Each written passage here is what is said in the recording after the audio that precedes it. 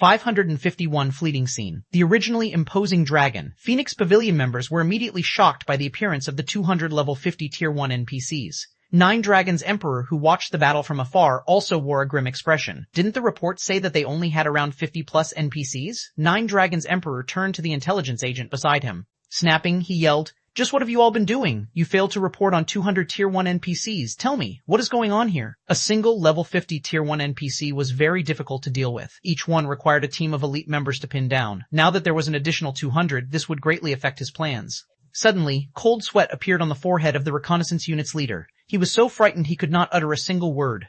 Originally, he had tried to think of an excuse to save himself. However, he knew full well what kind of personality the Nine Dragons Emperor had. The more he tried to justify himself, the graver the consequences would be. Forget it, you won't have to do your job anymore. Someone will replace you in the future. Nine Dragons Emperor waved his hand, having his subordinates escort the recon leader out of the building and dismissing him from the Dragon Phoenix Pavilion. Chaos, instruct the Blood Legion to send help. With the Blood Legion's strength, they should be able to hold back 200 NPCs. At this moment, Nine Dragons couldn't care less about how Zero Wing had managed to obtain all of these NPCs. He had no choice but to involve the originally inactive Blood Legion in the battle. Understood. This subordinate will lead them over now. Chaos Dancer nodded and smiled. A short moment later, the 1,000-strong Blood Legion, which had been on standby, charged into Zero Wing's guild residence. Meanwhile, the various large guilds watching the battle from afar were also shocked by the sudden change. Sure enough, Zero Wing is quite capable. With so many Tier 1 NPCs, even the Blood Legion will not be able to hold them off for long. After all, each level 50 Tier 1 NPC is the equivalent of a level 50 Special Elite. Galaxy Past sighed. If any other first-rate guild stood in the Dragon Phoenix Pavilion's place right now, they would have no chance against Zero Wing. Particularly, that large-scale silencing spell the Pavilion had used before the battle began significantly restricted the NPC's combat power and had even sealed Zero Wing's large-scale destruction spells. Zero Wing had lost all their advantages with just this single move. Meanwhile, inside Zero Wing's residence, a melee battle had broken out. The scene in the residence looked just like a battlefield from ancient times. Currently, the magical classes, who boasted the highest power, could only fight using their staffs. The magical classes in God's domain were different from other virtual reality games. They were not completely incapable of participating in melee combat, but they were not specialized in it. They possessed very few skills that could be used in a melee battle. In addition, their classes mainly focused on intelligence and vitality, making them even more inferior in melee combat. At this moment, however, nobody could care less. Even the healers of either side fought each other, not to mention the other magical classes. Compared to the one-on-one fights between the magical classes, the battles between the physical classes were intense. Currently, none of them could use any skills or tools and had to rely solely on their combat techniques. It was especially true for the War Dragon Legion. A majority of the War Dragon Legion members consisted of physical classes, and everyone was an expert among experts. Normally, they were capable of soloing a special elite of the same level, and some were even capable of putting up a good fight against a chieftain of the same level. Elite players could become elites in the first place not solely because of their levels being above average, it was more due to the fact that they could solo an elite monster of the same level. Hence, they were called elite players. Meanwhile, in the eyes of God's Domain's ordinary players, experts were individuals capable of soloing a special elite of the same level. As for top-tier experts, in the eyes of ordinary players, they were individuals who could contend with a chieftain of the same level. Chieftains were normally bosses in party dungeons. Every member of the War Dragon Legion, at the barest minimum, was capable of confronting a chieftain of the same level by themselves. Some were even capable of killing a chieftain of the same level. Having these experts deal with 4 or 5 elite players simultaneously was a trivial matter. They might even be able to defeat 4 or 5 elite players without losing a single HP. It was just like how a chieftain could easily defeat 4 or 5 elite monsters. In the blink of an eye, the 1,000 members of the War Dragon Legion had already killed close to 3,000 Zero Wing members without suffering even a single fatality. If not for many of the War Dragon Legion's members and the Blood Legion holding back the Tier 1 NPC guards, Zero Wing's death count would have been much higher by now.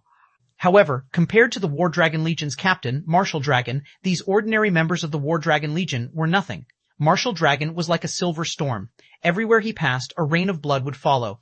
When half a dozen elite members of Zero Wing dashed up to Martial Dragon, they were instantly struck by Martial Dragon's bone-chilling and immeasurably heavy aura, their complexions turning pale and movements becoming extraordinarily sluggish.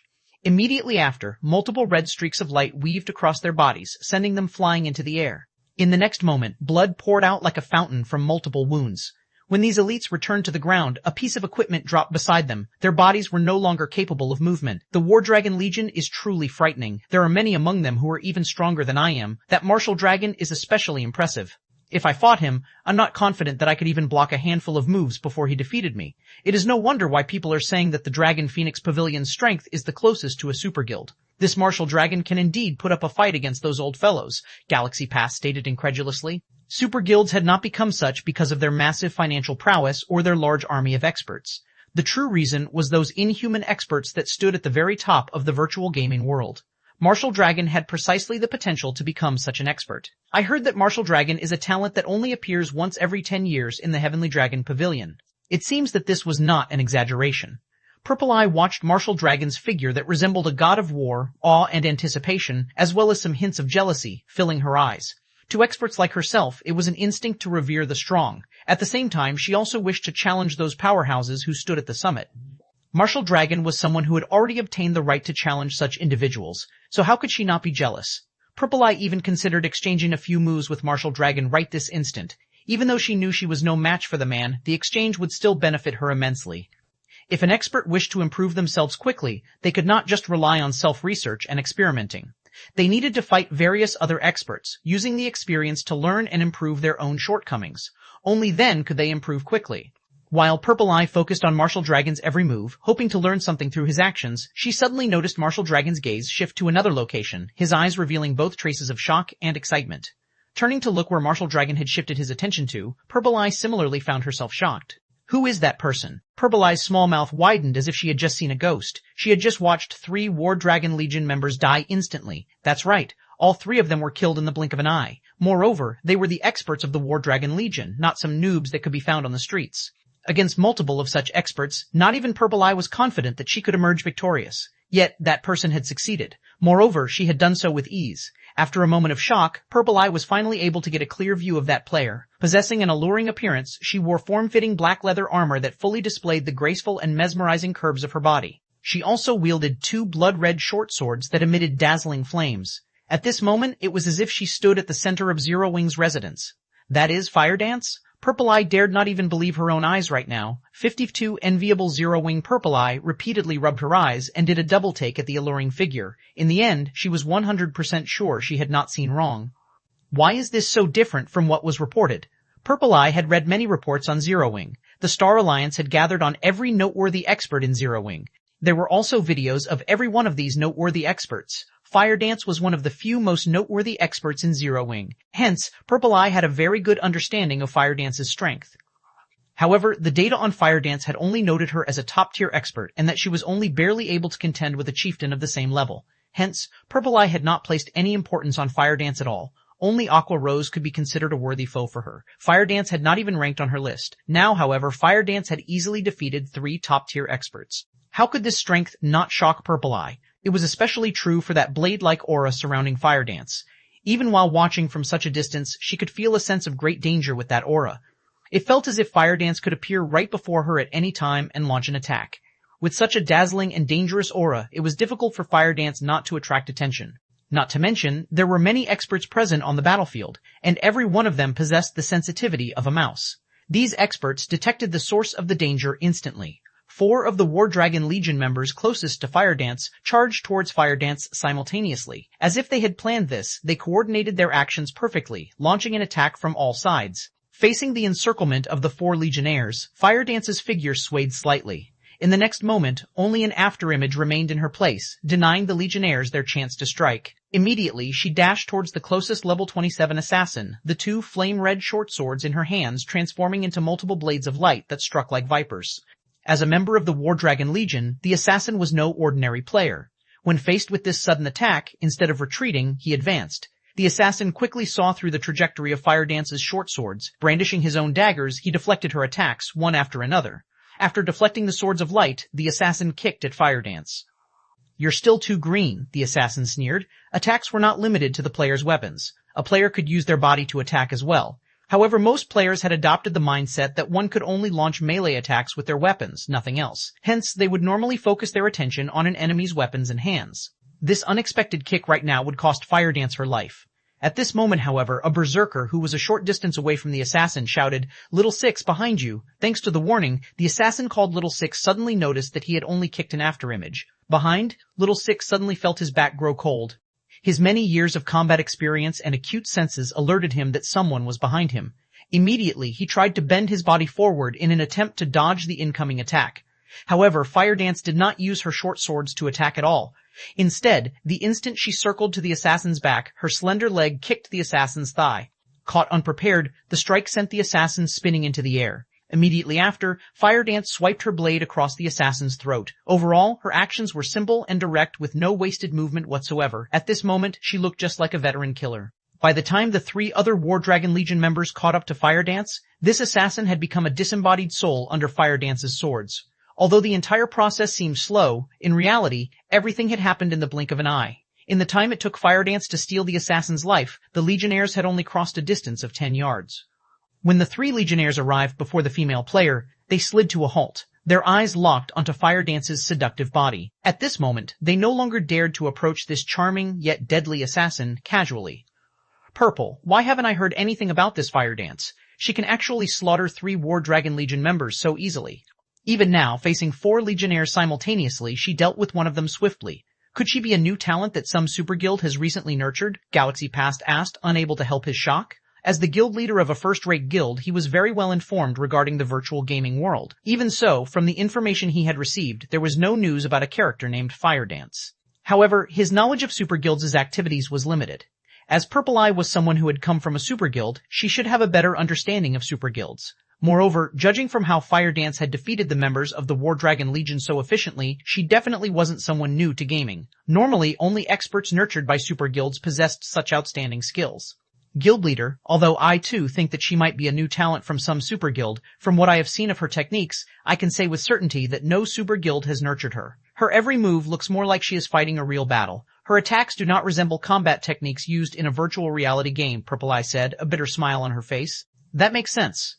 Galaxy Pass nodded, a hint of jealousy surfacing in his heart. Why was he jealous? It was because Fire Dance wasn't the only person performing exceptionally on this battlefield. There was also the Guardian Knight Cola, the Assassin Flying Shadow, and many other members of Zero Wing. The combat power each of them displayed was extraordinary. Only, Fire Dance shone brightest of them all. Zero Wing could not even be considered a second-rate guild, yet it possessed so many experts. Hence, how could he not grow jealous? So what if Zero Wing has a lot of experts? So what if you can pick a fight with first-rate guilds? Now that you've offended the Dragon Phoenix Pavilion, today will be your last. Watching the battle from afar, while Feng Xuanyang was envious, he also celebrated Zero Wing's misfortune.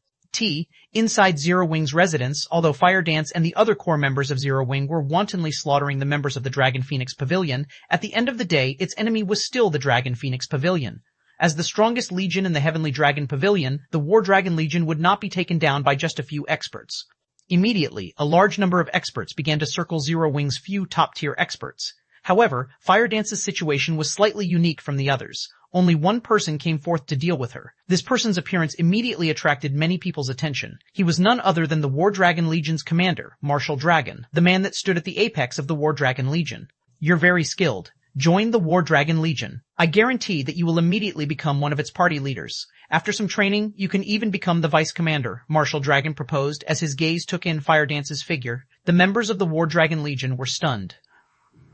They had never thought that Martial Dragon's evaluation of Fire Dance would be so high as to offer her the position of vice commander.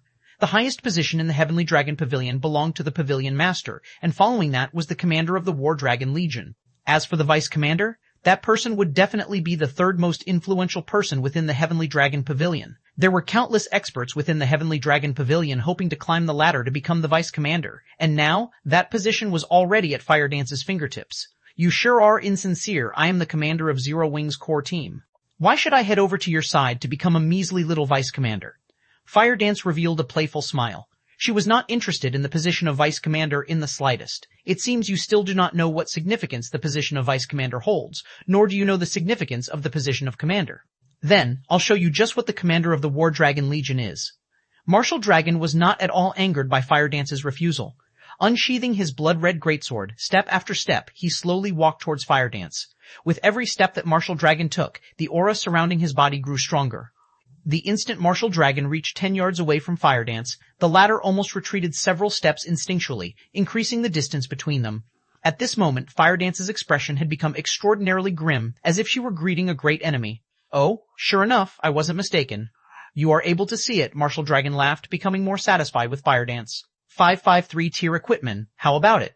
"This should be sufficient to convince you to join the War Dragon Legion, right?" Martial Dragon asked once again. This time, instead of replying, Fire Dance quietly stared Martial Dragon. Just what kind of monster is this person? Why did I feel that death was right before me when he was still 10 yards away? After undergoing special training for a time, Fire Dance's strength had undergone a qualitative improvement. Lei Bao's training had especially helped her improve her control over her own body. Her senses had become far more sensitive as well. Meanwhile, as Fire Dance stared Martial Dragon, she felt as if she stood before a towering mountain. Particularly, when Martial Dragon was only 10 yards away from her, it felt like that towering mountain had instantly appeared above her and physically pressed down on her. At that very instant, she felt as if her life was no longer under her control. This feeling was different from the pressure she normally felt when facing a powerful enemy. It felt as if everything within a 10-yard radius of Martial Dragon was completely under the Berserker's control. Fire Dance could not believe it. She could not figure out just how Martial Dragon had achieved such a feat. Martial Dragon was clearly a Berserker. Aside from a few specific skills, a Berserker's normal attack range was limited to 5 or 6 yards. Moreover, the Dark God's descent had silenced everyone, and none of them could use any skills. Yet, Martial Dragon had an attack range of 10 yards and could even inflict a feeling of impending doom. Even Fire Dance began to wonder if she was hallucinating due to her fatigue from her recent training. However, ever since she had started playing God's Domain, her senses had not led her astray, so how could she possibly be mistaken now? Hence, Fire Dance immediately retreated from Martial Dragon. However, dragging on this fight was not a solution. After giving it some thought, Fire Dance gritted her teeth as she prepared to test herself against Martial Dragon. In the next moment, Fire Dance transformed into a black shadow as she dashed towards Martial Dragon. In terms of attributes, Fire Dance was confident that she was superior to Martial Dragon for no reason other than the Tier 1 set equipment for assassins, the Dark Melody set equipment that Shi Feng had given her. After equipping this set, not only had her attributes received a massive boost, but she was also able to display her combat power more efficiently. In front of absolute strength, all manner of trickery was useless. Regarding techniques, Fire Dance and the others had already improved significantly due to Lei Bao and Shi Feng's training. They could be considered super first-rate experts. In actual combat, they were definitely superior to the ordinary members of the War Dragon Legion. They might not be able to solo a chieftain of the same level, but they could hold their ground against one for a relatively long time. After factoring in the Tier 1 set equipment and their top-tier dark gold weapons, they could easily solo a chieftain of the same level. They could even challenge a lord. After all, a Tier 1 set equipment was only inferior to an epic set equipment. The attribute increase it provided was no small matter. Furthermore, every one of them had equipped 3 intermediate mana armor kits. In terms of attributes, they completely overwhelmed the War Dragon Legion's ordinary members. Even against the commander of the War Dragon Legion, Martial Dragon, this was the case. The instant Fire Dance reached the 10-yard range, she turned her feet slightly and suddenly she split into 2 identical figures. It was practically impossible to tell which woman was real. The 2 figures then proceeded to attack Martial Dragon separately. Any ordinary player would be caught off guard and fail to react if their enemy suddenly doubled. Even an expert would hesitate. In addition, Fire Dance was very skilled. There were almost no excess movements in her attack. With lightning speed, the 2 true fire blades in Fire Dance's hands flew towards Martial Dragon's vital point and blind spot. The various large guilds watching the fight from afar were momentarily stupefied. Fire Dance's speed and ferocity were unstoppable. Their eyes could not even keep up with her. Even an expert would be finished. However, the instant before the true fire blades struck Martial Dragon, a red streak flashed, deflecting both of Fire Dance's attacks. At the same time, the resulting impact forced Fire Dance into a retreat. Is he even a berserker? How can he draw his sword so fast? Fire Dance was forced to retreat 3 steps before she stabilized her body. At this moment, however, both of her hands were numb. Berserkers were famed for their strength, so Fire Dance did not find it surprising that Martial Dragon's counterattack had repulsed her. However, she was an assassin, a class that was famed for its speed. She had clearly struck first, yet Martial Dragon still managed to block her attacks. Unfortunately, the gap between her and Martial Dragon is immense. It is so wide that even she hasn't realized its extent. Watching the fight from afar, Nine Dragons' Emperor revealed a faint smile. Pavilion Master, how could you possibly compare that little girl to Martial Dragon? It is impressive that this little girl possesses such skill at such a young age. If she joins the Dragon Phoenix Pavilion, her future will be limitless. In a few years, she might even become a second Martial Dragon. The old man serving Nine Dragons' Emperor similarly smiled. Martial Dragon was one of the strongest combatants that the Heavenly Dragon Pavilion had to offer. He was also a rare talent that only appeared once a decade. The virtual gaming world changed by the day, and every year, the Dragon Phoenix Pavilion would recruit a large number of players with potential. Meanwhile, the fact that Martial Dragon was known as a genius that only appeared once every 10 years in the Dragon Phoenix Pavilion showed just how much talent he possessed. How could a little girl who had never been nurtured by a super guild possibly compete with such an individual?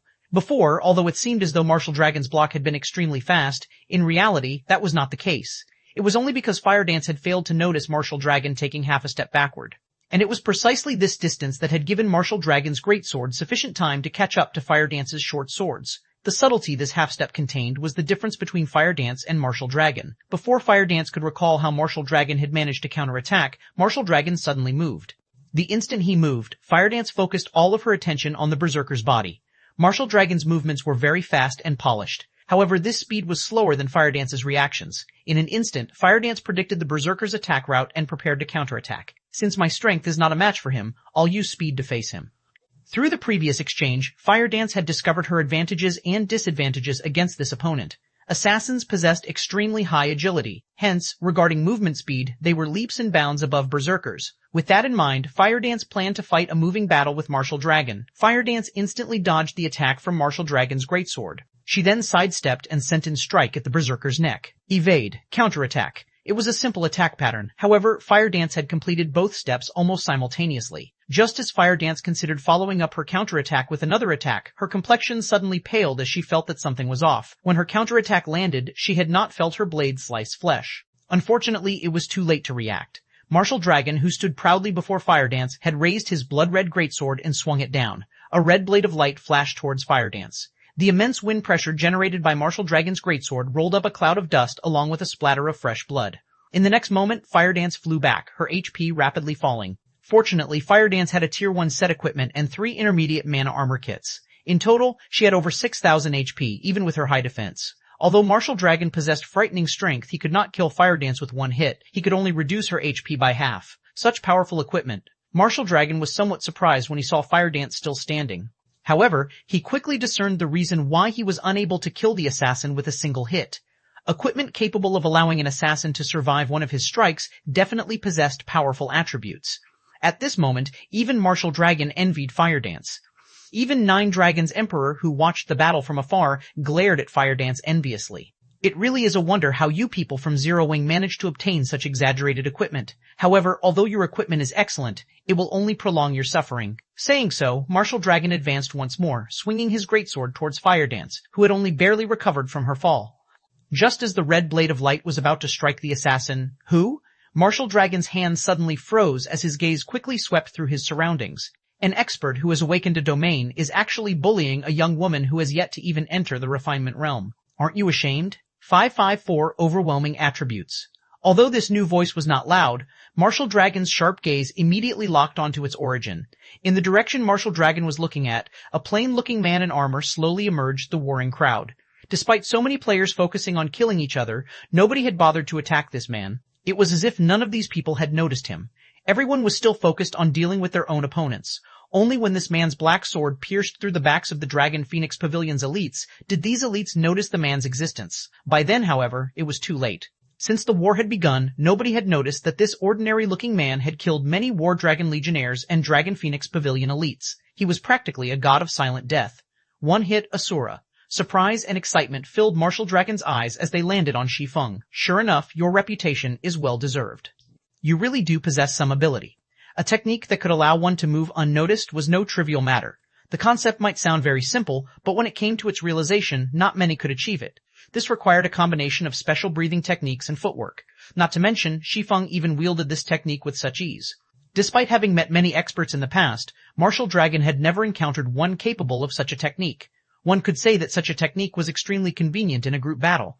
Since this technique could allow a player to avoid attention, then it could naturally be used in reverse as well, forcing others to focus on oneself. Martial Dragon had originally intended to finish off Fire Dance with his last attack. However, due to that sudden surge of killing intent from Shi Feng, Martial Dragon felt as if someone had suddenly appeared behind him. Martial Dragon had no choice but to halt his attack in order to respond to the new enemy, allowing Fire Dance to escape with her life as a result. Fire Dance, go deal with someone else. Leave him to me. Shi Feng sent Fire Dance a private message. Guild leader, be careful. Fire Dance nodded. Although Fire Dance was reluctant, she turned and moved to deal with other enemies. Martial Dragon glanced at Fire Dance's departing figure, not bothering to chase after the assassin. Instead, he focused his attention on the slowly approaching Shi Feng. Fussed. What's going on with Martial Dragon? Fire Dance was within his grasp. Why didn't he finish her off before moving on to deal with Black Flame? Feng Xuanyang, who watched the fight from afar, shouted with frustration and confusion. His hatred for Zero Wing ran deep, and he wanted nothing more than to kill Zero Wing's upper managers hundreds of times. If not for Zero Wing, he would not have encountered so many problems. He would have long since become the hidden overlord of Star Moon Kingdom's eastern region rather than ending up in his current dire state. He even had to obey the 7 ghosts. Young Master Feng, Martial Dragon is not at fault here. It isn't because Martial Dragon didn't wish to finish her off, but because he couldn't, Third Ghost said, laughing bitterly. He then explained, Fire Dance is much faster than Martial Dragon. If she focuses on running away, even Martial Dragon cannot catch her. Not to mention, Black Flame has currently locked onto Martial Dragon. If he attempts to chase after Fire Dance, he will reveal a gap in his defense, giving Black Flame an opportunity to attack. Black Flame's combat power is astounding. He is far above Fire Dance. Moreover, that technique that makes others ignore his presence is also the perfect technique for assassinations. If Martial Dragon focused on Fire Dance, it is very likely that he would feel the bite of Black Flame's sword. How could Martial Dragon possibly dare to focus on Fire Dance? Then, are you saying that there is a possibility that Black Flame will defeat Martial Dragon? Resentment boiled up in Feng Xuanyang as he listened to Third Ghost's words. In the beginning, Black Flame had been a nobody, insignificant, while he was a member of Underworld. Black Flame had spoiled his good fortune many times, yet the more he fought Black Flame, the more he discovered how helpless he was against the man. At this point, he could do practically nothing against Black Flame. Chuckling, Third Ghost confidently said, Martial Dragon is very powerful. I only said that Black Flame had a chance against Martial Dragon while he was distracted. However, if Martial Dragon focuses on his opponent, Black Flame has almost no chance of emerging victorious. What do you mean? Feng Xuanyang asked curiously. This is something I heard from Boss First Ghost, but it seems that Martial Dragon has already awakened his domain. In a direct confrontation, it is simply impossible to defeat Martial Dragon. Even if we, the 7 ghosts, work together, it is unlikely that we could defeat Martial Dragon in a head-on clash. When Third Ghost uttered the word domain, reverence appeared on his face. Domain, within a certain range, the wielder of the domain could achieve absolute control. One could even count the number of raindrops that fell in their domain. Only by training one's 5 senses to their extreme limits could one reach such a realm of control. Domains were practically a myth. Normally, only the geniuses among geniuses had the possibility of grasping such a technique. One could say that domains were the dreams that countless experts sought. While Third Ghost explained the situation, Martial Dragon and Shi Feng gradually approached each other. 30 yards, 20 yards, 15 yards, one after another, the upper managers of the various large guilds witnessing this war shifted their gaze towards these 2 players. One was Star Moon Kingdom's #1 expert, Black Flame, while the other was the Heavenly Dragon Pavilion's top fighter, Martial Dragon. Both were peerless experts that could deter an army by themselves, so how could they possibly miss out on a battle between the 2? Guild leader, who do you think will win? Purple Eye asked. Although she was a top-tier expert herself, she had no idea what the outcome of this battle would be, as she had never witnessed either of the 2 fight with their full power. I suspect Martial Dragon will win. The Dragon Phoenix Pavilion is a super first-rate guild. Moreover, you should have seen the strength Martial Dragon displayed a moment ago. That's a domain. Envy and admiration filled Galaxy Past's gaze as he looked at Martial Dragon. Rumor has it that Martial Dragon qualifies to compete with those old monsters, and it would seem that those rumors are true. I wonder when I will be able to set foot on that stage as well. Purple Eye nodded in agreement. In reality, she really hoped that Black Flame would emerge victorious. After all, there had yet to be a single first-rate guild daring enough to provoke the Dragon Phoenix Pavilion. Yet, Black Flame had done just that. One could not help but admire the man. Now, he even faced off against a combat genius like Martial Dragon. Unfortunately, Black Flame had yet to reach that stage. Moreover, the difference in the number of experts between Zero Wing and the Dragon Phoenix Pavilion was simply too huge. There was no room for Zero Wing to resist.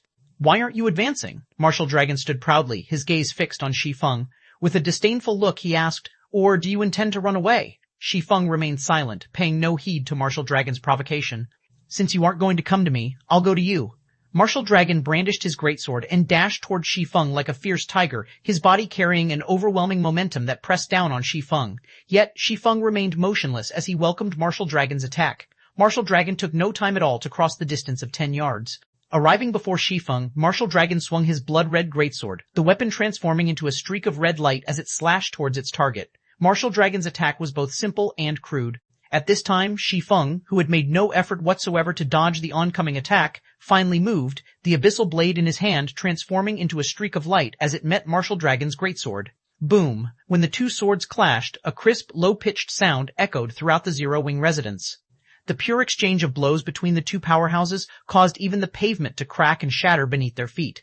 Martial Dragon was abruptly forced to retreat by 5 steps, the numbness in his arms spreading to his scalp. Martial Dragon then shifted his gaze to Shi Feng, and what he saw left him stupefied. Shi Feng stood steady in his original position like an immovable mountain. The difference in their strengths was obvious. 55 winner and loser Black Flame pushed Martial Dragon back. Silence. Every Dragon Phoenix Pavilion member within Zero Wing's residence was dumbfounded. Meanwhile, the players watching from afar were similarly rendered speechless, their minds repeatedly playing that scene from before. Although neither side had used any profound techniques and had only exchanged a straightforward blow, it was precisely this simplicity that allowed everyone to see the difference between the two very clearly. Shi Feng's attributes were absolutely mind-blowing. Shit, just what kind of equipment is Black Flame wearing? Feng Xuanyang's eyes nearly popped out of their sockets at this scene. Martial Dragon was a level 28 berserker. Moreover, the majority of his equipment was level 25 dark gold equipment. The weapon he wielded was even one of indiscernible quality, but judging from its appearance, it should certainly be above dark gold rank. This equipment composition could definitely be among the very best in God's domain. Even if Black Flame were fully geared in dark gold equipment, he would not be that much stronger than Martial Dragon. Moreover, Black Flame was only a swordsman, a very well-balanced class in terms of attributes. Normally, a swordsman's strength would be inferior to a berserker's, and his agility would be inferior to an assassin's. Yet now, Black Flame had actually managed to force back an apex berserker like Martial Dragon with a single hit. Just how outstanding was Black Flame's equipment to pull off such a feat? At this moment, Nine Dragons' Emperor, who was leisurely watching the battle from afar, had an expression of immense joy on his face, his eyes fully focused on Shi Feng, as if he had just seen a peerless beauty. Although Nine Dragons' Emperor was indeed surprised at seeing Martial Dragon forced into a retreat, he was much more delighted at discovering the peerless equipment that made such a feat possible.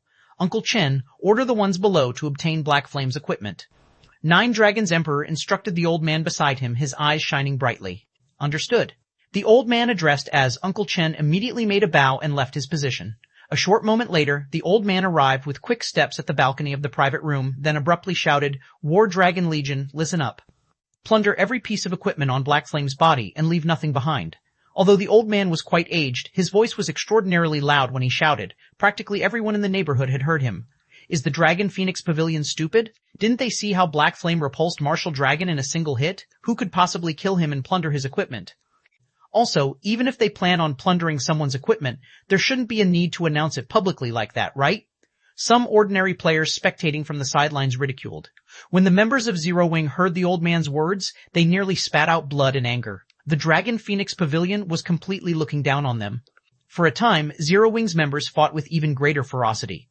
Although the spectating ordinary players made fun of Nine Dragons' Emperor's foolishness, none of the upper managers of other first-rate guilds were laughing. They knew full well just how powerful the Dragon Phoenix Pavilion was. Despite the currently brief duration of the battle, the death toll was already extremely frightening. The battlefield, which initially had nearly 30,000 players, now had less than 20,000 players remaining. The majority of the survivors also belonged to the Dragon Phoenix Pavilion. Even the War Dragon Legion had over 800 members still alive. Overall, the pavilion's losses were light. In contrast, Zero Wing's side, things were just terrible on this side. Many elite members had died, and only 200 or so Tier 1 players remained. Zero Wing had lost nearly half of its main combat power. If not for the Tier 1 NPCs, Zero Wing's situation would be much uglier. The gap between the two guilds was evident at a single glance. They simply could not be compared to each other. Black Flame repulsing Martial Dragon? What was there to celebrate? These people really think Black Flame has a chance of winning. Third Ghost sneered as he looked at the distant spectating ordinary players. That was the Dragon Phoenix Pavilion Zero Wing was going up against, a super first-rate guild in the virtual gaming world. Moreover, the pavilion had even sent out its War Dragon Legion this time around. Zero Wing had no chance of victory at all. Moreover, Martial Dragon was a peerless expert who had grasped a domain. Although Black Flame had the advantage in attributes, the gap was not so great that it was impassable. Any expert would be able to discern this point very clearly. Hence, Nine Dragons' Emperor did not take Black Flame seriously at all and was fully intent on obtaining the swordsman's equipment. Inside Zero Wing's residence, Martial Dragon and Shi Feng had already exchanged moves dozens of times. Every time Shi Feng attacked, he forced Martial Dragon into a retreat, chipping at Martial Dragon's HP with each exchange. At this moment, Martial Dragon's HP was down to around 90%. However, Shi Feng was not particularly happy about this situation. Neither was he angry about Nine Dragons Emperor's plan to plunder all his equipment. He only felt helpless. Although Shi Feng succeeded in suppressing Martial Dragon with his attributes, the Berserker was, after all, an expert who had grasped a domain. Since Martial Dragon knew that he could not win using brute force, he had gone with a softer approach to neutralize Shi Feng's attacks. Negating Shi Feng's power was practically impossible for ordinary experts. After all, Shi Feng was an expert who had already set foot in the flowing water realm. If one wanted to negate Shi Feng's power, they required inhuman levels of precision and confidence. The fact that Martial Dragon could achieve such a feat was all due to his domain. Of course, while Shi Feng was helpless against Martial Dragon right now, the same could be said for the Berserker. After all, Shi Feng could see through his attack trajectories. Whenever Martial Dragon tried attacking Shi Feng, the latter would always take the appropriate defensive measures and force the exchange into a frontal clash between weapons. In a frontal clash, the side with lower strength would naturally receive damage and lose HP. Hence, Martial Dragon could only buy time. However, Martial Dragon was in no rush. Zero Wing was vulnerable. Fire Dance alone could not turn the situation around. This was not an arena. There was no need for players to fight one-on-one. If 3 to 5 Legionnaires were insufficient, they could simply increase that number. Even if Fire Dance had powerful attributes, the War Dragon Legion could just treat her as a powerful boss and slowly grind her to death. You are the first person who has lasted this long against me. Unfortunately, this match won't go on for much longer, Martial Dragon said ruefully as he glanced at his surroundings. The number of Zero Wing members still alive was rapidly decreasing. After another 10 minutes or so, this war would come to an end. This outcome was all due to the difference in the number and quality of experts. Even with so many NPCs filling the gap, they were still far from enough. Indeed, this battle will not last much longer. Shi Feng's heart ached over this situation as well. The losses Zero Wing had suffered in this war was simply too massive. Yet, instead of revealing a dispirited expression, Shi Feng smiled, saying, "However, the victor in this war will still be us, Zero Wing. Do you not see the situation your guild is in right now?" Martial Dragon could not help but laugh when he heard Shi Feng's words. However, shortly after Martial Dragon had spoken, the Berserker's expression suddenly turned grave. An ambush? Martial Dragon suddenly felt a killing intent that was even more intense than when Shi Feng had revealed himself. Martial Dragon promptly tried to put some distance between Shi Feng and himself. However, Shi Feng did not allow Martial Dragon to do so, sticking closely to the Berserker at all times. In terms of speed, Martial Dragon was simply no match for Shi Feng. Just as Martial Dragon faced Shi Feng's barrage of attacks, the shadow of a figure suddenly appeared behind Martial Dragon. Scram! Martial Dragon had already been on his guard against this figure. Tightening his grip on his greatsword, he swung the weapon towards his back with all his might, the weapon itself transforming into a streak of red light. Under normal circumstances, this sudden attack definitely would have caught the player who had appeared behind Martial Dragon by surprise. Dang! However, this red blade of light was easily blocked. Martial Dragon finally managed to get a clear look at the ambusher and was stunned. This man had gray hair and a tall, robust body that was significantly larger than an ordinary person's. Also, this man was not a player, but an NPC. Although this NPC was only level 40 lower than those level 50 tier 1 guards, the pressure Martial Dragon felt from him was even stronger than what he'd felt from a High Lord. However, Martial Dragon had no time to ponder the identity of this NPC, because the moment this NPC swung his sword, over a dozen wind blades flew at Martial Dragon from all sides. Only Shi Feng knew what this skill was. Tier 2 Sword Skill, Wind Roar. This skill could not be blocked and could only be dodged, but Martial Dragon no longer had time to dodge right now. In the blink of an eye, multiple wind blades devoured Martial Dragon, his 6,000 plus HP instantly bottoming out with not a single point remaining. The ambusher was none other than Shi Feng's personal guard, Kite. Only, at this moment, Kite had already recovered his original strength. No longer was he a Tier 1 swordsman, but a Tier 2 swordmaster instead. 556 might have a swordmaster. He actually died, just like that. That's Martial Dragon. How could someone possibly kill him with one hit? When did that frightening NPC appear? For a time, the upper managers of the various guilds spectating the battle were stupefied. Commander. Martial Dragon's abrupt death stopped the dragon. Phoenix Pavilion members' rising momentum cold. As the commander of the War Dragon Legion, Martial Dragon had never died, not even once, ever since he entered God's domain. Not even Hell Mode Team Dungeons could end his life. The elites of the Dragon Phoenix Pavilion and the members of the War Dragon Legion all admired Martial Dragon greatly, using him as their role model. One could say that Martial Dragon was the symbol of the War Dragon Legion, as well as the Legion's backbone. Now that their backbone suddenly disappeared, even the members of the War Dragon Legion were dumbfounded. They had never once thought that Martial Dragon would die. As if adding insult to injury, he was a casualty in a war of annihilation against a small guild. That damnable Black Flame. He actually has another hidden trump card. A chilling light flashed across Nine Dragons Emperor's eyes as he glared at Shi Feng. However, even if you have the help of a level 40 tier 2 NPC, you will all still perish today. Uncle Chen, head into the battlefield with Blood Dragon. Do not let Black Flame get away at all costs. The same goes for that tier 2 NPC. Martial Dragon was renowned throughout the entire virtual gaming world. He was practically synonymous with the Dragon Phoenix Pavilion and was also the proof of the Heavenly Dragon Pavilion's strength. Yet now, Martial Dragon had actually been killed in a war with a minor guild like Zero Wing. If news of this matter were to spread, the damage to the Dragon Phoenix Pavilion's reputation would be severe.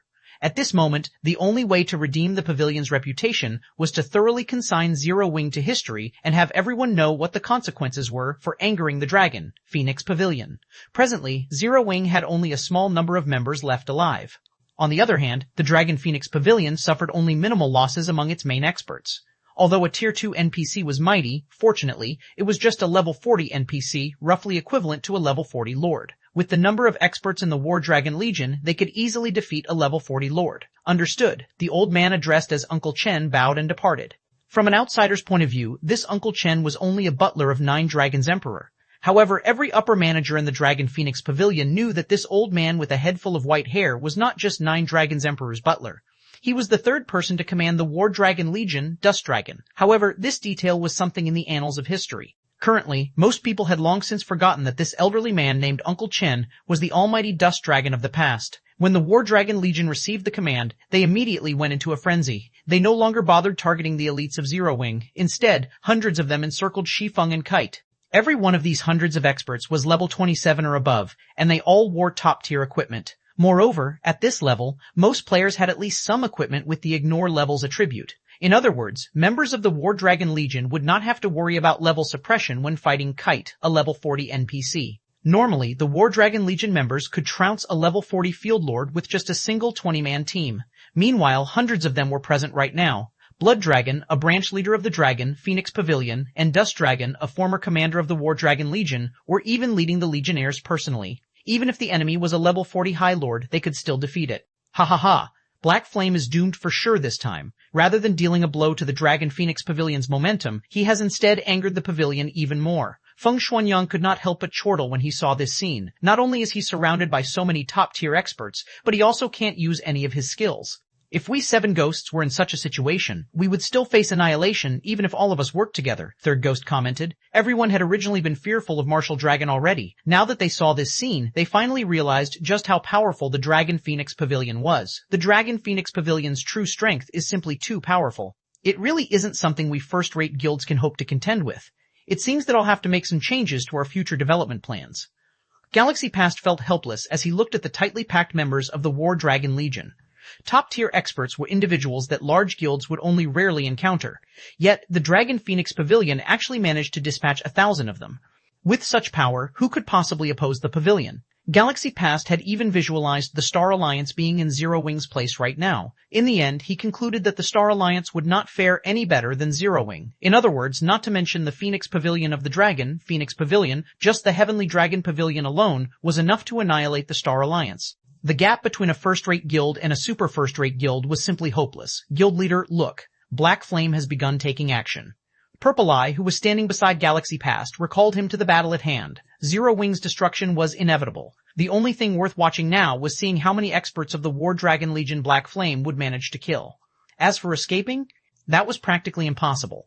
As the guild leader, if Black Flame abandoned his own guild residence to escape, he would only turn himself into a laughingstock. His only option now was to fight till the bitter end. Either he survived by forcing his enemies to retreat, or he perished along with his guild residents. There was no third option. Without hesitation, Shi Feng, along with Kite, dashed directly towards the oncoming army of experts. They did not bother taking a roundabout route to conduct guerrilla warfare. Has this Black Flame lost his mind? Galaxy Past watched Shi Feng's movement patterns with utter bewilderment. When the enemy had the advantage in numbers, one would normally apply hit-and-run tactics to avoid letting their enemies completely surround them.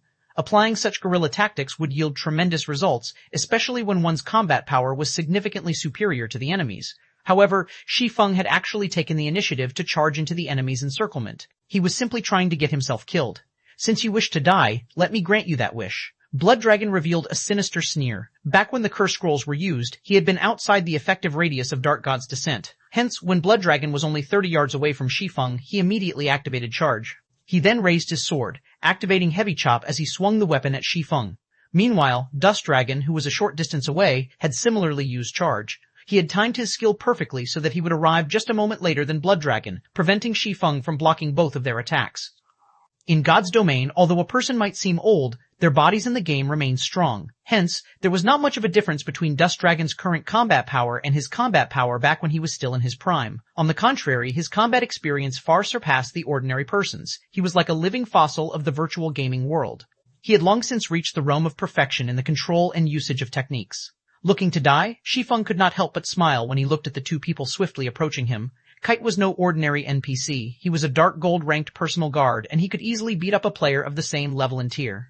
When Kite was still a Tier 1 swordsman, he was already capable of contending against a High Lord of the same level. Contending against higher levels might be a different story, but with his strength back to that of a Tier 2 swordmaster, he could even go toe-to-toe with a level 40 Great Lord now. What did a level 40 Great Lord hint at? The final boss of a level 20, 100-man Hell Mode team dungeon was only a level 20 Great Lord. But there had yet to be a single person daring enough to go challenge such a monster even until now. Out in the fields, a level 40 Great Lord would annihilate a 1,000-man team of level 40 players, not to mention a 100-man team. Meanwhile, the War Dragon Legion consisted of only several hundred players. Moreover, none of them was even close to reaching level 40 yet. They also did not possess any level 40 top-tier equipment. Yet, they still dared to come charging over. Their recklessness left Shi Feng speechless. If he truly had to describe them, he would say that they were remarkably courageous. The moment Blood Dragon and Dust Dragon came rushing over, Kite moved in front of Shi Feng. The Swordmaster then swung his sword down at the two aggressors. Instantly, dozens of wind blades struck both Blood Dragon and Dust Dragon from all sides. In the blink of an eye, both berserkers were lying on the ground, already dead. 507 qualifications to become an overlord. What kind of NPC is this? Nine Dragons Emperor shot up from his seat the instant he saw Blood Dragon and Dust Dragon instant killed. An expression of shock plastered over his face. Nobody had a better understanding than he did of Blood Dragon's and Dust Dragon's strengths. Although the two of them were not a match for Martial Dragon, no one was likely to be a match for them when the two of them were working together. Even a level 40 High Lord would not be able to kill both of them in a single strike. The only possibility was that this NPC was too powerful, so powerful that players simply had no way of resisting him. Kite killed them all. Leave none alive. Shi Feng no longer held back. He immediately commanded Kite to begin his slaughter. In the past, Kite was titled the Windbreaker. In the entire God's domain, very few personal guards possessed a title. The title itself, though, was only a title. It did not provide any bonus attributes or contribute to the improvement of the personal guard's combat power. However, having a title signified that an NPC was not an ordinary class but a hidden class. Some hidden classes were weak, while some were strong. Windbreaker definitely ranked within the peak classes. In addition, as a personal guard, Kite himself also possessed frightening growth potential. Hence, Kite had become practically invincible when going up against an enemy of the same level and tier in the past. Back in the days, the lifestyle player that owned Kite had relied on this personal guard to become an existence that nobody in God's domain could ignore. Even super guilds did not wish to offend this lifestyle player casually. What about now? Back then, even a lifestyle player had managed to nurture Kite into a Tier 5 Sword Saint capable of overwhelming any Tier 5 player or NPC. Meanwhile, in this life, Shi Feng was the one nurturing Kite.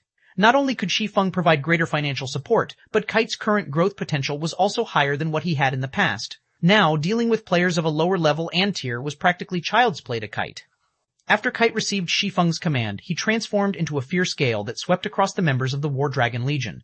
The Shield Warriors and Guardian Knights of the War Dragon Legion hurriedly dashed to the forefront, attempting to block Kite's assault. Unfortunately for them, Kite was just too fast. With a simple leap, he arrived behind the Shield Warriors and Guardian Knights. He then used a Tier 2 skill, Wind Ferret, sending all players within 30 yards flying up into the air. In the next moment, Kite began brandishing his swords, shooting hundreds of wind blades outwards like a lotus flower that pierced the bodies of the players suspended in midair. Even though these players were Shield Warriors and Guardian Knights, their HPs still fell by the thousands.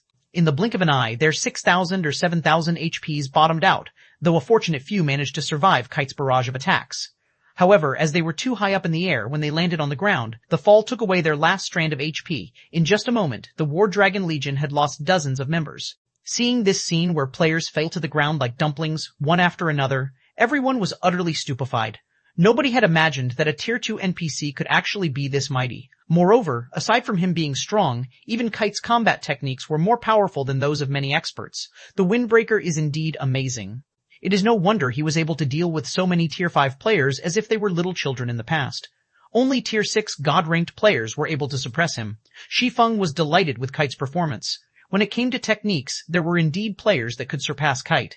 Unfortunately, the precondition for this victory was that said player was similar to Martial Dragon, a peerless expert who had achieved 100% control over his own body. However, even in the entire God's domain, such experts were as rare as a phoenix's feather. Moreover, even if a player was superior to Kite in terms of combat techniques, as an NPC, Kite could completely overwhelm any player when it came to attributes. In front of absolute strength, all manner of trickery was useless. In the end, the amount of strength a player could display through their techniques was limited. It was just like how Shi Feng, despite his techniques being inferior to Martial Dragon's, was able to suppress the Berserker by relying on his attributes. Only, in Kite's case, the NPC could trounce Martial Dragon, because Kite's attributes were leaps and bounds above even Shi Feng's. Such great strength was already beyond Martial Dragon's ability to withstand. Hence, Kite was able to kill Martial Dragon easily while Shi Feng could not. In just a moment, Zero Wing had made a complete comeback from their previously disadvantaged situation. To the War Dragon Legion, which had a member count of only 1,000, having more than 100 of its experts killed, was a significant loss. Most importantly, its casualties continued to increase. Despite Nine Dragons Emperor's attempts to pin down Kite by sending more elite players and experts, all his efforts were in vain. With Kite's speed, strength, and techniques, any player that had yet to attain their Tier 2 class would not even have the qualifications to delay him. Otherwise, the many first-rate guilds and super guilds in the past would not have feared him so much. Seeing how Kite was casually slaughtering the members of the Dragon Phoenix Pavilion, the spectating upper managers of the various large guilds were dumbfounded. With such an NPC guarding their guild residence, no guild is capable of threatening Zero Wing, Galaxy Pass muttered as he looked at Kite. He then shifted his gaze towards Shi Feng, who was leisurely observing the battle from the sidelines, his eyes filled with both admiration and envy. Although the status of a first-rate guild might seem preeminent, in reality there was a massive gap between a first-rate guild and a super guild. If the Star Alliance managed to anger a super guild in the future, a repeat of today's scene was highly likely. However, if the Star Alliance had an NPC like Kite guarding its guild residence, at that time it would possess the qualifications to pick a fight with a super guild. Although they still could not afford to provoke a super guild, they would no longer have to live in fear like they currently did. As long as a guild's residence remained, and as long as the guild still possessed a large sum of funds and coins, then it would be a cockroach that would not die. In the virtual gaming world, it was not the powerful who were considered strong. Instead, it was those who managed to survive and was not afraid of any enemy that were deemed to be strong. After all, only by surviving would there be hope. It was just like how those super guilds had managed to survive until now. In the past, there were far more powerful existences than these super guilds. Yet, in the end, didn't they end up failing as well? Meanwhile, although Zero Wing was still weak right now, it already possessed the qualifications to become an overlord in God's domain. Hence, how could Galaxy Pass not admire Shi Feng? Purple, once we return, immediately mobilized the entire guild. Our Star Alliance needs an NPC like that as well. Galaxy Pass's eyes were filled with desire as he looked at Kite. Purple Eye silently nodded in agreement. However, instead of looking at Kite, she was currently focused on Aqua Rose. At this moment, her eyes were filled with mixed feelings. Time slowly passed by.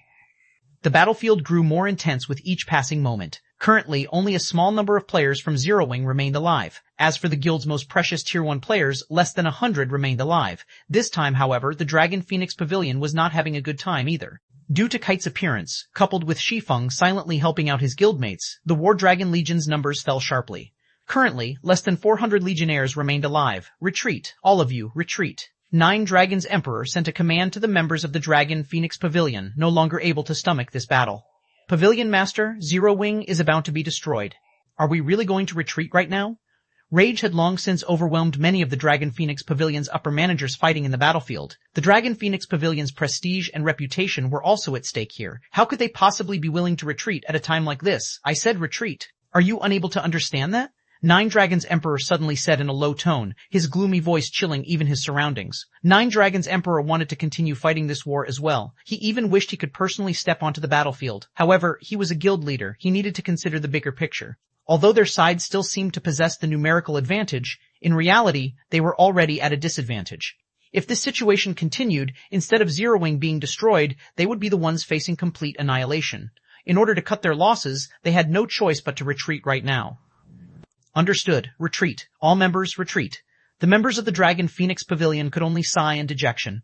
Under the command of the upper managers, they swiftly withdrew from Zero Wing's guild residence. 58. After the war won. We won. Everyone from Zero Wing was incomparably excited, and they all began cheering loudly one after another. Throughout this entire war, nobody had expected them to win. Even the large guilds watching from afar had long since made preparations to take advantage of Zero Wing's misfortune. Originally, other than super guilds, nobody else dared to oppose the Dragon Phoenix Pavilion. However, they had dared. Moreover, they had even defeated the Dragon Phoenix Pavilion. They had achieved a feat that no guild had ever imagined was possible. The Dragon Phoenix Pavilion was actually defeated, just like that. The various large guilds spectating this battle fell silent. Other than shock, everyone felt amazement. Despite the Dragon Phoenix Pavilion's overwhelming power, in the end, all those elite players and frightening top-tier experts suffered defeat at the hands of a single NPC guard.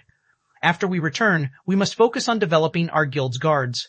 Galaxy Past had an excited expression on his face as he watched the retreating members of the Dragon Phoenix Pavilion. The true strength of a super guild was something no ordinary guild could ever hope to comprehend. Only first-rate guilds like them would know some secrets about super guilds. Although the opponent Zero Wing had defeated this time was not a super guild, the Dragon Phoenix Pavilion's strength was already on a par with those super guilds. Since Zero Wing could repel the attack of the pavilion, it could naturally repel the attacks of super guilds as well. Most likely, nobody in the entire God's domain had thought that the first guild capable of going toe-to-toe with the Dragon Phoenix Pavilion would not be a first-rate guild, but a recently established guild like Zero Wing instead. However, this was still not the most exciting part. The most exciting part was that Zero Wing had shown everyone present the hope of contending against a super guild. In virtual reality games, the result of a war between guilds usually depended on players. However, God's domain was different. Here, NPC guards could also determine the outcome of a guild war. In other words, the advantage a super guild possessed was no longer an insurmountable hurdle. If a guild's players could not repel an attack, they could just fill the gap using NPCs. At this moment, Galaxy Past wasn't the only one planning to focus on nurturing his guild's NPC guards. The upper managers of the various large guilds had also grasped this point. They all had the notion of developing their NPCs once they returned. As long as their guild residences had an NPC like Kite protecting it, then their guild residences would be impregnable. That way, they could disregard those powerful super guilds. They could develop their guilds however they pleased. Although the members of the Dragon Phoenix Pavilion were swiftly withdrawing, Shi Feng had no intention of letting them off the hook. Instead, he immediately expanded on his victory, killing as many as pavilion members as he could. Every player present was an elite or above. The quality of the equipment they wore on their bodies went without saying. Each additional death was equivalent to obtaining another piece of good equipment. During the Dragon Phoenix Pavilion's withdrawal, Shi Feng and Kite managed to kill several hundred more players, obtaining a bountiful harvest particularly of the life force points Shi Feng collected. Damn it, Nine Dragons' Emperor's heart bled when he saw his guild's elites and the experts of the War Dragon Legion dying one after another. Black Flame, just you wait. Sooner or later, I will definitely claim this debt. You won't be as lucky the next time we meet. After the war ended, Zero Wing's members also began collecting their spoils of war. Both guilds had suffered an immense death toll in this war. However, during the intense battle, nobody had the time to pick up loot. Hence, plenty of equipment littered the ground right now.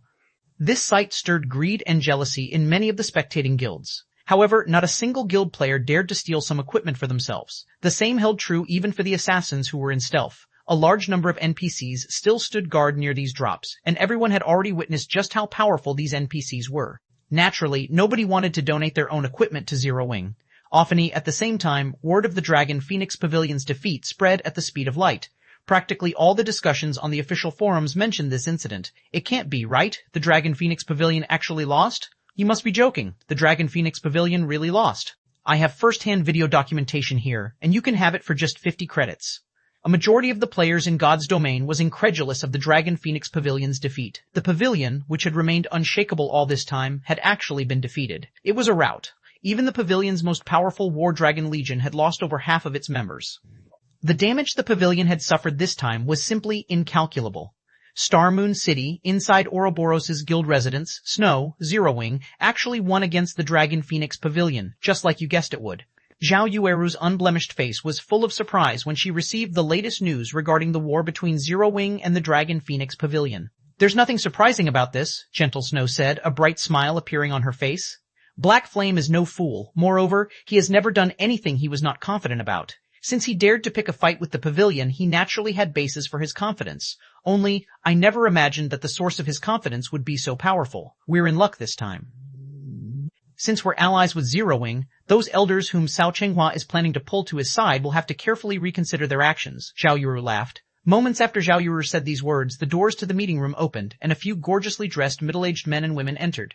Seeing the arrival of these few people, Gentle Snow could not help but smile bitterly as she shook her head. Fate truly knows how to toy with people. These men and women were none other than Ouroboros's few highly skilled and influential elders. Normally, these elders paid little heed to the matters of the guild, focusing only on grinding, leveling up, and raiding dungeons. Even Cao Chenghua dared not offend these elders casually. Previously, Gentle Snow had tried inviting these elders for a discussion on some matters. However, they had simply ignored her overtures. Now, without even requiring her invitation, these people had taken the initiative to come looking for her. This situation left Gentle Snow speechless. Back then, she had only decided to become Zero Wing's ally to repay her debt to Black Flame. Now, however, it would seem that she was growing even more beholden to him instead. Guild Leader Snow, we truly apologize for before. The few of us have been busy raiding dungeons all this time, so we failed to meet up with you. Now, however, we are already clear on the guild situation. The few of us here have unanimously decided to support you fully.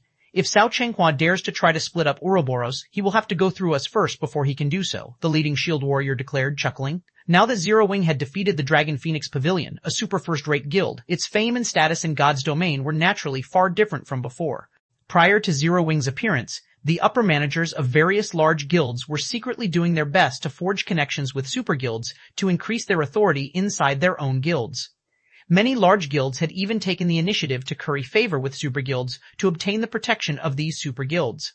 That way, if other guilds wanted to make a move on them, these guilds would have to think twice before taking action against them. After all, nobody wished to incur the anger of a super guild. Meanwhile, now that Zero Wing had defeated the Dragon Phoenix Pavilion, the consequences were obvious. In the future, Zero Wing might very well become another super first-rate guild. When a man became powerful, those near him could ride on his coattails to success as well. Since Gentle Snow was an ally of Zero Wing, that meant that Gentle Snow had the support of what amounted to a super first-rate guild. As long as one was not a fool, they would know which side they should choose. White River City, Zero Wing's residence, guild leader. I've already tallied up the results of the war. Here are the statistics, Aqua Rose said, a smile on her face as she handed over a list of data to Shi Feng. How could there be so many? We've really made a fortune this time. The corners of Shi Feng's lips twitched slightly when he looked at the list. 509 growing stronger. The number of equipment on the statistical list exceeded 20,000. Most of the equipment originally belonged to the Zero Wing members who had participated in the war, so those had to be returned. In addition, they had to take into account the reward for killing enemy players as well as death subsidies. However, even after deducting all the necessary expenses, they still had over 5,000 pieces of equipment remaining. Initially, Shi Feng thought Zero Wing would only gain a slight profit from this war. After all, Zero Wing's army of over 10,000 elites had practically suffered complete annihilation. Only a few hundred elites remained alive at the end of the war. As for the Tier 1 core members, only several dozen survived. The compensation for the losses of over 10,000 elite members and hundreds of core members was astronomical. Having a surplus of more than 5,000 pieces of equipment surpassed Shi Feng's expectations entirely. We are fortunate that the pavilion members' equipment is of excellent quality, unlike the previous battles we fought before when there were barely enough spoils of war to go around, even though our losses were not significant back then. At this moment, Aqua Rose was overjoyed. The guilds they had fought in the past were much poorer compared to the Dragon Phoenix Pavilion. The enemy guilds back then consisted mostly of ordinary players, with only a small number of elite players. The equipment they could drop was naturally of low quality. Bronze and mysterious. Iron equipment was considered top-tier goods for those guilds. Now, however, the enemies they had killed were the elites and experts of the Dragon Phoenix Pavilion. Naturally, the items they dropped were on an entirely different level in terms of quality. The majority of the equipment worn by the pavilion's elite members was level 20 secret silver equipment, with the weakest being level 20 mysterious iron equipment, and the strongest being level 20 fine gold equipment. As for the members of the War Dragon Legion, all the equipment they wore was level 25, with the majority being level 25 fine gold equipment, and the weakest being level 25 secret silver equipment. A few legionnaires even had level 25 dark gold equipment. Naturally, the items they dropped were astounding. Currently, level 20 bronze equipment was being sold for around 20 silver. Even mysterious iron equipment sold for around 40 silver only. However, the prices for secret silver equipment was a different story altogether. With the difference of just one rank, the price increased from around 40 silver straight up to around 90 silver. If it were secret silver equipment meant for MTs, the price would go further, up to 1 gold 20 silver. This disparity was mainly due to the sheer difficulty in obtaining secret silver equipment. In level 20, 6-man party dungeons, even at Hell mode, there was only a fixed chance for secret silver equipment to drop. Only 10-man Hell mode team dungeons would drop secret silver equipment with 100% certainty, with a small chance of dropping fine gold equipment. Most players in God's Domain were just beginning to raid level 20, 10-man team dungeons, and the number of teams that could raid Hell mode was very low. With the tight supply of level 20 secret silver equipment, it was only natural for prices to be a lot higher. As for level 20 fine gold equipment, its prices were even more inflated. Each piece of such equipment sold for at least 4 gold. Normally, only 20-man Hell Mode team dungeons would drop fine gold equipment with 100% certainty.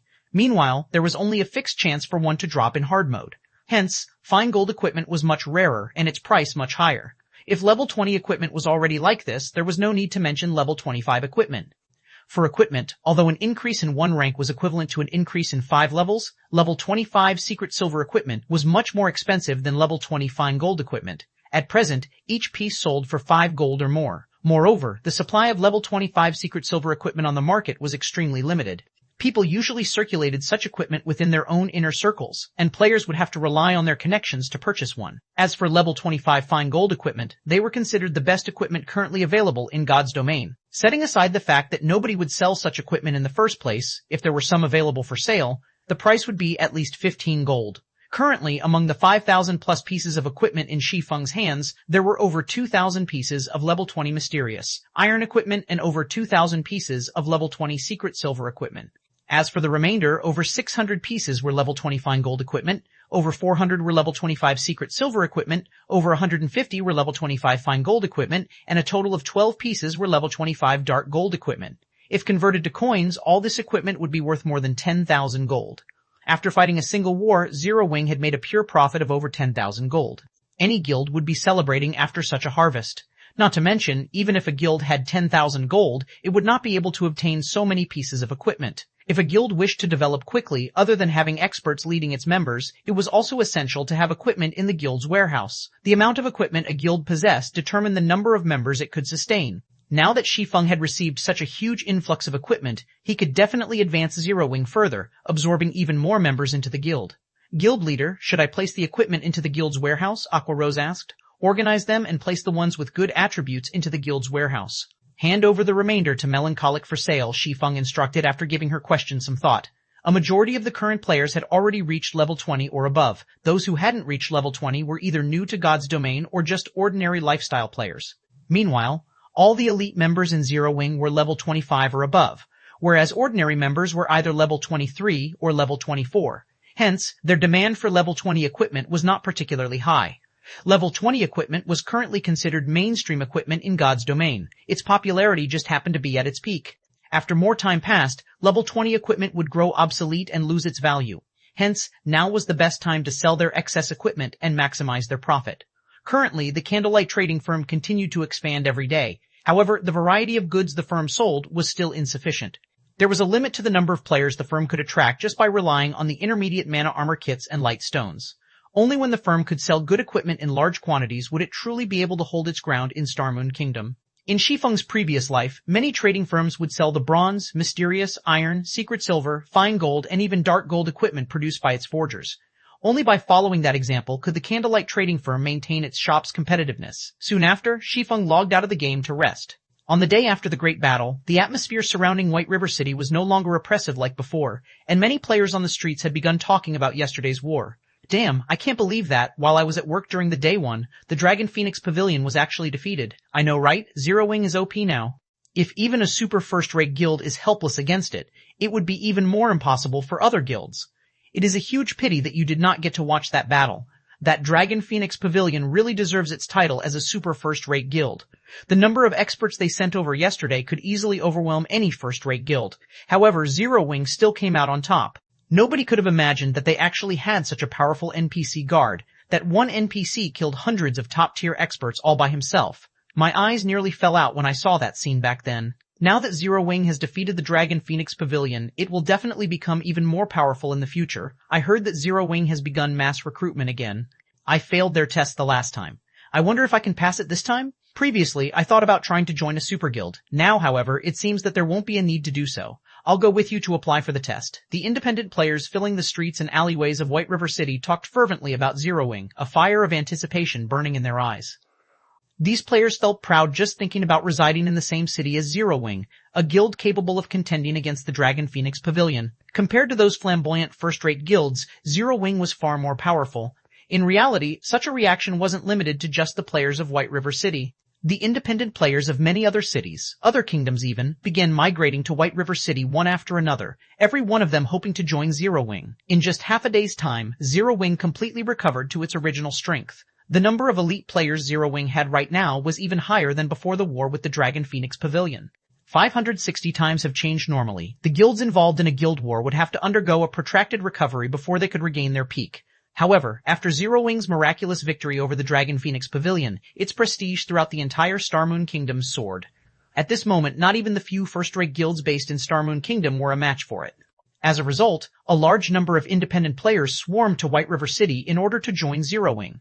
In no time at all, Zero Wing went from being an ordinary guild with 50,000 members to a large guild with over 80,000 members. Moreover, this was after Zero Wing increased the difficulty of its recruitment test.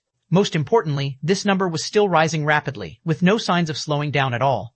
Zero Wing's development speed rendered the various large guilds in Starmoon Kingdom speechless. Currently, Zero Wing could already be described using the term overcrowded. All of this was a result of Zero Wing's future becoming limitless. Previously, although Zero Wing had attracted quite a lot of attention due to its various feats, at the end of the day it was merely another small guild that was a dime a dozen in God's domain. It was an existence that would disappear in an instant should it accidentally anger a large guild. Hence, when independent players were choosing a guild to join, the first ones they would consider were definitely those large guilds instead of Zero Wing. Now, however, the situation had changed. Firstly, Zero Wing was already an existence that did not need to fear any other guild. Secondly, the treatment and benefits Zero Wing provided surpassed even those of first-rate guilds. Thirdly, there were all sorts of top-tier equipment available in the guild's warehouse. Just looking at the wide array of equipment would make one drool. Not to mention, the guild residents also had a large number of private rooms available for rent. Whether it was in terms of leveling speed or equipment upgrading speed, Zero Wing was much faster than every other guild. With so many advantages, everyone would naturally hope to join Zero Wing. Aren't you guys being too arrogant? You defeated the Dragon Phoenix Pavilion's raid only once. Among the large number of independent teams out there, the combat power of our Flying Eagles team is definitely ranked above average. We will be highly valued even if we join a first-rate guild. Yet, now that we are trying to join Zero Wing, only 2 of the 10 of us managed to pass your test. Aren't you looking down on us a little too much? A level 24 Guardian Knight demanded angrily. That's right, we hurried over to this place from far away and have spent a lot of money on teleportation fees, all because we want to join Zero Wing. Can't you lower the difficulty of the test by just a little bit? A level 23 Ranger complained. At the recruitment hall inside Zero Wing's residence, many players were voicing their discontent over Zero Wing's recruitment test. This situation was giving Aqua Rose a huge headache as well. She could not understand why Shi Feng suddenly decided to raise the requirements despite these already being very high before even higher than those of first-rate guilds. Yet now, Shi Feng raised that bar even further. He was practically trying to drive players away from the guild. Guild leader, there are countless guilds in God's domain, and all of them are frantically trying to recruit members. Now that we have defeated the Dragon Phoenix Pavilion, we have the perfect opportunity to develop quickly. If we don't take this chance to recruit a large number of players while we are still popular, it won't be as easy to do so in the future. Can't you lower the conditions a little? Aqua Rose asked.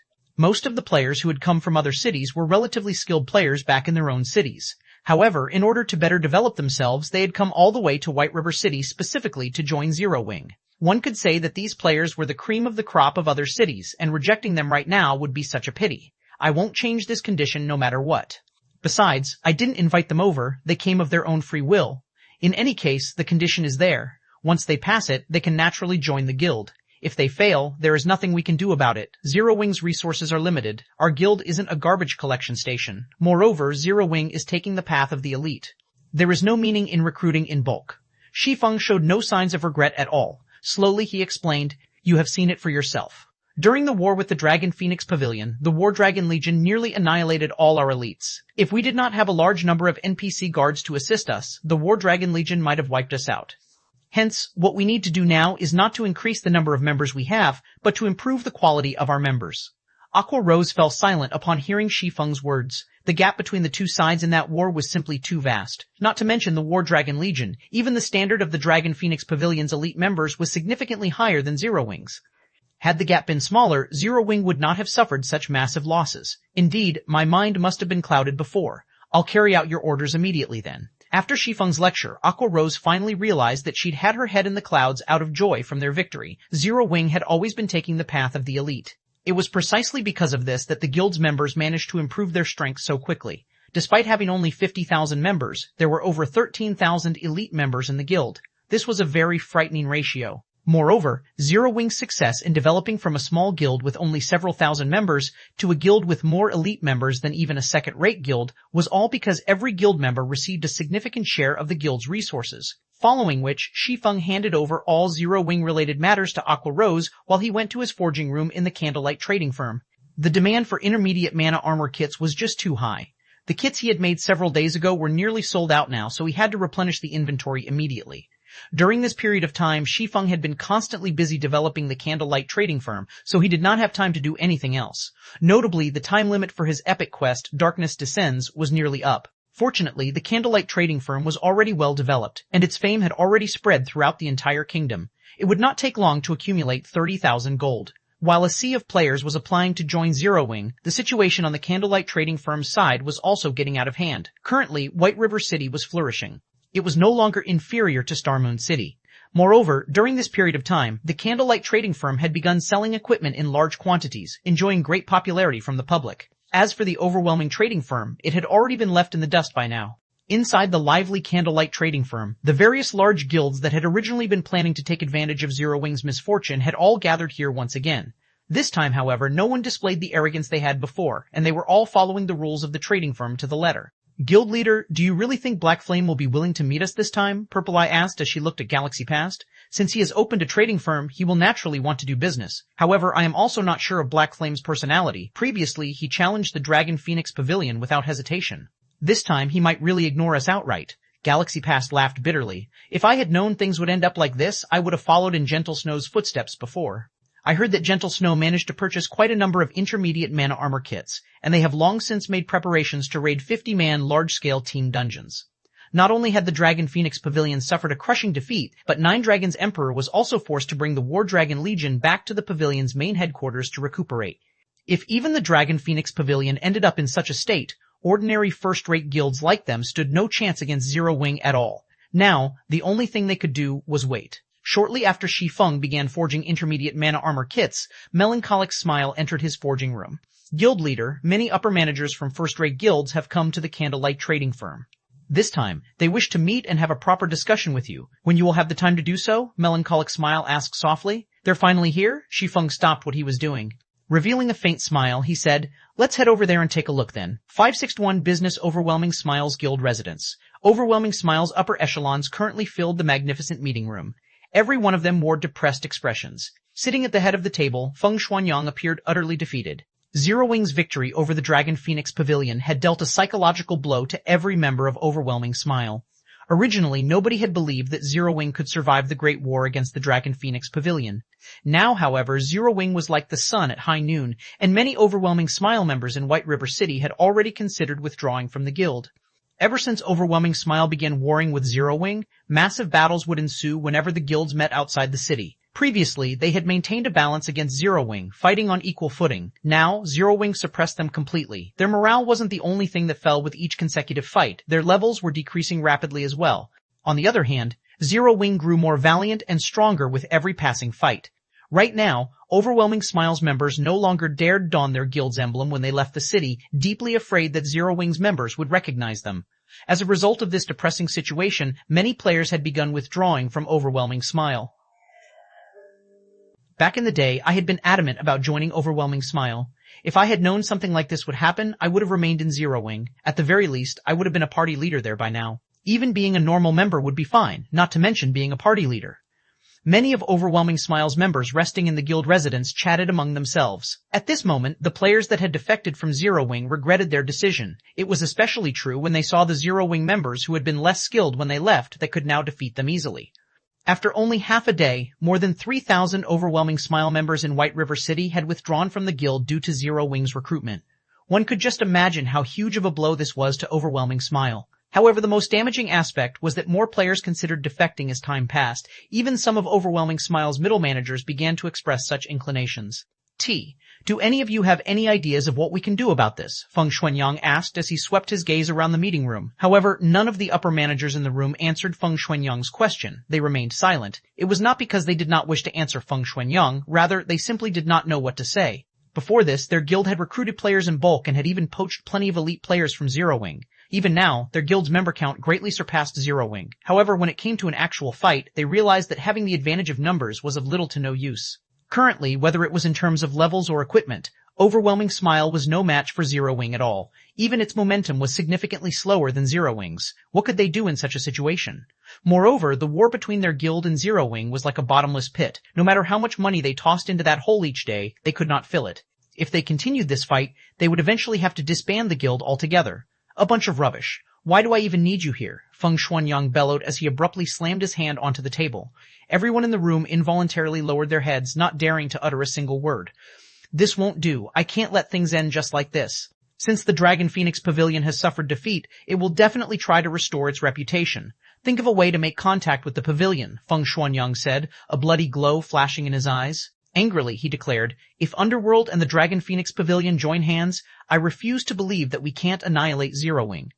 Meanwhile, in the Candlelight Trading Firm's first-floor reception hall, the upper managers of various large guilds had waited, unattended, for a long time now. This time, however, none of them dared to complain. Suddenly, the doors to the reception hall opened. Everyone inside the room turned their gazes towards the entrance, discovering Shi Feng and Melancholic Smile entering the hall leisurely. Immediately, the upper managers of the various large guilds went up to Shi Feng and greeted him with friendly expressions on their faces. Their current attitude was completely different from what it had been in the past. I already know what your goal is by coming here. I can indeed sell you some intermediate mana armor kits. However, I have a condition. If you aren't interested in my proposal, then you may just leave, Shi Feng said straightforwardly, showing no signs of appreciation everyone's compliments. Ha ha ha, Guild Leader Black Flame, please, don't hold back. No one will complain even if you have 10 conditions, much less one, Galaxy Pass said, laughing. Right, Guild Leader Black Flame, tell us what your condition is. As long as it is within our capabilities, we will do it. The branch leader of Emperor's Light followed up. The importance of intermediate mana armor kits to dungeon raids was extraordinary. Currently, although the various large guilds no longer had many problems raiding 20-man team dungeons, 50-man team dungeons were still forbidden lands for them. Meanwhile, it was precisely because Gentle Snow had managed to obtain a large number of intermediate mana armor kits beforehand that she had gained the confidence to begin raiding a 50-man team dungeon. Ignoring all else, just the level 25 fine gold equipment and set equipment one could obtain already made a 50-man team dungeons quite attractive to guilds. Not to mention, there were also various rare materials, forging designs, and other items. In God's domain, if a guild wished to surpass others, what did they need? Wasn't it equipment? If one likened a 20-man dungeon to a treasure chest, then a 50-man team dungeon was a mountain of treasure. Meanwhile, the intermediate mana armor kit was the key to reaching this treasure mountain. Naturally, the various large guilds present wished to obtain this key. Even if they had to pay a price, they could easily earn it all back from the dungeons. Hence, the various large guilds were very eager to obtain the kits. My condition is very simple. You will purchase each intermediate mana armor kit for 7 gold and 100 magic crystals. This is a reasonable price, right? Shi Feng laughed. Players could easily obtain magic crystals from any dungeon. Only, the amount one could obtain varied with each dungeon. A party dungeon would drop very few pieces, while team dungeons would drop a little more. Currently, each magic crystal sold for around 2 or 3 silver. The reason for such a low price was mainly due to the fact that magic crystals had few uses. They were normally only used in alchemy processes. However, as guilds usually kept the magic crystals they obtained in their warehouses, it was not easy to purchase them on the market. Hence, Shi Feng intended to trade for them. With a rough calculation, each intermediate mana armor kit would come to a total cost of 10 gold. This price was twice as high as the Candlelight Trading Firm sold them for. Okay, no problem. Ha ha ha. Guild Leader Black Flame. I have no issues with this condition. I wonder how many kits Guild Leader Black Flame is willing to sell? The various guild representatives immediately revealed joyous smiles. None of them had expected for Shi Feng to put forward such a cheap request.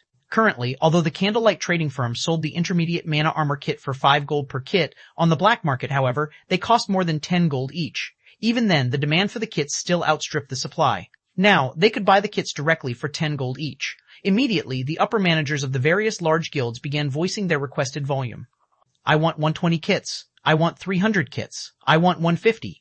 Every one of these upper managers could not help but wish they could empty the Candlelight Trading Firm's stock of intermediate mana armor kits. Among them, the Star Alliance was the richest, with Galaxy Past purchasing 500 kits in one go. However, Shi Feng did not possess that many kits on hand at all. Hence, he had everyone sign a contract with him, requiring the pay up front. With the system bearing witness to the contract, no one worried about any potential issues. Over 100 guilds willingly handed over the money they owed. As for the magic crystals, they had already sent their subordinates to ship the crystals over. In just a short moment, Shi Feng had earned over 30,000 gold.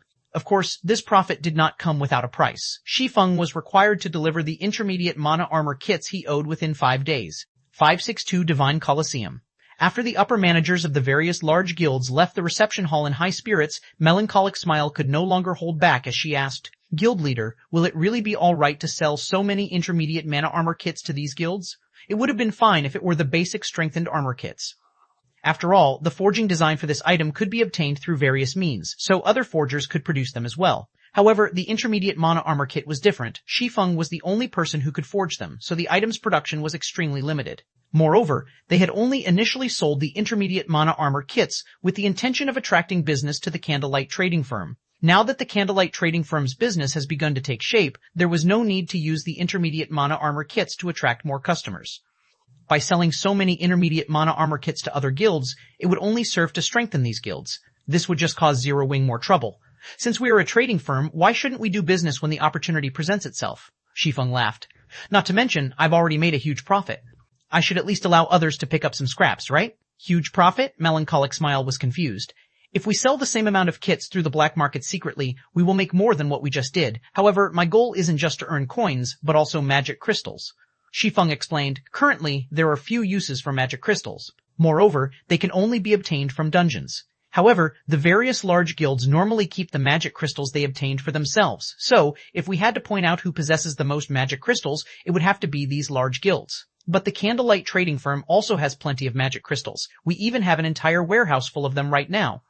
We have more than what we can use.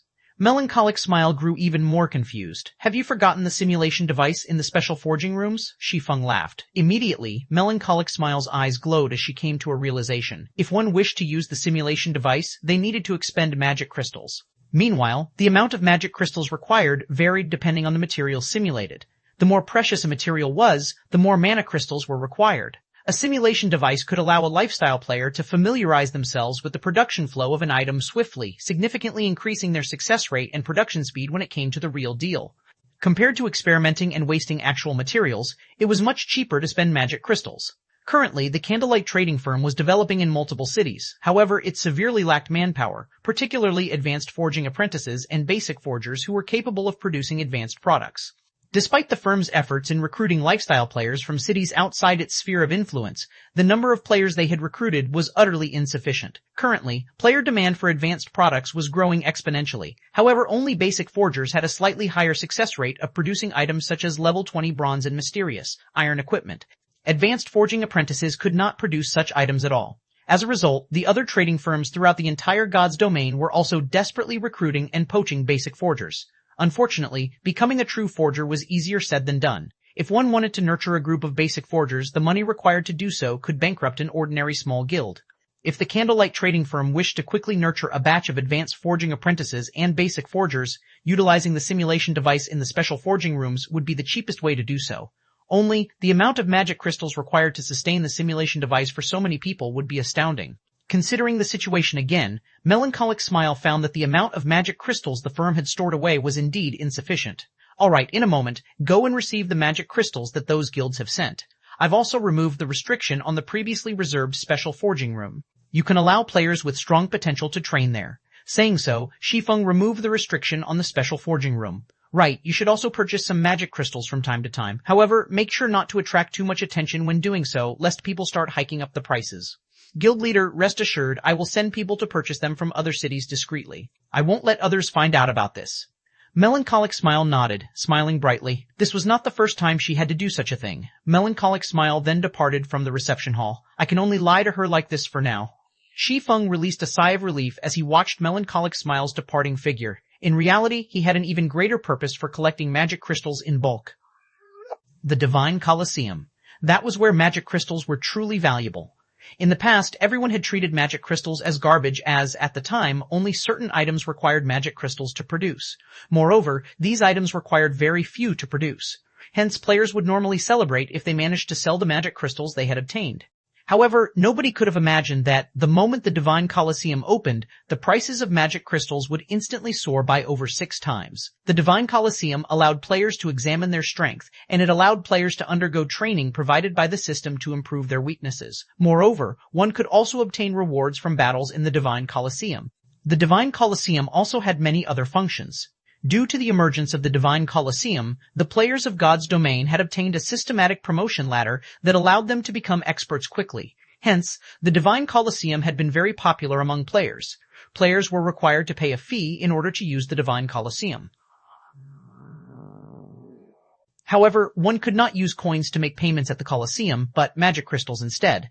Hence, prices of magic crystals skyrocketed upon the emergence of the Divine Colosseum. Even after a decade, magic crystals were still a powerful currency. They were worth as much as gold in reality. Otherwise, Shi Feng would not have foolishly used intermediate mana armor kits to trade for magic crystals.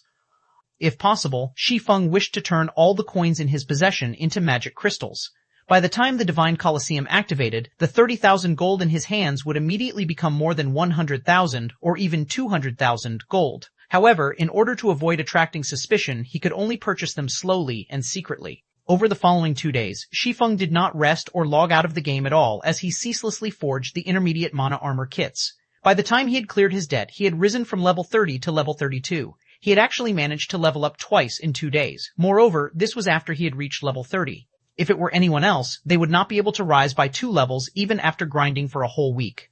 Meanwhile, Shi Feng's forging proficiency had also risen to intermediate forger. During this period, both Zero Wing and the Candlelight Trading Firm developed rapidly. It was especially true for Zero Wing. The guild's member count had finally broken past the 100,000 threshold, and it could finally be considered a large guild in the truest sense. On the Candlelight Trading Firm's side, thanks to the simulation device, the firm had successfully nurtured several additional basic forgers during these past 2 days.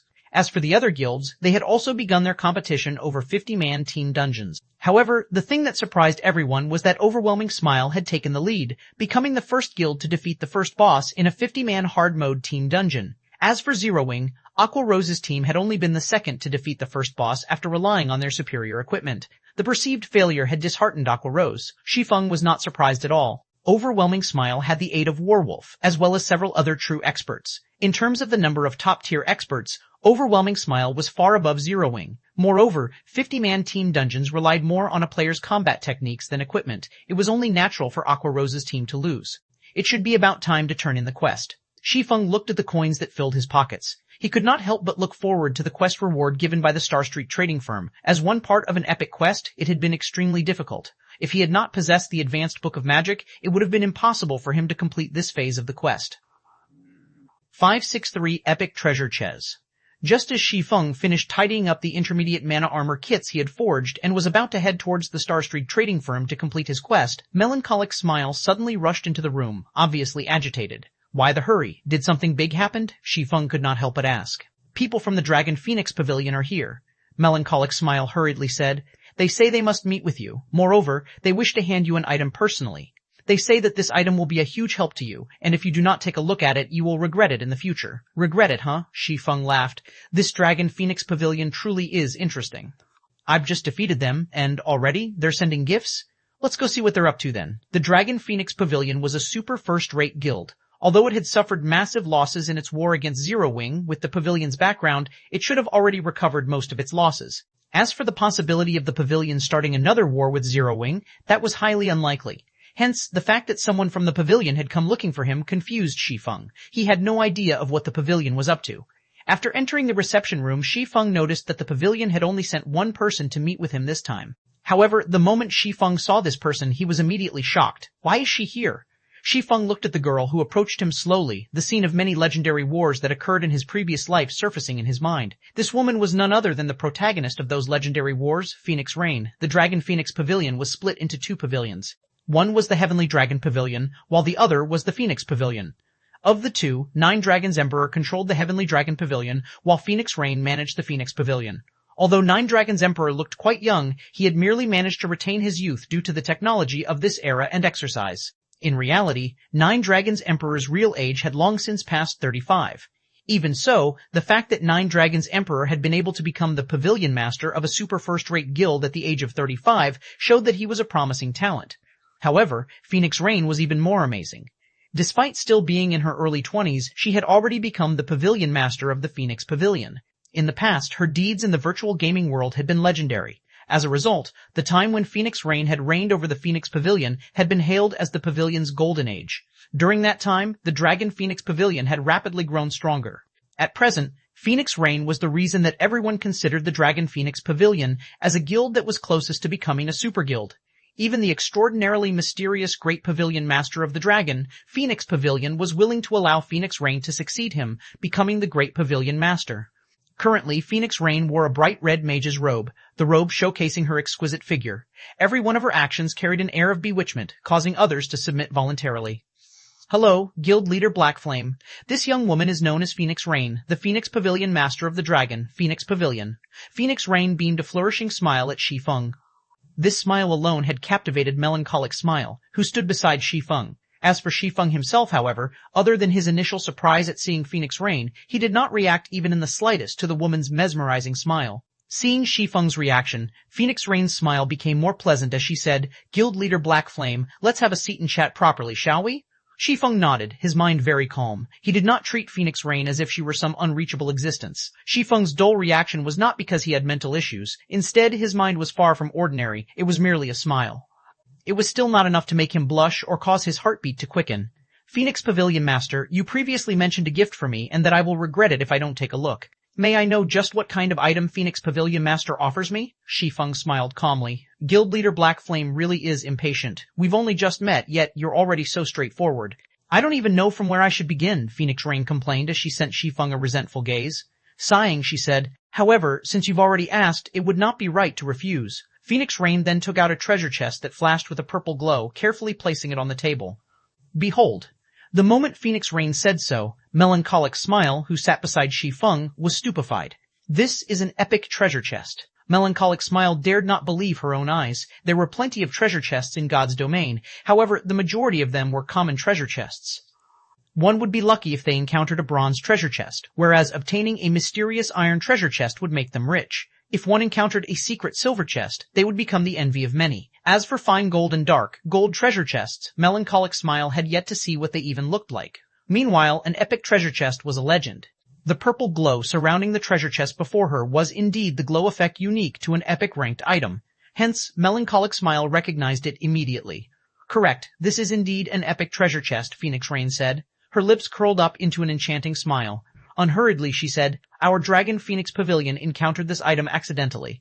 In order to obtain this chest, we sacrificed tens of thousands of lives. I wonder if Guild Leader Blackflame is satisfied with this gift. Phoenix Pavilion Master sure loves to joke. I'm certain there is nobody in the entire God's domain who would not be tempted by an epic treasure chest. Naturally, I am no exception. Shi Feng had also used omniscient eyes to appraise the treasure chest. There were no signs of forgery. This treasure chest before him was a bona fide epic treasure chest. Shi Feng had only encountered dark gold treasure chests several times by chance. As for an epic treasure chest, this was also Shi Feng's first time encountering one in this life and his past. In the past, Shi Feng had never even heard of any news of epic treasure chests. That's right.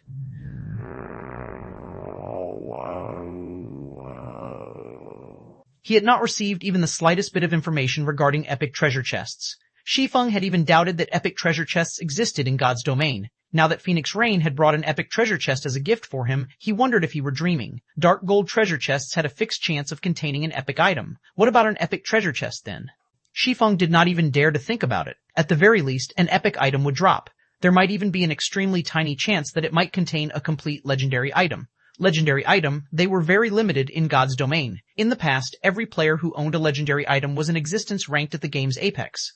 Just owning the fragmented legendary ranked Heavenly Dragon's Breath had allowed Shi Feng to have an unmatched advantage in terms of attributes. Even a monstrous existence like Martial Dragon was forced into a stalemate against him. Moreover, he had been unable to use any of his skills during that fight. If his skills weren't sealed, he could definitely beat the living daylights out of Martial Dragon if he activated Dragon's power. On the other hand, had Martial Dragon possessed a legendary item, Zero Wing would have definitely perished in the war before. I'm glad that it has attracted your attention. Initially, I was worried that Guild Leader Blackflame will not be satisfied with this. Phoenix Rain revealed an expression of relief. She looked nothing like a legend. Phoenix Pavilion Master, just tell me what you want. I don't believe that anyone would gift me an epic treasure chest for no good reason, Shi Feng asked after calming down. Ha ha ha, Guild Leader Blackflame is indeed smart. There are no free lunches in this world. What I need Guild Leader Blackflame's help with is simple. I would not ask you to do something that will displease you. Moreover, this matter offers no harm, only benefits. Phoenix Rain laughed. However, I will require you to sign a contract before I can tell you. Otherwise, we will have to forget about this altogether. Only, it would be a pity for this epic treasure chest. Shi Feng fell silent. He could not understand just what Phoenix Rain was trying to do. 56-4 Demon Queen Phoenix Rain did not grow anxious at the lack of response from Shi Feng. She simply sipped her black tea as she waited quietly for Shi Feng's answer. It was as if she were not afraid of Shi Feng rejecting her offer whatsoever. An epic treasure chest was incredibly precious. One could say that it was far rarer than an epic item. The Dragon Phoenix Pavilion had been lucky to stumble upon it by chance. To secure it, they had even paid a colossal price. As for what one could obtain from an epic treasure chest, even if an epic item with bad attributes dropped, its value would still be significant. There was no need to mention how much the chest would benefit a guild if it contained something even better than an epic item. Just using it as a gimmick would allow a guild's reputation to soar, not to mention letting an expert equip it and enter a dungeon. As there was a limited number of players allowed to enter a dungeon at a single time, the quality of players entering a dungeon would significantly impact the rating progression. If a guild allowed one of its experts to equip an epic item, the total damage of any team said expert joined would instantly rise to a whole new level. Naturally, the team's raid progression would be much faster than other guilds, having a significantly higher chance of obtaining the first clear of a dungeon. The team could also challenge dungeons that other guilds found impossible to raid. The amount of money one could save from the losses the team suffered while raiding the dungeon would be massive. No guild with any ambition would let this golden opportunity slip through their fingers, much less the extraordinarily ambitious Zero Wing. Can Phoenix Pavilion Master tell me the method to open this epic treasure chest? Shi Feng asked after pondering for some time. Although it was his first time seeing an epic treasure chest, he had not forgotten the treasure chest's traits due to his excitement. In God's domain, the higher ranked a treasure chest was, the more difficult it would be to open.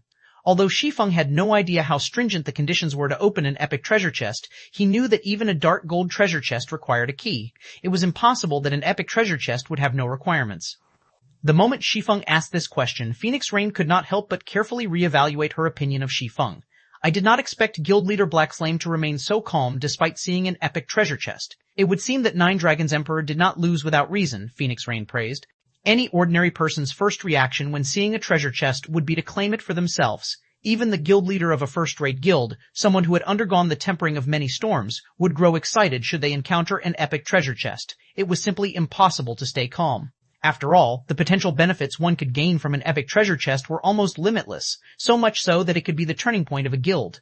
Hence, how could anyone possibly stay calm when an epic treasure chest was within their reach? Yet, Shi Feng had not forgotten the fact that there was no such thing as a free lunch in this world.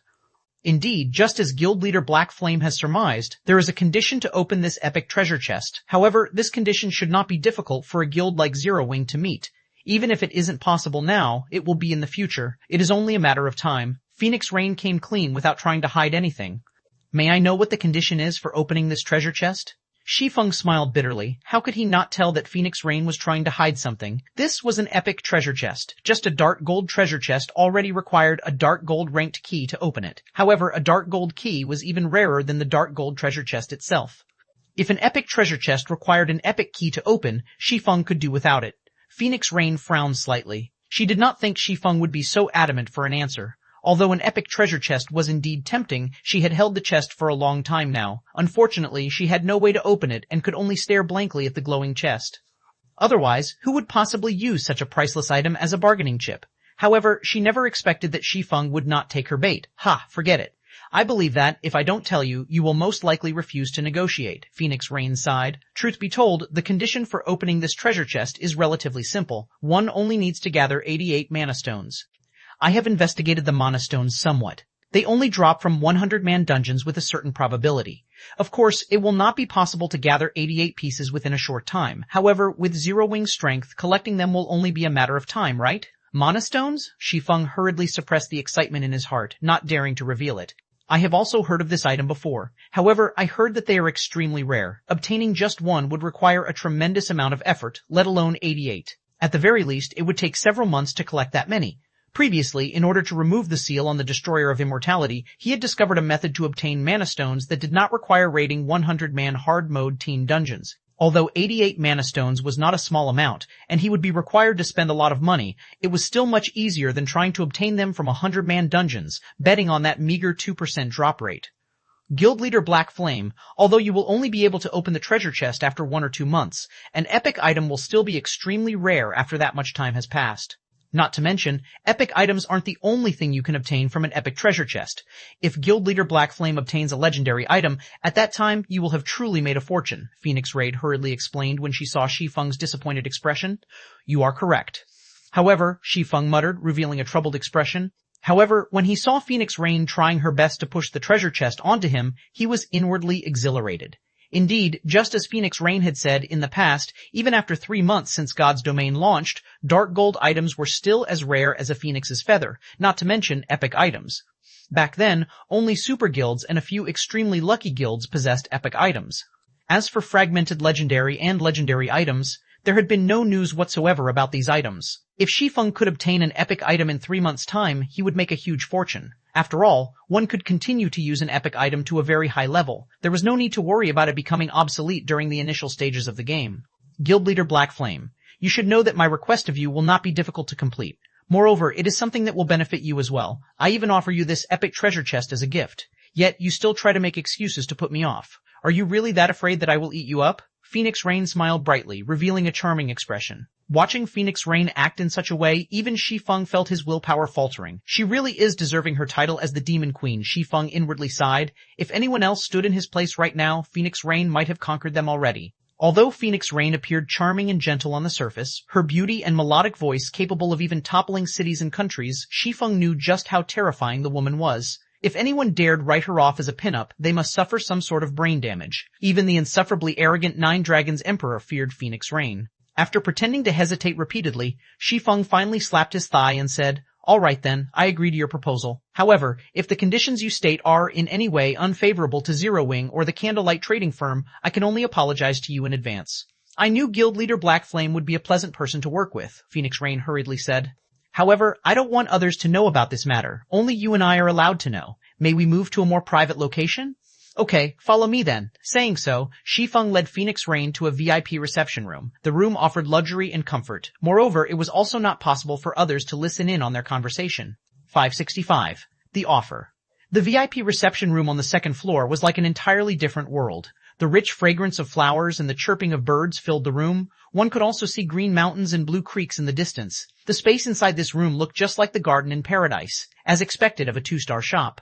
It actually offers such an impressive location. Phoenix Rain expressed her admiration as she surveyed her surroundings. If Phoenix Pavilion Master likes it, you can easily obtain one for yourself. Although a 1-star shop has less space and available environments to choose from, this garden environment is also available in a 1-star shop. Shi Feng laughed. God's Domain was not considered a different world without reason. While nearly everything that could be found in the real world existed in God's Domain, things that did not exist in the real world could also be found here. In God's Domain, the available activities were not limited to just killing monsters and leveling up. They could also enjoy a leisurely life here. However, the extremely realistic sensations that God's Domain offered was not its most attractive aspect. Instead, it was the time dilation. This was the greatest scientific creation of mankind in this century, and only God's Domain had managed to implement this function. No other virtual reality game had achieved this feat. This was also the main reason for God's Domain's popularity. The flow of time in God's Domain was twice as slow as that in the real world. In other words, God's Domain's players could theoretically live twice as long as ordinary people in the real world. Moreover, activities such as learning, relaxation, and resting could all be done in God's Domain. People could have more time to do what they wished inside the game world. In the real world, there were only 24 hours in a single day. An ordinary student like Shi Feng would normally commit 5 or 6 hours of their day to study. Sleep also occupied roughly 9 hours. After deducting the time spent eating and other necessary activities to sustain one's life, a student like Shi Feng would only have around 5 or 6 hours of free time. Meanwhile, each day in God's Domain had 48 hours. In other words, a student in God's Domain could possibly have up to 30 hours of free time, 5 times that of ordinary people. Who wouldn't want to live such a life? Not to mention, the main God system was constantly expanding the world of God's Domain, allowing this virtual world to become more realistic, interesting, and mysterious. Who wouldn't be tempted by something like this? Guild Leader Blackflame must be joking. Although I really wish to obtain a house like this for myself, unfortunately, ordinary shops are no good. Such an environment is only available in luxury shops. Meanwhile, constructing a luxury shop requires 1,000 gold. I already wish I could spend 1,000 gold as if it were 2,000. So where would I possibly find so much money laying around to construct a luxury shop? Phoenix Rain shook her head, a hint of disappointment flashing in her eyes as she surveyed the room's elegance. Even large guilds had their own troubles to face. A small guild had few members, so it was relatively easy to manage. Thus, the guild required less money to sustain it. On the other hand, it was extremely complex to manage a large guild that had a large number of members. A super first-rate guild like the Dragon Phoenix Pavilion was even more frightening. There were many aspects that required money. It was especially true during the initial stages of the game. It was like investing into a bottomless pit. Fortunately, guild residences allowed the pavilion to earn some money through guild quests. In addition, the trading firms and the raiding teams that had already taken shape had also begun to profit the pavilion, allowing them to invest less as a result. However, in terms of extravagance, no one throughout all of God's domain could compete with the Candlelight Trading Firm. Phoenix Pavilion Master, nobody will be able to listen in on our conversation here. You should be able to state your condition now, right? Although Phoenix Rain had presented herself weak all this time, Shi Feng refused to believe that the woman was as simple as she made herself out to be. For just one simple condition, she had personally run all the way from the Black Dragon Empire to White River City and had even gifted him an epic treasure chest. Before I reveal it, I hope that you will first sign this confidentiality contract, Phoenix Rain said. She then revealed a contract that she had prepared, placing it on the table. Quite seriously, she said, it is not that I do not believe Guild Leader Black Flame, but this matter is simply too important to take risks. If a third party discovered this situation, it would not benefit either of us. Shi Feng picked up the contract and gave it a careful read. Indeed, it was a very common confidentiality contract. Under the surveillance of the main god system, it was impossible to reveal any secrets covered by a confidentiality contract in the game. Of course, the main god system could not control any leaks in the real world. Aren't you afraid that I will reveal it outside of God's domain? Shi Feng asked. I believe that Guild Leader Black Flame is an intelligent person, so please don't ask such a foolish question, Phoenix Rain said, her hand covering her mouth as she chuckled softly. It was just a joke. Shi Feng then signed the contract. The moment Shi Feng finished his signature, the notification sound of the system immediately rang by his ears. System, contract established. If either party violates the contract, the violator will be banished from God's domain. Although the system's female voice sounded crisp and pleasing, its words would give anyone goosebumps. Banished from God's domain. Moreover, there was only one condition. Any player who wished to live in God's domain would not dare violate this condition. After hearing the system notification, Phoenix Rain smiled at Shi Feng as she said, in reality, my condition is very simple. I just wish to obtain a portion of the Candlelight Trading Firm's shares, but in my own name, not the Phoenix Pavilions and, even more so, not the Dragon, Phoenix Pavilions. Of course, I will provide even more benefits. The simplest would be land for shops. You should know that reputation is required to purchase a good plot of land in every city. Although one can obtain it through sub-sales, the strategic plots of land in every city are not something an ordinary guild can obtain easily. Currently, Zero Wing might have secured the best plots of land available in Starmoon Kingdom's two largest cities. What about the important cities in other countries? If the Candlelight Trading Firm is to grow, it will require a larger market. I am sure that you will not be satisfied with just ruling over these two cities, right? I can provide this convenience. I can allow the Candlelight Trading Firm to obtain the valuable plots of land available in the main cities of many kingdoms and empires. In addition, I also have plenty of connections that can enable you to obtain raw materials cheaply, as well as provide you with the forging designs and recipes obtainable from dungeons. You won't have to worry about collecting and purchasing these things yourself. Of course, this matter will be carried out discreetly. I will not reveal my involvement. More importantly, I am not your enemy. Nine Dragons Emperor might have a grudge against you, but I do not stand with him. To be more precise, I stand with you. May I know what Guild Leader Black Flame thinks of my proposal? At this moment, Shi Feng was silent. Phoenix Rain's proposal was indeed generous. A super first-rate guild's background was extraordinary. Compared to him, Phoenix Rain would have a much easier time obtaining the golden lands of the major cities in the various kingdoms and empires. Moreover, it was also impossible for him to get players of other kingdoms to resell their lands. Nobody would be so foolish as to give away their benefits to someone else, particularly to the Candlelight Trading Firm, a trading firm with massive advantages. Moreover, just as Phoenix Rain had said, she was not his enemy. On the surface, the Dragon Phoenix Pavilion might seem like a single guild, but in reality, the pavilion was two guilds joined as one. If not for that mysterious Great Pavilion Master maintaining the balance, the Dragon Phoenix Pavilion might immediately break into two separate guilds. How many shares do you want? Shi Feng asked. Since it is I who have come in search of Guild Leader Black Flame for cooperation, I will leave that decision up to you. Phoenix Rain giggled. I believe that, after seeing my sincerity, based on Guild Leader Black Flame's personality and reputation, you will not take advantage of this young lady, right? 5/666 Epic Treasure Chest, secured. Shi Feng fell silent upon hearing Phoenix Rain's words. Negotiations were normal when one sought cooperation, and people would normally strive to obtain the greatest benefits for themselves. This might seem like a smart move, but contrary to popular belief, it placed one at a disadvantage. As neither side knew the other party's bottom line, the one to make the first offer would reveal their bottom line to their opponent. Moreover, after Phoenix Rain had said as much, how could he possibly take advantage of her? Even after a long moment, Shi Feng did not answer. However, Phoenix Rain was not anxious in the slightest. On the contrary, she leisurely admired the scenery. 20%. What do you think? Shi Feng finally said after pondering for some time. 20%? Phoenix Rain was stunned, looking at Shi Feng as if saying, "Are you kidding me?" The connections the Dragon Phoenix Pavilion possessed were exactly what the trading firm needed most, as having a wide range of connections meant that more people would purchase the trading firm's products.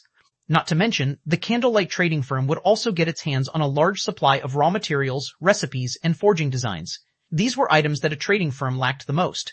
Currently, although the Candlelight Trading Firm's range of influence had grown quite wide, it only had control over two truly useful cities. One was White River City, while the other was Star Moon City. If the Candlelight Trading Firm worked with her, it could spread its influence to dozens of major cities. The profit it could rake in at that time would surpass its current income dozens of times. Meanwhile, the only things the Candlelight Trading Firm could offer in this cooperation was coins and products such as the intermediate mana armor kits, light stones, and basic strengthened armor kits.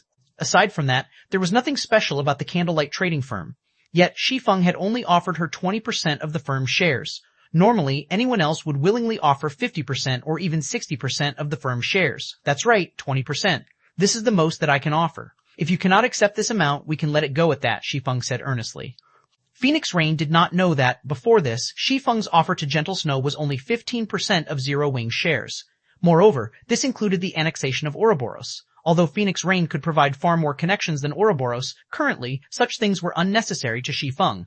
Cooperating with Phoenix Rain would provide him with a massive advantage during the early stages of the game. However, at its core, a trading firm relied not on connections, but on the products it sold. To become iron, the metal itself must be strong. Take the overwhelming trading firm, for example. Even though it possessed more connections than the Candlelight Trading Firm, so what? If not for the Flame Dragon Potion, the overwhelming trading firm would have long since lost its competitive edge. As long as a trading firm possessed a product unique to itself, there was no need to fear a lack of customers. For example, if the Candlelight Trading Firm sold an epic item, even players from other kingdoms and empires would willingly foot the exorbitant teleportation fee to visit the trading firm. Most importantly, the Candlelight Trading Firm possessed an advantage that no other trading firm possessed, and that was the special workshops available only in 2-star shops or above. With these workshops, the Candlelight Trading Firm could nurture a large number of forgers and other lifestyle players. Not only was this method efficient, but it was also cost-efficient. Although it was a good thing to have many connections, it would be meaningless if the trading firm could not keep up with production. It was like looking at a treasure chest that one could not obtain. Both the intermediate mana armor kits and the fire dragon potions had very low production volumes. The number of people that could actually purchase them was very low. The main reason behind the Candlelight Trading Firm's triumph over the overwhelming trading firm was mainly the common product known as light stones. Phoenix Rain's offer was only icing on the cake. The fact that Shi Feng was willing to offer her 20% of the Candlelight Trading Firm's shares was entirely because of the future development potential between them, not because of the immediate profits. Guild Leader Blackflame really is confident in the Candlelight Trading Firm. If so, I am relieved. Phoenix Rain smiled as she said, "All right then, since I was the one who told Guild Leader Blackflame to make the offer, I won't go back on my word. If it's only 20%, so be it. When the time comes, I will send someone discreet to contact you.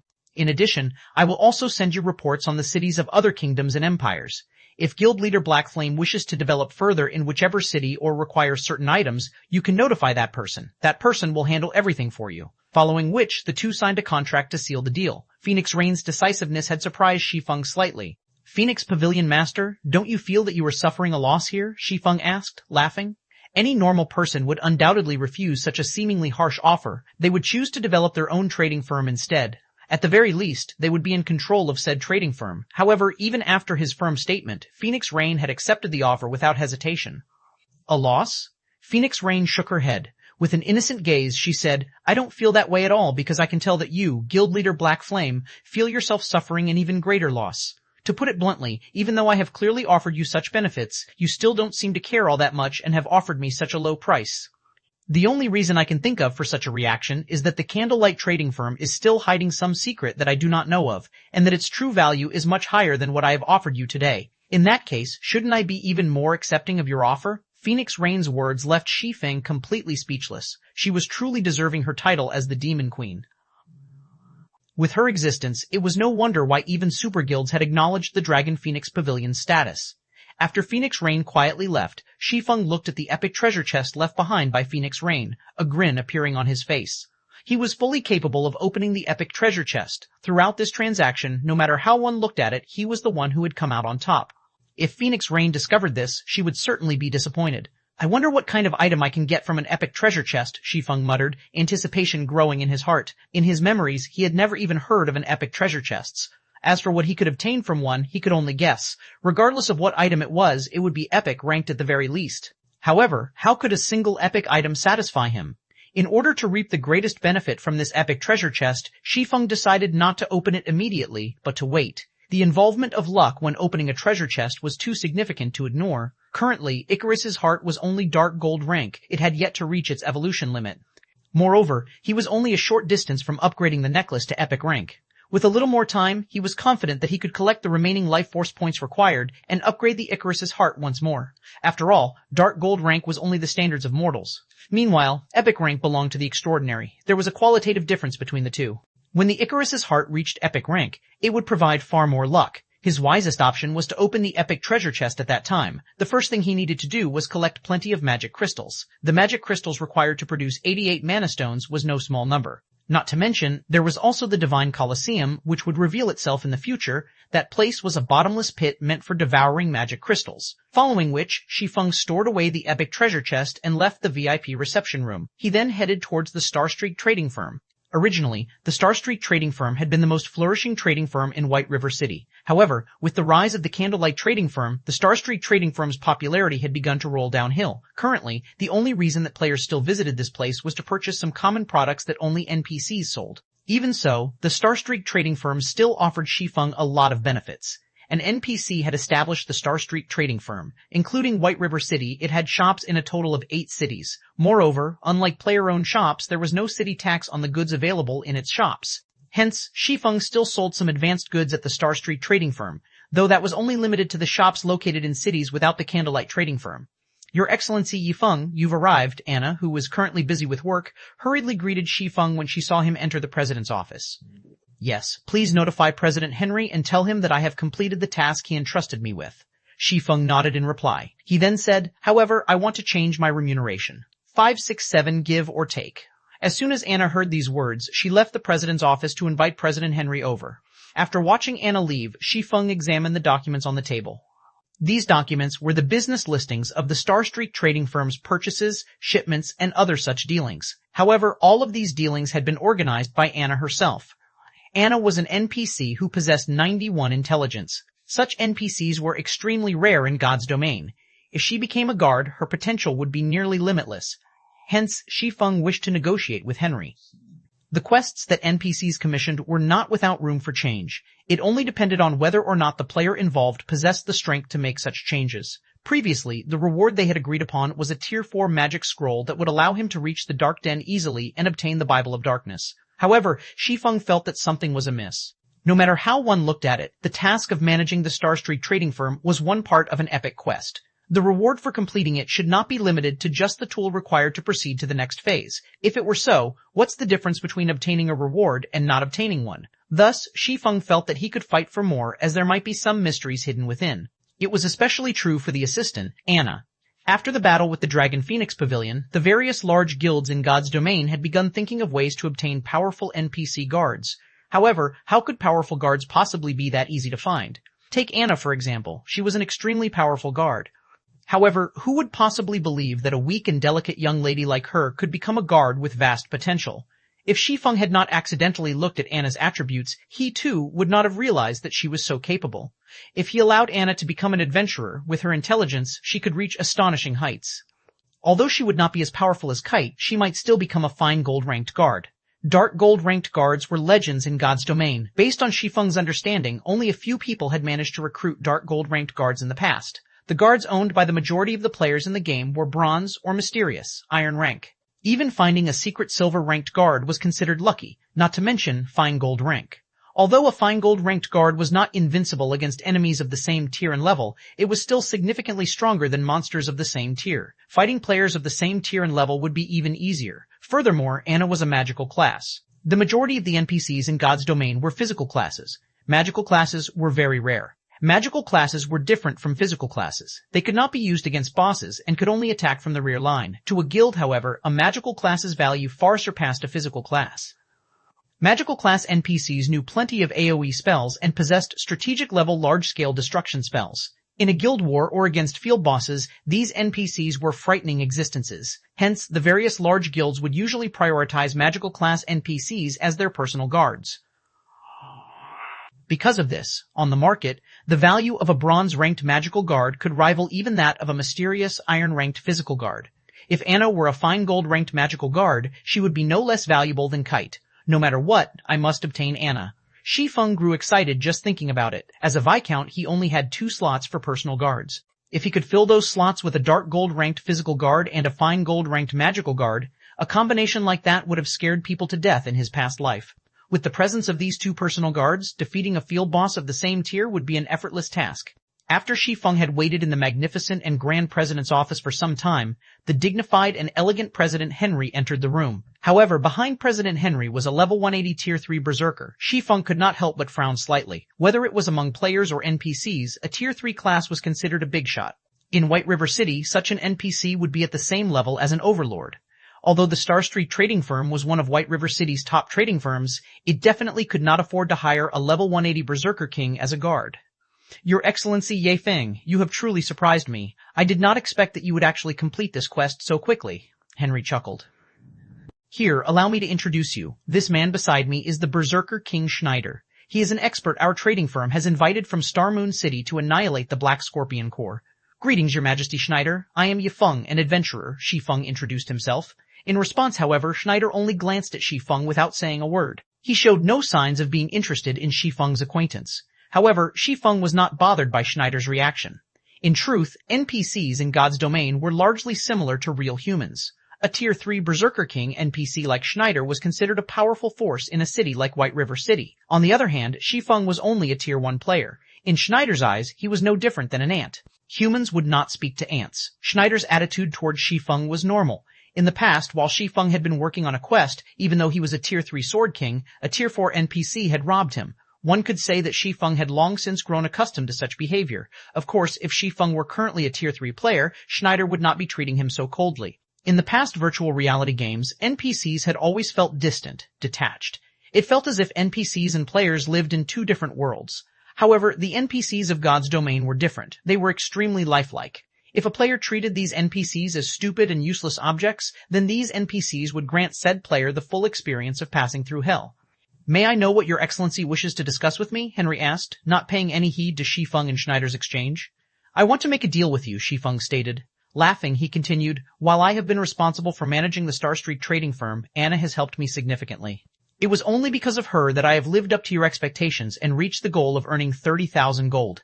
Hence, I now wish to recruit Miss Anna as my personal assistant. Naturally, I am willing to pay the appropriate price. Aside from the 30,000 gold you have requested, I am willing to offer an additional 3,000 gold. May I know what you think of this offer? Anna, who stood beside Shi Feng, was stunned, her delicate mouth parting as she stared at Shi Feng in disbelief. The advanced NPCs working at the trading firm only made a monthly salary of several gold, yet Shi Feng had offered 3,000 gold to poach her. Anna wasn't the only person who was shocked. Even Schneider, who had paid Shi Feng no mind, was awestruck. As a Tier 3 Berserker King, he had only been offered 1,000 gold to deal with the Black Scorpion Corps. That was enough to allow him to purchase an epic item to increase his strength. Naturally, if he could recover the Star Street trading firm's stolen merchandise, he could earn a bonus. Even then, however, he would not earn as much as 3,000 gold. At this moment, Schneider no longer looked at Shi Feng as if he were an ant. His gaze towards the lair had softened. Henry squinted his eyes as he evaluated Shi Feng carefully. After a short moment, he sighed, smiling as he said, Your Excellency Ye Feng, it is not that I do not wish to let Anna go, but our Star Street trading firm simply cannot do without Anna. Just like how Your Excellency has taken a liking to Anna's talent, it is only because of her that the Star Street trading firm has its position today. Please forgive me for refusing your offer. 5,000 gold. Shi Feng made a new offer without hesitation. To NPCs, this was an astronomical price. Such an amount of money was sufficient for the Star Street trading firm to hire several hundred advanced NPCs. This won't do. As you can see, Anna is responsible for so much daily profit. For the sake of the trading firm, I am afraid I cannot accept your offer, Henry said, his expression revealing his struggle. Merchants were all about profits. This held true in both the real world and the virtual world. 6,000 gold. I won't go any higher. If you still refuse my offer, I can only choose to hire Mr. Schneider beside you and have him take Anna's contract for me by force, Shi Feng said as he looked at Schneider, grinning. 568 Epic Ranked Tool. The moment Shi Feng said these words, Schneider's eyes suddenly glowed. It was obvious that the Berserker King was tempted. The Star Street trading firm had only offered him 1,000 gold as remuneration for getting rid of the Black Scorpion Corps. However, the captain of the Black Scorpion Corps was a Tier 3 expert. It would not be easy for him to secure a victory. Not to mention, the captain of the Black Scorpion Corps also had plenty of underlings. On the other hand, taking a single contract from the president of the Star Street trading firm would be child's play, and the remuneration he would obtain was 6 times what the Star Street trading firm had offered him. Sure enough, there was room for negotiation in this quest. Seeing Schneider's tempted gaze, Shi Feng knew that he was in for a show. As one part of an epic quest, how could the final reward possibly be limited to a ticket leading to the next phase of the quest? Moreover, a Tier 3 NPC would be considered a big shot in whichever city they visited. Such a character would not appear in a small place like the Star Street trading firm for no good reason. At this moment, Henry could no longer remain calm. Hurriedly, he said, "Your Excellency Yi Feng must be joking. Since you were so sincere, I believe that Anna will have a better future if she follows Your Excellency." After Henry agreed, he immediately took out Anna's contract. Shi Feng also handed over 36,000 gold without hesitation. This was all of the capital currently in his possession. If not for the candlelight trading firm and guild residents earning him quite a lot of money these past few days, he would not have had so many coins. After this transaction, he was a pauper once more. However, Shi Feng did not mind. Coins were meant to be spent. Otherwise, by the time players reached higher levels, the value of gold would depreciate. Moreover, this exchange had been a bargain. After all, he had only spent 6,000 gold to obtain a possible fine gold-ranked guard. In the past, even mysterious. Iron-ranked physical guards went for over 1,000 gold. The price was equivalent to an epic item of average quality. If it were a secret silver physical guard, that price would multiply by tenfold, reaching over 10,000 gold. Meanwhile, the cost for a secret silver magical guard would multiply by another 10. In other words, the value of a secret silver-ranked magical guard was at least 100,000 gold. Even so, the supply of secret silver magical guards was practically non-existent. Anyone who discovered such guards would keep them for their own. Nobody would be so foolish as to give a secret silver magical guard away, to say nothing of fine gold-ranked guards. After Shi Feng obtained Anna's contract, the sound of a system notification rang out by his ears. "System, Anna's favorability towards you has increased by 30 points. Your Excellency Yi Feng, this is the Tier 4 magic scroll that President Henry promised you," Anna said as she revealed a tattered scroll surrounded by a flashing purple glow. Although the scroll looked worn, the magic power contained within caused even Schneider, a Tier 3 Berserker King, to palpitate with fear. There was even less of a need to mention Shi Feng, who was only a Tier 1 Blade Saint. The power within a Tier 4 magic scroll was the equivalent of a full-powered blow from a Tier 4 class. It could easily and heavily injure a Tier 4 class. It could even wound a Tier 5 class, not to mention Tier 3 classes or ant-like Tier 1 classes. A magic scroll that has survived through the ancient times is extraordinary. It can practically rival the strength of an epic item. After receiving the scroll, Shi Feng examined the item. Immediately, he discovered just how powerful this Tier 4 magic scroll was. Shi Feng had seen plenty of Tier 3 magic scrolls and had also used many before. However, this was his first time seeing a Tier 4 magic scroll. Normally, magic scrolls were consumable items. They would become useless after one use. However, this magic scroll that had been passed down from ancient times could be used multiple times. But there was a limit to how many times it could be used and conditions for each use. Position Teleportation Scroll, Tier 4 Magic Scroll, allows player to move to any desired location, unable to teleport to certain special locations, can be used a maximum of 10 times. After each usage, requires 5 mana stones to replenish the scroll's magic power. Cooldown, 3 days, current uses 0.10, 10 uses. In order words, it was the equivalent of having 10 Tier 4 position teleportation scrolls. This magic scroll was even more valuable than an ordinary epic item. With this scroll, I can access areas that can't be reached with my current level. Shi Feng stored the position teleportation scroll with a satisfied expression, overjoyed. As a reincarnator, he knew many secret locations throughout God's domain, only he could not reach those locations due to the limitations of his current level. However, with this position teleportation scroll, he could easily travel to those secret areas that hid boundless treasures. God's domain was massive. The higher level a map was, the fewer teleportation magic arrays it would have. As for locations with bountiful opportunities and treasures, there were practically no teleportation arrays there. Players had to rely on their own 2 feet to reach these maps.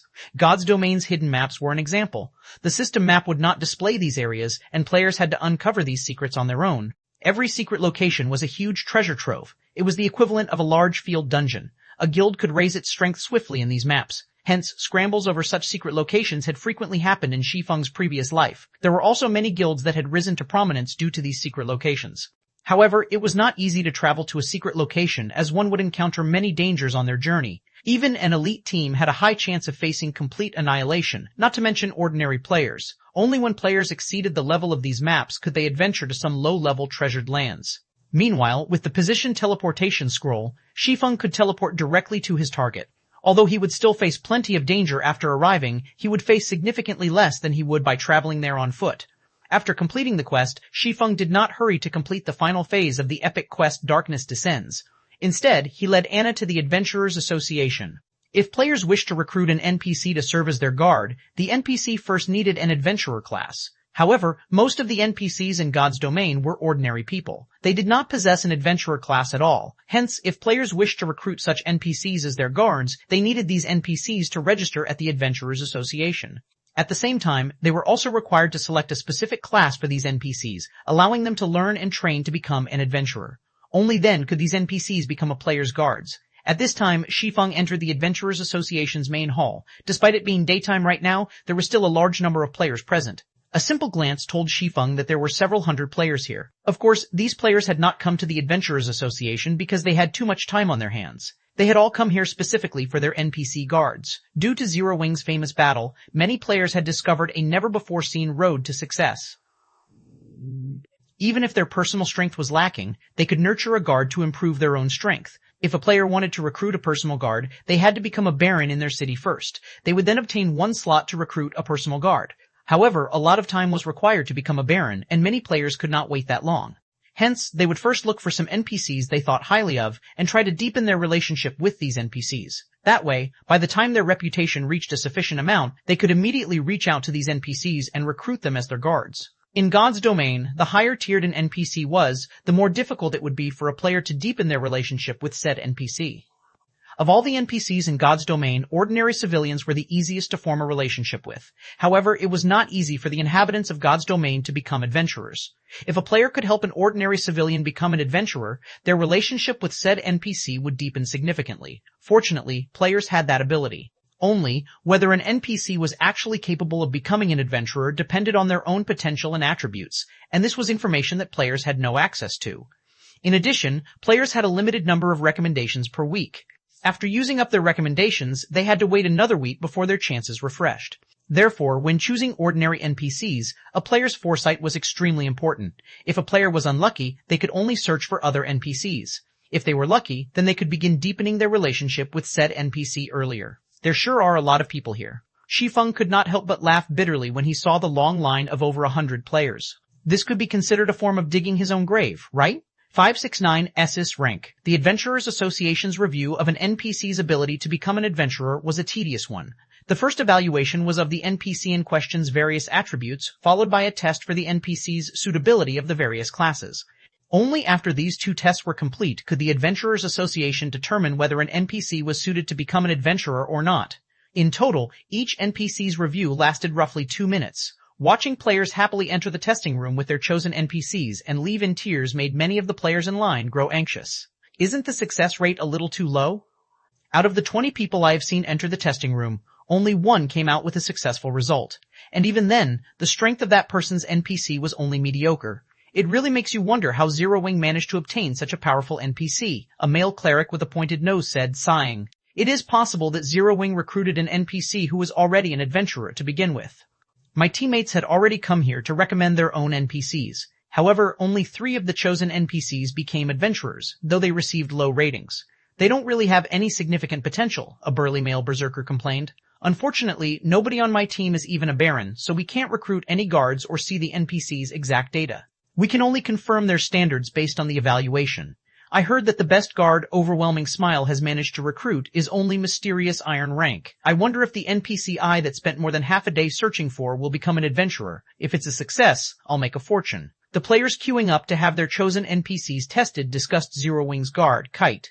They all hoped that they could luck out and encounter an NPC like him as well. At that time, luxury cars and beautiful ladies would be within their grasp. This was not an exaggeration. The various large guilds purchased powerful guards through the virtual trade center at astronomical prices. Even bronze guards sold for 100 gold or so, whereas mysterious iron guards sold for 500 gold. As for secret silver rank, the price would multiply by tenfold. If those coins were converted to credits, it was enough to allow an ordinary person to live the rest of their lives without working. However, even now, no one had offered any mysterious iron guards for sale, much less secret silver. A moment later, a ranger left the testing room with an excited expression.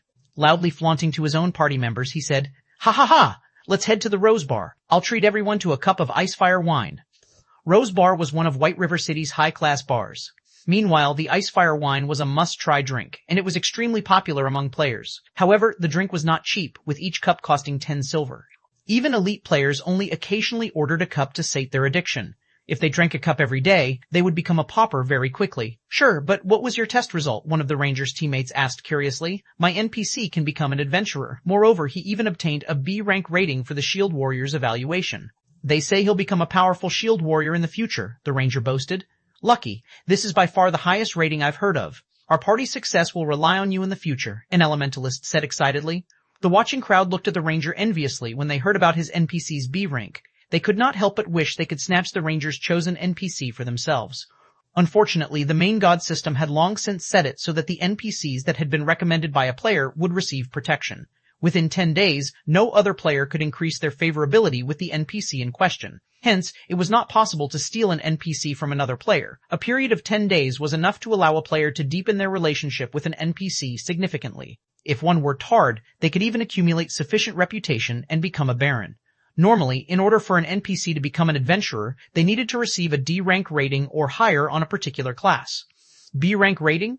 Shi Feng could not help his surprise. In truth, the evaluation given by the Adventurers Association's test could not completely determine an NPC's potential.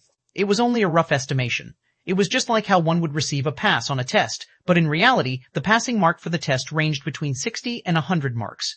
The same principle applied to the Adventurers Association's test. The test was very general, so the final results would not always be accurate. It could only determine the upper limit of an NPC's potential, not their actual potential.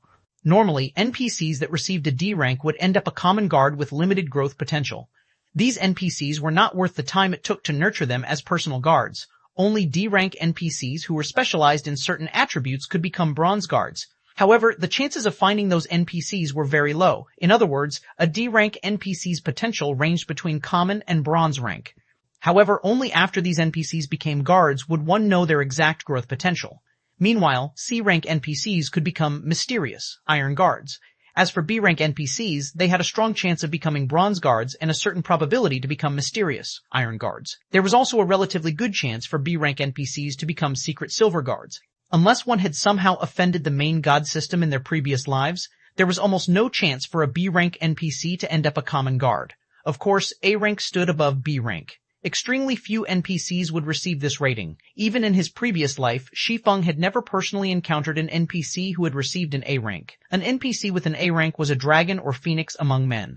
As for an A rank NPC's potential range, it was between bronze and fine gold rank. In the past, out of all the NPCs he had recommended, the highest rating he had obtained was B rank. After recruiting said NPC as his guard, he, fortunately, had ended up with a secret silver guard. This time, however, Shi Feng already knew Anna's base attributes. Based on his guard's attributes in his previous life, Shi Feng was sure that Anna would receive a very high rating. "Lord Viscount, I apologize for the long wait. Please, follow me," the test officer said respectfully after glancing at Shi Feng. A Viscount was already a grand noble in White River City. They were far more powerful than ordinary nobles. Not only could they recruit 50 ordinary guards, but they also had 2 slots for personal guards. Shi Feng nodded and followed the test officer into the testing room. "Lord Viscount, based on the Adventurers Association's rules, each test will cost you 10 silver. As my lord is a Viscount of White River City, you can enjoy a 20% discount, so my lord only needs to pay 8 silver per test," the test officer explained uneasily as he arrived before the test apparatus. "Here." Shi Feng readily handed over 8 silver coins, inwardly cursing the Adventurers Association. Magic crystals powered the test apparatus. How much was a magic crystal worth on the market? Moreover, each magic crystal could be used dozens of times. Yet, the Adventurers Association charged 10 silver for every test. In other words, the Adventurers Association earned a profit of dozens of times the actual cost. It was far more profitable than any other industry. However, it was due to the fact players were required to spend money on many aspects of the game that allowed the coins of God's domain to remain extremely rare and valuable. Following which, Anna walked up to the test apparatus and began her potential evaluation. Time seemed to crawl by. However, even after 2 full minutes had passed, the test apparatus had yet to produce a conclusion. On the contrary, due to the test apparatus consuming too much power, the test officer had no choice but to replace the magic crystal powering it.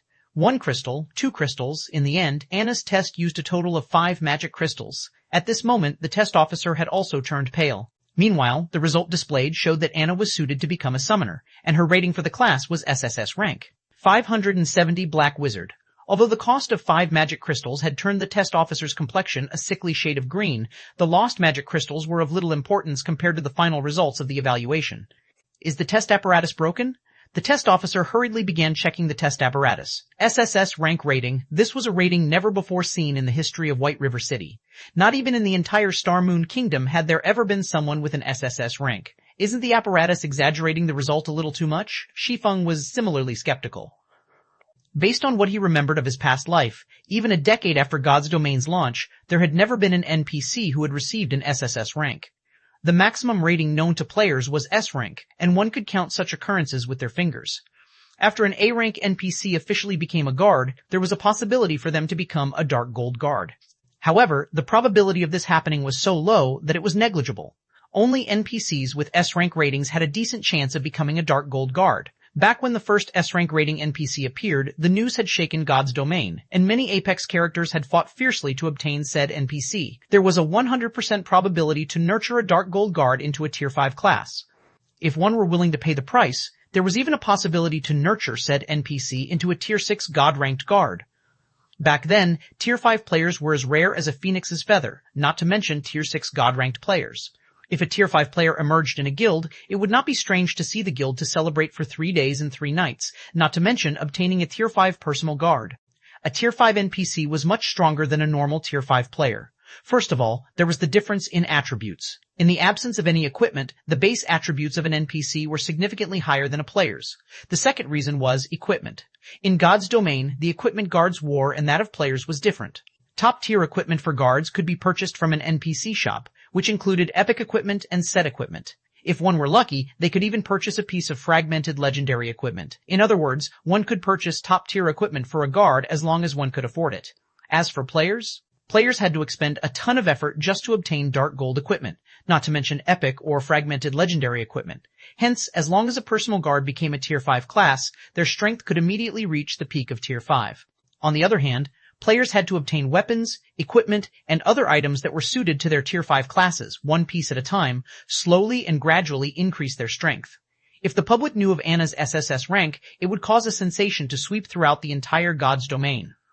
It seems that I have truly hit the jackpot this time, Shi Feng said as he looked at Anna, who currently wore a blank expression, laughing. He only knew about the ratings reaching a maximum of S rank. He had never heard anything about an SSS rank. Such NPCs might have appeared in the past, but if the player involved did not reveal the information, who would know about it?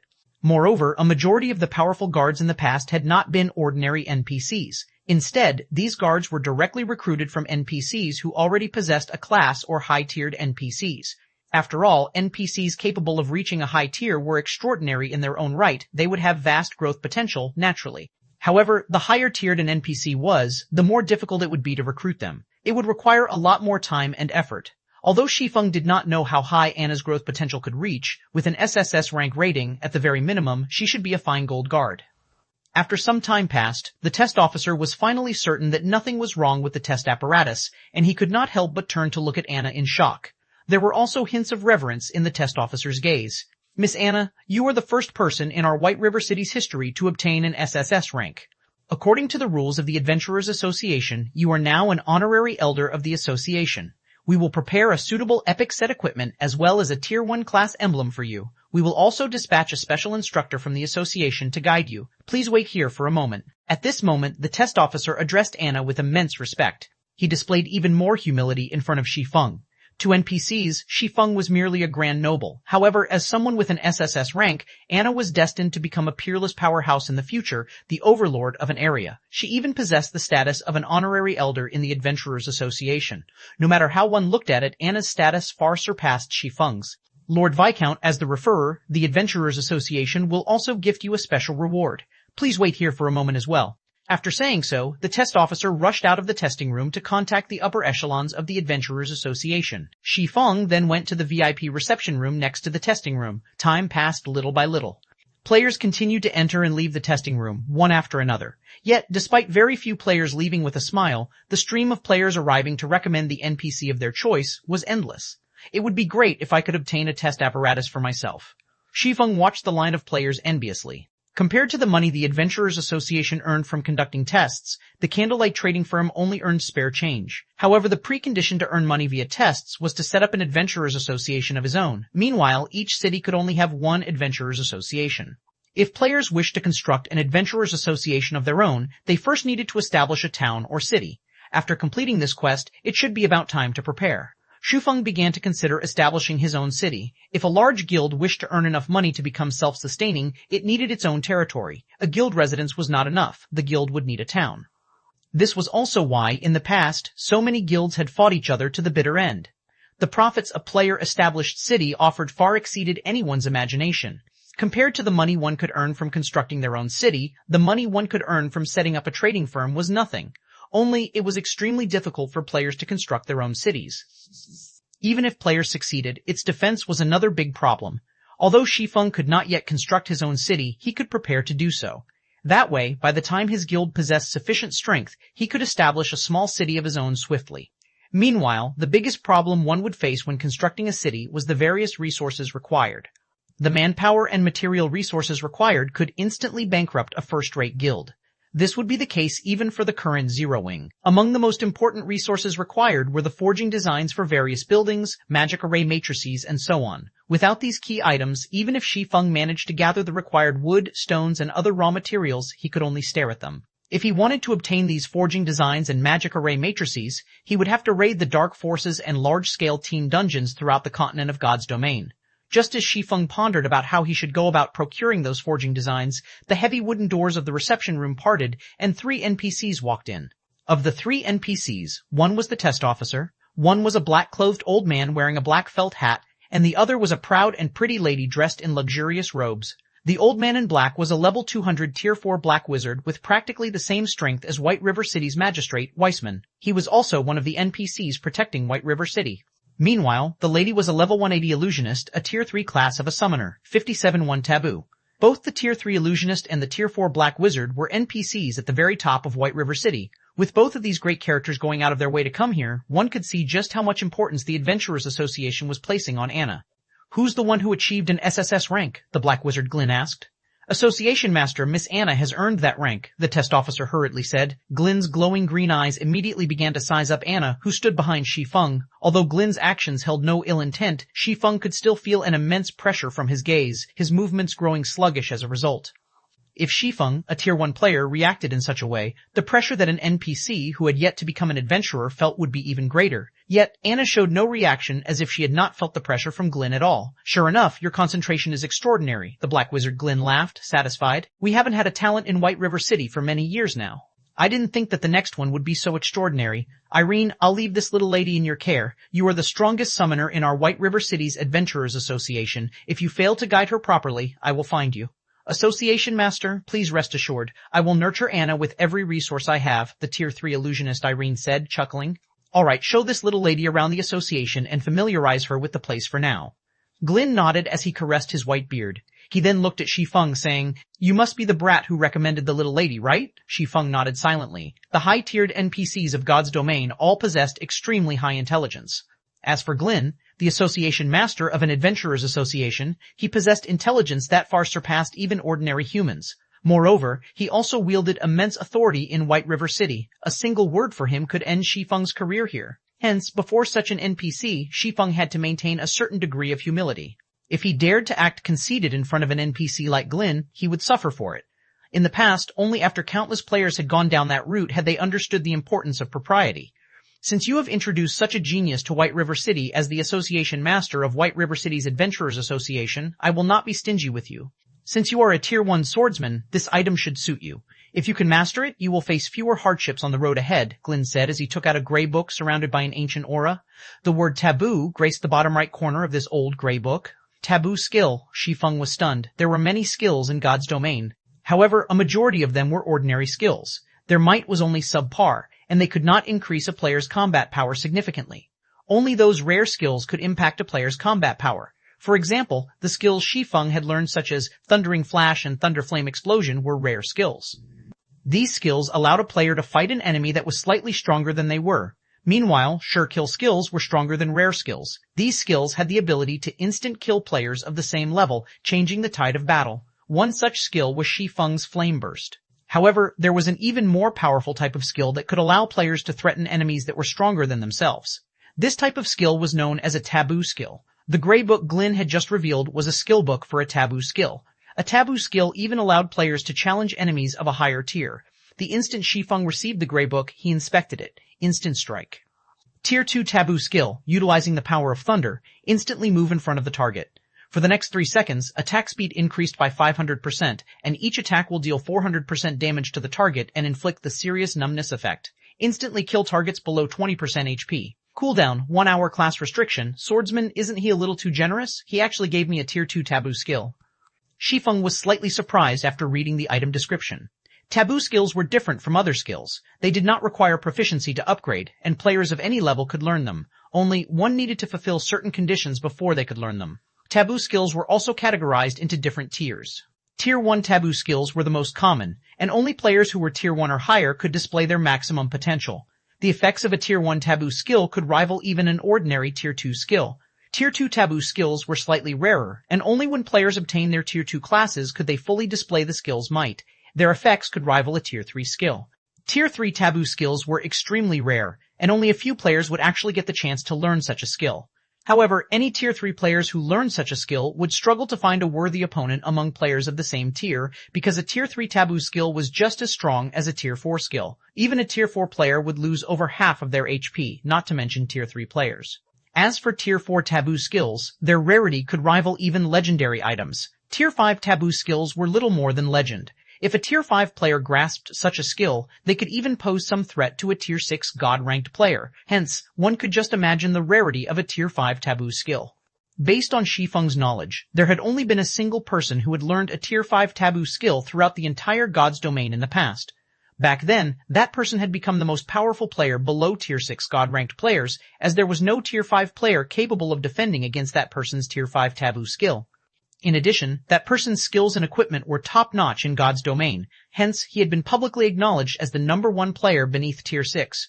Currently, players' average level was only slightly over level 20. The majority of players in God's domain had not even obtained their Tier 1 classes yet. Meanwhile, Shi Feng had obtained a Tier 2 taboo skill. Even if he did not possess any level or equipment advantages, with this Tier 2 taboo skill, it was still possible for him to instant kill any enemies that were Tier 2 or below. Even if he couldn't kill them instantly, he could still inflict heavy damage.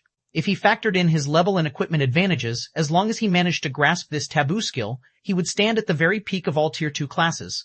It was the same even if he stood against an NPC. Of course, God's domain was fair. If one wished to obtain great power, they first needed to pay the appropriate price. Although taboo skills could increase a player's strength, the learning processes of taboo skills and ordinary skills were different. Taboo skills could not be learned by the click of a button.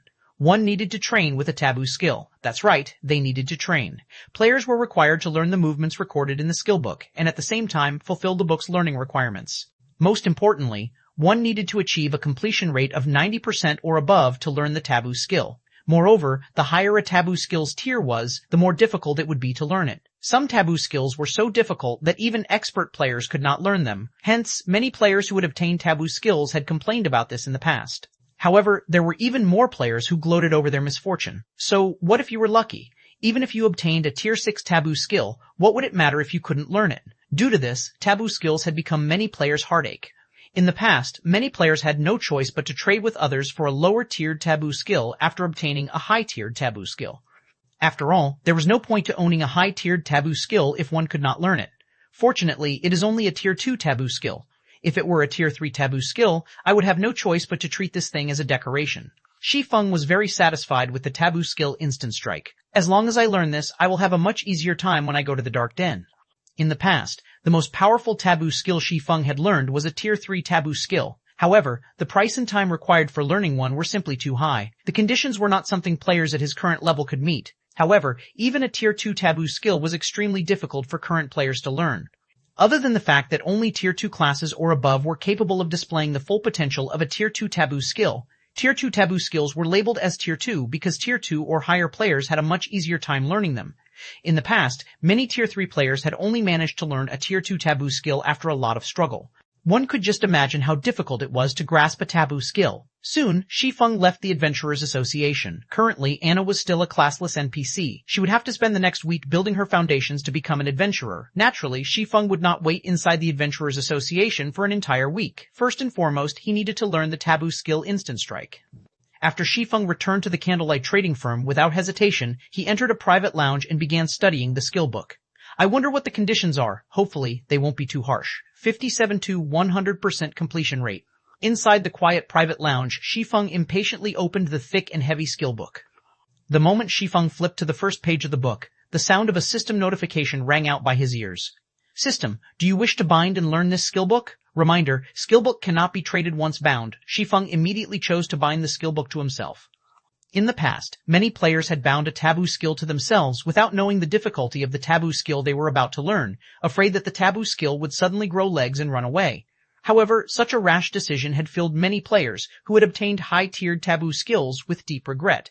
However, the taboo skill Shi Feng had right now was only Tier 2. Even if he failed to learn it now, he could try again once he became a Tier 2 class. He would not waste this valuable taboo skill. After binding the skill book, the contents of the book finally appeared. Shi Feng promptly began studying one word at a time. Inside the skill book, other than some texts and pictorial introduction, there was a holographic video depicting the use of Instant Strike, which allowed players to grasp the techniques required to activate the skill quickly. Taboo skills in God's domain were similar to the spells used by magical classes in which they were very strict about their use. When magical classes cast a spell, incantations and hand gestures were of the utmost importance, particularly when tracing runes. Only when these actions reached a certain completion rate could magical classes display great power. Taboo skills were the same. These skills relied heavily on the accuracy and fluency of the player's footwork, body movements, and attack patterns. Even the slightest mistake could result in a failure to activate the taboo skill. Compared to casting spells, players were required to have far more delicate control over their own bodies. They needed a clear understanding of each and every motion that was involved. Without realizing it, more than an hour had passed. Currently, Shi Feng was only halfway through the skill book. Any ordinary person would have long since begun to practice the taboo skill. However, Shi Feng was not in a hurry as he examined each page carefully. After more than 3 hours, Shi Feng's heart suddenly sunk, and he frowned at the gray book. Skill completion rate must reach 95%. Moreover, I'll also need to absorb 100 thunder crystals from Thunderbeast Kings. Isn't this joke going a little too far? A bitter laugh escaped Shi Feng's lips as he gazed at the Instant Strike skill book on the table. Although he had known that a Tier 1 class could not easily learn a Tier 2 taboo skill, he had not expected the difficulty to be so high. Shi Feng had learned a few taboo skills in the past, so he was quite knowledgeable on the topic. Tier 1 taboo skills normally required players to achieve a 90% completion rate. To ordinary players, this alone would prevent them from ever learning a Tier 1 taboo skill. Even experts would require long periods of bitter training to achieve such a high completion rate. Not to mention, there were usually other conditions that needed to be fulfilled as well. Tier 2 taboo skills normally required a completion rate of 93%. Only at Tier 3 would a taboo skill require a 95% completion rate. Yet Instant Strike, as a Tier 2 taboo skill, required Shi Feng to achieve a 95% completion rate. However, this was still not the largest challenge. The point that had left Shi Feng truly speechless was the 100 thunder crystals that he needed to obtain through killing Thunderbeast Kings. Shi Feng was very familiar with Thunderbeast Kings. These monsters inhabited a location not far from a level 50, 100-man large-scale team dungeon. Thunderbeast King's fur was extremely valuable. It was a rare material that was required to produce equipment with the lightning resistance attribute. The monster's meat was also a must-try delicacy. If cooked properly, it could become a gourmet meal that nobody could resist after a single taste. Just a single piece of the Thunderbeast King's meat could sell for 3 gold. Hence, in the past, many players had tried to grind the Thunderbeast Kings to earn money. However, a player had to be strong enough as Thunderbeast Kings could rival Tier 3 classes of the same level. Even the weakest Thunderbeast King was a High Lord, while the majority of them were Great Lords. Even a large guild had to pay an unimaginable price if they wanted to kill a field Great Lord, not to mention independent players.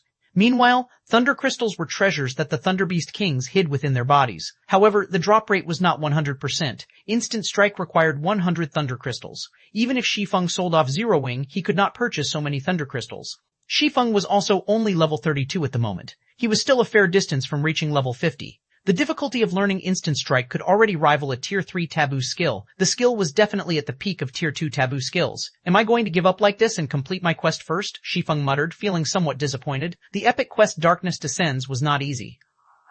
It was especially true for the Dark Den. It was a demon's nest. There would definitely be plenty of extremely powerful monsters waiting for him. If he could learn a taboo skill, it would undeniably increase his chances of completing the epic quest. If he failed the quest, he would have to face the wrath of a Tier 4 Great Demon. With his current combat power, even a Tier 3 demon could kill him easily and take over his body, much less a Tier 4 Great Demon. That need only flick its wrist to turn him into ash and dust. When Shi Feng reached the final page of the skill book, he discovered that there was a paragraph of text. If skill completion rate reaches 100%, one can call forth heavenly thunder into one's own body 100 times, stimulating the power of the taboo skill without needing the aid of the thunder crystal's power. Shit! Skill completion rate of 100%? Are you kidding me? Originally, Shi Feng had thought that he still had a trace of hope. After reading the completion rate requirement, however, he nearly spat out a mouthful of blood. Even his past self had never achieved a 100% completion rate on any skill. Rumor had it that only Tier 5 taboo skills required a 100% completion rate. However, how many people in God's domain were actually capable of learning a Tier 5 taboo skill? Forget it. I should just head to the Dark Den for now. For the moment, Shi Feng gave up on learning Instant Strike. This Tier 2 taboo skill was most definitely a prank from the Black Wizard Glen. Shi Feng then stored the Instant Strike skill book in his bag. He traveled to the bank and retrieved some tools and magic scrolls before activating the Tier 4 position teleportation scroll, teleporting to the Dark Den. Suddenly, Shi Feng transformed into a streak of white light that pierced the spatial crack that had appeared. As a demon's nest, the Dark Den was a carefully hidden location. Even if the armies of various kingdoms and empires tried to annihilate the demons, they would only find minions. The true great demons nurtured their underlings in their nests in secret. Hence, the various kingdoms and empires throughout the continent of God's domain had been helpless against demons all this time. At this moment, inside a dark cave, a spatial crack suddenly appeared near the cave's ceiling. In the next moment, a streak of light fell through the portal and landed heavily, creating a deep crater. This position teleportation scroll is a huge scam. Shi Feng frowned as he surveyed his surroundings. Shi Feng suddenly realized that he was surrounded by demonkins. The position teleportation scroll had dropped him right in the middle of a demonkin army. Demonkin common monster, level 40. HP 10,000, Ni 20 10,000. Shi Feng's sudden appearance immediately attracted the attention of many demonkins. The demonkins turned to Shi Feng one after another, their pitch-black eyes containing endless malice. Their gazes alone were enough to instill terror, not to mention their violent killing intent also took form, developing into a faint blood mist. Shi Feng had seen this blood mist before. If players were caught within its range, it would significantly dull their 5 senses. In God's domain, aside from having keen skills, one required powerful 5 senses to be considered an expert. However, now that Shi Feng was trapped deep within the blood mist, he could no longer rely on his keen senses. 53. Another world, such a powerful killing intent. Shi Feng's 5 senses already felt greatly weakened. Whether it was his vision or intuition, it felt as if a layer of mist shrouded his entire body. He could not see clearly at all. However, compared to the demonkin army before him, what shocked Shi Feng more was the sound of the system notifications reaching his ears. System, player has discovered the Dark Den. System, all communications with the outside world will be temporarily severed. System, player has been affected by the power of darkness. All attributes decreased by 30%. Line after line of system notifications rang out, leaving Shi Feng utterly speechless. He could still accept his communications being severed, but reducing his attributes by 30% as well? Wasn't this a little too harsh? Originally, the monsters here were of a higher level than him. Moreover, their numbers were also very frightening. Now that he was significantly weakened as well, the difficulty of collecting the Bible of Darkness was undoubtedly considerably higher. Looking at the group of level 40 black-skinned demonkins charging at him like a tidal wave, Shi Feng felt his scalp tingling. Currently, he was only level 32. Although the demonkins did not have a level suppression effect on him, with this many of them, even if he possessed large-scale destruction spells, they would not be enough to get him out of this predicament. Having no better option, he turned around and fled to a narrow pathway. Although Shi Feng's attributes had been reduced by 30%, his HP falling from over 10,000 to just over 8,000, and his strength and agility likewise seriously compromised, Shi Feng's equipment was simply too good. Despite his 30% attribute reduction, his speed still greatly surpassed that of the demonkins chasing after him. Very quickly, the demonkins on his tail were eating his dust. Seeing a horde of demonkins blocking the entrance to the narrow pathway he was heading for, Shi Feng immediately took out an intermediate frost grenade. Intermediate frost grenade effective against monsters and players below level 70. Deals 800 frost damage to a radius of 12 yards, freezing targets for 5 seconds, then reducing movement speed by 60% for a duration of 12 seconds. Each grenade cost 10 silver, enough money to sustain an ordinary player in God's domain for quite some time. To ensure he could complete this epic quest of his and obtain the Bible of Darkness, Shi Feng had been provisioning all this time. Meanwhile, the frost grenades were one of these provisions of his. He had even amassed plenty of advanced frost grenades, which cost 70 silver each. The number of demonkins before him was simply too frightening. This was no longer a problem he could solve by relying on technique. He could only use absolute power to break through. Hence, this was the best time to employ the frost grenades. Tossing out one intermediate frost grenade, a large patch of demonkins was instantly frozen solid, damage of 800 emerging above their heads. A large ice flower suddenly bloomed within the originally pitch-black area. Inside this dark cave, this ice flower looked extraordinarily beautiful and holy. Another dozen or so intermediate frost grenades followed in rapid succession. Flowers of ice bloomed one after another, and in the blink of an eye, practically all the demonkins in Shi Feng's way were frozen. As for the few demonkins that remained unscathed, they were no threat to Shi Feng whatsoever. After a few evasive maneuvers, he was already past the demonkin's blockade. He then leaped into the narrow pathway. However, the instant Shi Feng set foot in the narrow pathway, he suddenly felt death looming over him. He hurriedly activated the aura of Earth's activatable skill, Absolute Defense, becoming immune to all damage for 5 seconds. This could be considered Shi Feng's most powerful life-saving skill. The instant the divine golden aura wrapped around Shi Feng's body, a clangor resounded throughout the cave. Countless black threads had struck at Shi Feng's body. These black threads were extremely thin. In the darkness of the cave, they were practically invisible to the naked eye. If Shi Feng's intuition had not warned him of imminent death, these countless black threads might have devoured him already. It's actually a trap. This dark den really isn't giving me any chances. Shi Feng felt his heart tremble momentarily when he turned back to glance at the tide of demonkins that had been chasing him just now. Any demonkin struck by the black threads immediately exploded into a cloud of black mist, becoming deader than dead. If he had been slower by even a heartbeat back then, he might very well have become one of those clouds of black mist right about now. With the black threads having passed him already, Shi Feng quickly continued running forward. At this moment, he had absolute defense activated. Nothing was capable of inflicting damage on him. In other words, he had no need to fear any traps right now. Naturally, he had to put absolute defense's duration to good use. Moreover, in God's domain, the more dangerous a location was, the more profitable it was. Any place filled with plenty of traps definitely hid treasures. The presence of traps in this pathway meant that this path was not a dead end, which gave Shi Feng even more reason to advance through it. During absolute defense's duration of 5 seconds, with even Windwalker activated, Shi Feng triggered a total of 4 traps. However, absolute defense blocked them all. That was close. Fortunately, I have the 7 Luminaries ring. Otherwise, I wouldn't even make it past the front door. Shi Feng halted his steps, breathing out a sigh of relief as he looked at the demonkins chasing after him. After receiving the attacks of multiple traps, the number of demonkins still alive numbered less than 100. Moreover, now that absolute defense's duration had run out, only death awaited him if he advanced rashly. Hence, he might as well deal with these demonkins in the meantime. Swinging the abyssal blade, Shi Feng activated Skywheel Sword. Countless divine swords descended from above, immediately trapping these demonkins within the cramped space. Meanwhile, damages of over 3,000 and 6,000 points appeared over every demonkin's head. Right after that, Shi Feng switched out the aura of earth for the aura of fire, then promptly cast Firestorm on these demonkins. A moment later, silence filled the poorly illuminated cave. Simultaneously, Shi Feng's EXP soared. There was a difference of 8 levels between Shi Feng and the demonkins. Even if the demonkins were just common monsters, the total EXP they gave was still plenty.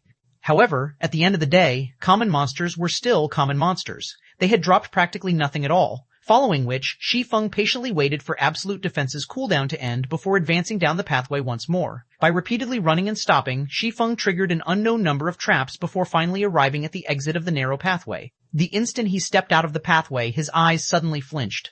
Why is there sunlight here? Shi Feng wondered, unable to contain his surprise. His eyes had already adapted to the darkness of the cave. Now that he suddenly emerged into bright light, his eyes failed to adjust to the abrupt change, causing his vision to go bleary. Only after Shi Feng had fully recovered did he begin surveying his surroundings. Tall mountains and flowing water. White clouds dotting the sky. Lush green forests that covered everything. How was this place a demon's abode? Even paradise paled in comparison to this place. What sort of situation is this? Shi Feng turned around to look at the cave behind him. A layer of black film covered the cave entrance, and he could not see anything inside the cave at all, similar to how he had been unable to see anything outside the cave before. Did I exit from the dark den? No, that's not right. The system has not notified me that I have left the dark den. Moreover, my communication system hasn't recovered yet, proving that I have not left the dark den and am in fact still inside the dark den. Shi Feng shook his head. He had little to no understanding of the dark den. All he knew was that Fantasy Extinguisher had completed this quest in the past and had brought immeasurable improvements to his guild. Fantasy Extinguisher had never mentioned anything about the dark den itself to outsiders, so Shi Feng naturally remained ignorant.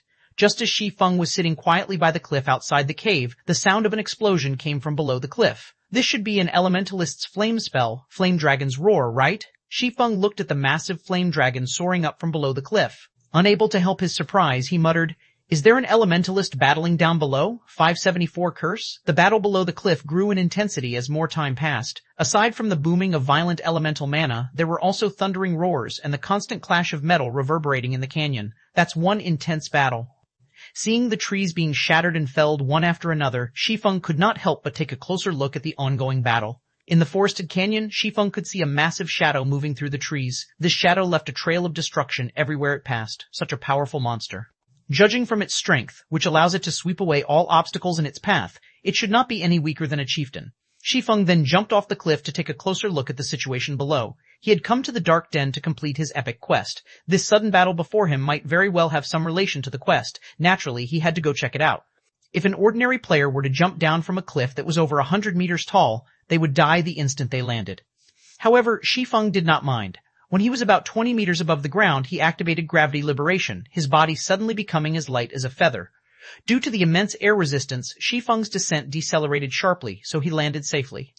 The instant Shi Feng's feet touched the green grass, he activated omniscient eyes, allowing him to perceive every movement within a radius of 100 yards. With this, he would be able to react immediately at the first sign of danger. This was a habit he had picked up from his many years of adventuring. When dealing with the unknown, caution had the top priority. Moreover, he was currently in the dark den, a nest of demons. He needed to be even more cautious. Meanwhile, the battle happening a distance away continued to intensify, so much so that even the ground was shaking right now. When Shi Feng arrived at the battlefield, he discovered a giant black serpent over 50 meters in length swinging its tail around. With a single sweep, the serpent easily sliced apart a tree over 1 meter in diameter, leaving the surface of the cut as smooth as a mirror. With another casual swipe of its tail, the serpent split the ground, opening a deep gorge. Every one of the serpent's actions was capable of causing massive changes to its surroundings. Dark Magic Serpent, Dark Creature, Chieftain Rank, Level 42, HP 800,000, 800,000. Meanwhile, fighting against the Dark Magic Serpent was a party of 6 players. Moreover, the players in this party were extremely powerful, with the average level of the party being level 29. Even in Zero Wing, only Blackie had reached this level. A level 29 shield warrior currently stood at the forefront, fending off the serpent's attacks, while 2 mages and a ranger bombarded the chieftain with a relentless stream of attacks. A druid and a cleric standing at the rear line were also continuously healing the shield warrior. For a time, the battle remained at a stalemate. Iron Wrist, be careful. It's using vicious venom. Hurriedly reminded the ranger standing at the rear line when he saw the serpent's belly expanding. Relax. The shield warrior named Iron Wrist laughed, and instead of preparing to dodge, he took the initiative to charge at the Dark Magic Serpent. The Dark Magic Serpent opened its mouth and began spewing black mist into its surroundings. All vegetation that came into contact with this black mist immediately withered and turned into ash. In the next moment, the shield warrior rushing forward used shield bash on the serpent's abdomen, interrupting its skill and putting an end to the stream of black mist coming out of the monster's mouth. The black mist surrounding the chieftain began thinning out right away. However, the shield warrior was also poisoned as a result of his frontal assault, the skin all over his body turning pitch black. His HP started decreasing rapidly, losing 3,000 HP with each passing second. In the blink of an eye, the shield warrior's HP hit a critical level. Fortunately, the cleric of the party had long since been prepared for this situation. He quickly cast Detoxify on his companion, cleansing the serpent's venom just as it was about to deal damage for the 3rd time. Meanwhile, the druid beside the cleric had also promptly cast Life Restoration, healing the shield warrior for over 2,000 HP, followed by a Hote effect that recovered more than 300 HP every second, pulling the shield warrior out of death's grip. Meanwhile, angered at the interruption of its skill, the Dark Magic Serpent swept its tail at the shield warrior. At this time, a golden arrow shot towards the serpent's tail. The instant the golden arrow collided with the serpent's tail, it transformed into numerous chains that tied the serpent to the ground. However, the Dark Magic Serpent's strength was too powerful. In the blink of an eye, it shattered the chains binding it and resumed its attack on the shield warrior. At this moment, the elementalist of the party used Ice Wall, creating a wall of ice between the serpent's tail and the shield warrior. When the serpent's tail collided with the ice wall, its speed fell drastically. As a result, the shield warrior managed to dodge the chieftain's attack effortlessly. The entire process was like flowing water. The members of the party were perfectly attuned to one another. Despite the dark magic serpent having the advantage in levels, this party of 6 was toying with it. Such amazing coordination, Shi Feng could not help but praise. Just who are these people? The dark magic serpent was a level 42 chieftain. Even a guild's elite team would do their best to avoid such a monster. Yet, right now, a party of independent players was fighting it handily. However, the thing that shocked Shi Feng the most right now was the fact that there were actually other players in the Dark Den as well. The Dark Den was very mysterious and well hidden. He had arrived in this place only after using a Tier 4 magic scroll. Meanwhile, these players before him had actually managed to find their way here. It was simply inconceivable. At this moment, Shi Feng could not help but wish he could rush forward and question these people right away. If they truly had some other method to get to this place, he could then bring some helpers to help him complete his epic quest. That way, his chances of success would be even higher. However, he suppressed this urge of his. Instead, he remained hidden in the forest as he quietly observed this party of players. There were many incidents of players plundering other players in God's domain. Currently, this party was still in the thick of battle against the dark magic serpent. His making an appearance right now without any warning was highly likely to lead to misunderstandings. At that time, how was he supposed to get the secret of coming to this place out of them? Time passed little by little. The dark magic serpent's HP continuously decreased, and soon enough, its HP fell to 30%. The dark magic serpent suddenly hissed loudly, its entire body exuding black mist. Very quickly, this mist then wrapped around the chieftain's body and transformed into pitch-black scales. Under the bright sunshine, the scales released a blinding black light. Chieftain-ranked monsters normally entered a berserk state when their HP fell below a certain level. Currently, the dark magic serpent's HP had dropped to 30%, which just so happened to trigger the condition for going berserk. After the pitch-black scales were fully formed, the dark magic serpent was like an iron serpent. Not only had its defense and magic resistance improved significantly, but even its strength had also increased by at least 30%. Right now, its every attack shook the earth. However, the party of 6 had long since been prepared for this situation. The Cursemancer of the party immediately began tracing a large number of runes in the air, while chanting verse after verse of incantations. The density of the surrounding elemental mana had also started rising sharply. Amazing! That Cursemancer has actually learned the Tier 1 curse skill, Dark Storm. Shi Feng could not help his surprise when he saw the runes drawn out by that Cursemancer. It's no wonder they dared to challenge a level 42 chieftain. In God's domain, physical taboo skills and magical curses were both skills that allowed players to combat enemies of a higher tier. However, curses were much harder to learn compared to taboo skills, since curses were much more powerful. The instant the Cursemancer was done chanting the final verse of his incantation, the space surrounding the battlefield suddenly went silent as countless black blades of wind appeared surrounding the dark magic serpent. These wind blades easily pierced through the sturdy scales of the dark magic serpent. A continuous stream of black wind blades assaulted the chieftain for 3 full seconds. The dark magic serpent lost over 8,000 HP every second, losing over 20,000 HP after 3 seconds passed. Moreover, aside from these damages, the scales covering the chieftain's body had also disappeared completely, returning it to its original form. Okay, let's finish it off. The shield warrior Iron Wrist immediately sent a slash at the serpent. However, before this party could celebrate, a loud hiss suddenly came from the woods. At this moment, another dark magic serpent emerged from the dense forest. 575, 4 consecutive strikes. Damn, it actually called a companion. Iron Wrist frowned. The other party members also grew anxious at the arrival of another dark magic serpent. Facing one was already their limit. Moreover, their only curse was on cooldown, and it would be quite some time before they could use it again. Iron Wrist, what are we going to do now? The cleric at the rear line asked hurriedly. Iron Wrist looked at the dark magic serpent that they had injured heavily, before turning to look at the newly arrived chieftain that was rapidly slithering towards them. Gritting his teeth, he said, "Let's retreat." Although the heavily injured dark magic serpent only had 30% of its HP remaining, they would still need quite some time to kill it. Meanwhile, the dark magic serpent was unlike other chieftains. It was a chieftain that possessed a potent venom. When fighting against a dark magic serpent, if one failed to interrupt the chieftain's vicious venom skill in time, even a team of 100 players would die. If their party was fighting just one of these serpents, they could still manage to interrupt its skill. However, going up against 2 at the same time was impossible since their party did not have a second person capable of interrupting the other dark magic serpent's vicious venom. As long as the venomous mist of the skill spreads, only death awaited them. Hence, their only option right now was to retreat. When the others heard Iron Wrist's command, they immediately withdrew without hesitation. Unfortunately, although Iron Wrist and the others had made the correct decision in this situation, the heavily injured dark magic serpent had no intentions of letting them go. Widening its mouth, it shot jets of venom at Iron Wrist and his team. A short moment later, the other dark magic serpent caught up with the party, circled around to their rear, and used its tail swipe skill at the party's cleric and druid. Damn. Iron Wrist's complexion sank. Although he wanted to go save the two healers, the distance to them prevented him from doing so. Moreover, the dark magic serpent in front of him was also bombarding him with venom attacks. Not to mention saving others, he was having a tough time just trying to avoid being hit himself. "Leave us," the cleric named Off Fire shouted. He could not help squeezing his eyes shut when he saw the serpent's tail swiping at him.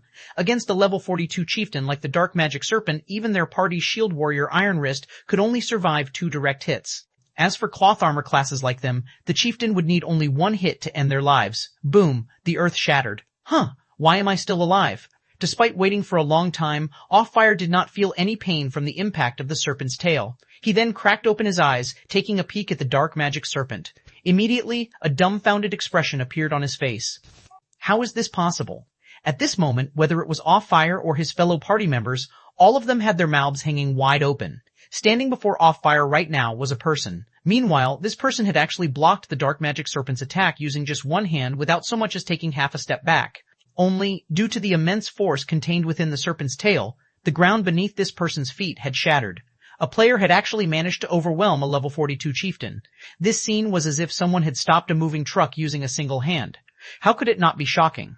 However, what the party of 6 did not know was that the reason Shi Feng was able to block a level 42 chieftain's attack with just a single hand was entirely due to his activation of Heavenly Dragon's power, which doubled his strength. Otherwise, even Shi Feng, with his exaggerated attributes, would not be able to receive the dark magic serpent's attack safely. "You guys deal with the injured dark magic serpent. Leave this one to me," Shi Feng said directly. In response, Offfire and the others absent-mindedly nodded their heads. It was as if Shi Feng was currently their party's leader. After saying so, Shi Feng immediately jumped up to the space above the serpent's head. Raising the abyssal blade, he activated Thunderflame Explosion. The power of lightning wrapped around the abyssal blade as the magic weapon landed on the dark magic serpent's head. Boom! Lightning and flames instantly washed over the dark magic serpent. Even though the chieftain possessed very high defense and magic resistance, it still suffered over 6,000 damage from the attack. Who is this person? Is it really possible for a player to be that strong? Offfire's jaw fell when he saw the damage Shi Feng had dealt. Their party could be considered a top-tier party already. Yet, the highest damage their party could deal, a dark magic serpent in a single instance, was just slightly over 1,000. Meanwhile, Shi Feng had managed to deal over 6,000 damage in just a single attack. His damage output alone was already more than double that of their entire party. The dark magic serpent constantly let out anguished cries as it was bathed in the power of lightning and fire. It glared at Shi Feng with its chilling eyes. However, although it wished to devour Shi Feng, it was powerless to do so. Other than dealing massive amounts of damage, the Tier 1 Thunderflame Explosion also had a fainted and speed reduction effect. Although the fainted effect was not particularly effective against the dark magic serpent, the speed reduction effect was highly effective. The serpent's movement speed and attack speed instantly fell to only 1/6 of its original, its movements becoming extremely sluggish. Only when Shi Feng had already landed back on the ground did the dark magic serpent's jaw, that was capable of swallowing a small car whole, begin descending towards Shi Feng. Smiling, Shi Feng shifted his footwork slightly, easily dodging the dark magic serpent's attempt to devour him. Turning his body, he followed up with a slash to the chieftain's mouth.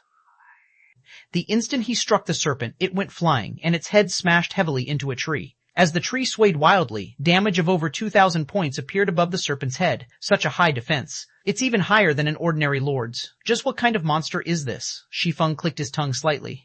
He had activated not only Dragon's power, but also the Aura of Fire, which increased his damage by 40%. With his current equipment and attributes, his normal attacks should still be able to deal over 3,000 damage, even if he was up against a level 40 lord. However, when it came to the dark magic serpent, his attack only dealt more than 2,000 damage. To the level 42 chieftain, which possessed 800,000 HP, that amount of damage was practically negligible. Just its battle recovery alone could regenerate 1% of its HP every 5 seconds. That was 8,000 HP every 5 seconds. Should he encounter this dark magic serpent without Dragon's power, he would most likely have no choice but to flee. On the other side, Iron Wrist and the others had begun luring the heavily injured dark magic serpent away from Shi Feng. If the two dark magic serpents used vicious venom simultaneously, even 1,000-strong army would have to say their prayers. Seeing that Iron Wrist and the others had distanced themselves from him, Shi Feng now activated 9 dragons, Slash and Phantom Kill. At the same time, he had also had his doppelganger activate its ultimate move, Blade Liberation, increasing its strength and agility by 80%. With two of them attacking the chieftain together, the battle became much more efficient. Although the doppelganger's strength was not comparable to the original, it surpassed Shi Feng in terms of speed. Taking hold of the dark magic serpent's aggro, the doppelganger kited the chieftain effortlessly. Meanwhile, Shi Feng himself attacked the chieftain madly from behind. Chop, thundering flash, earth splitter. Finally, both original and doppelganger used flame bursts simultaneously. Every single one of their attacks dealt over 10,000 damage and over 20,000 damage if their attacks triggered a critical hit. Out of the 24 consecutive hits, over half achieved a critical hit. In the blink of an eye, the dark magic serpent's remaining 50% HP zeroed out. The chieftain did not even get the chance to use Berserk. The dark magic serpent's death also allowed Shi Feng's EXP to soar. In addition to the difference of 10 levels, the EXP a field chieftain provided was also very generous. Aside from contributing a huge sum of EXP, the dark magic serpent dropped 7 items. Only 7 items dropped even after I activated Divine Providence? Isn't this dark magic serpent a little too miserly? Shi Feng was stunned when he saw only 7 items scattered on the ground. 576 Maverick. In God's Domain, a chieftain-ranked monster normally dropped around 4 or 5 items since a 20-man team could easily deal with a chieftain of the same level. As for lords, these monsters usually required 50-man or 100-man teams of the same level to defeat, and the number of items they usually dropped was above 10 pieces. At Dark Gold rank, Icarus's heart possessed 14 luck. Moreover, Divine Providence gave an additional 32 luck when activated. In total, Shi Feng could raise his luck up to 46 points. With so much luck, Shi Feng had a high chance of triggering a jackpot even if he were to kill a lord, not to mention a chieftain. Yet, the dark magic serpent had only dropped 7 items. Moreover, all 7 of these items were very ordinary. Usually, players would have a tiny chance of obtaining fine gold equipment from field chieftains. However, among the 7 items Shi Feng obtained, there was no fine gold equipment at all. There were only 2 pieces of mysterious iron equipment and 2 pieces of secret silver equipment. All 4 were level 40 equipment. As for the remaining drops, they were 3 gray crystals. Taking a look at the crystals' information showed that all 3 were common items. What is going on here? Shi Feng was astonished when he saw the items the dark magic serpent dropped. Despite his having such high luck, the chieftain dropped only such low-quality items. It was practically the lowest possible drop one could get from a chieftain. Shi Feng then shook his head, dispelling his thoughts as he quickly stored the drops. Whatever. Best to take a look at the situation on other side for now. Although the drops he obtained were unsightly, Shi Feng felt that it was somewhat reasonable after giving the matter some thought. The higher the level 1 reached in God's Domain, the more difficult it was to obtain good equipment. When players reached level 40, the difficulty of obtaining level 40 secret silver equipment was no less than the difficulty of obtaining level 30 fine gold equipment at level 30. While Shi Feng was hurrying over to Iron Wrist's side of the battlefield, the fight there had yet to end. Currently, the dark magic serpent still had 10% of its HP remaining. However, Iron Wrist and the others were not doing too well right now. Due to the unexpected ambush earlier, the party's mages and healers had depleted themselves considerably. Now that they resumed their conquest of the heavily injured dark magic serpent, they found the battle extremely taxing. Hence, even after fighting for so long, they had managed to take away only 20% of the dark magic serpent's HP. Everyone keep it up. It has only 10% of its HP left. We should hurry up and finish off this dark magic serpent so that we can go help on the other side, Iron Wrist said as he blocked the chieftain's tail swipe using his shield. Everyone nodded in agreement, and they began using everything they had. The 2 mages each took out a Tier 1 magic scroll and started chanting. Tier 1 magic scrolls were life-saving items. Although the scrolls only contained Tier 1 skills, the might of the skills was much more than that of any ordinary Tier 1 skill. Most importantly, these Tier 1 magic scrolls did not require any mana to use. The ranger had also taken out 20 special arrows. These special arrows were consumable items. Although they were not as expensive as a Tier 1 magic scroll, the combined value of 20 special arrows was no less than that of 3 Tier 1 magic scrolls. The spells contained in the Tier 1 magic scrolls bombarded the dark magic serpent one after another, each dealing over 3,000 or 4,000 damage, 3 or 4 times more damage than what the mage's own Tier 1 spells were capable of. The 2 mages' bombardment instantly reaped over 20,000 HP from the chieftain. Meanwhile, every one of the special arrows the ranger shot dealt around 500 damage to the serpent. After firing all 20 arrows, the ranger inflicted a total of 30,000 plus damage to the chieftain. In the blink of an eye, the dark magic serpent's HP fell to a critical level. The chieftain constantly let out anguished shrieks as the spells and arrows visited numerous terrible wounds on its body. Die! Iron Wrist shouted as he used Beheaded. The Tier 1 Beheaded could instantly kill a monster with less than 5% HP remaining at a certain probability.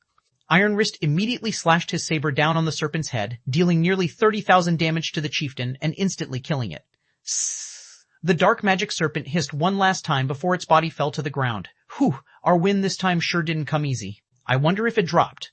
The cleric, off fire, said as he breathed out a sigh of relief, his hand wiping away the sweat that had gathered on his forehead. We don't have time to care about these things. Dustwind, you stay behind and pick up the loot, Iron Wrist instructed the elementalist beside him. Everyone else, follow me. Don't forget, we still have another full HP dark magic serpent we need to take care of. Without anybody to detoxify him, that person won't be able to last too long. Although they had seen how powerful Shi Feng was, the dark magic serpent was no ordinary monster. Particularly, without a cleric to deal with the chieftain's vicious venom, it was simply impossible for someone to defeat a dark magic chieftain all alone. When everyone heard Iron Wrist's words, they immediately readjusted their moods and promptly broke out into a run towards Shi Feng's side of the battlefield. However, before they managed to take 2 steps, they stopped cold. Everyone was stupefied. A person had suddenly walked out of the forest in front of them, and this person was none other than Shi Feng, the person they were just about to go save. Moreover, Shi Feng appeared completely unscathed. He had not lost even a single HP. There was also no sign of a dark magic serpent behind him, proving that he had not escaped his battle, but had instead finished it already.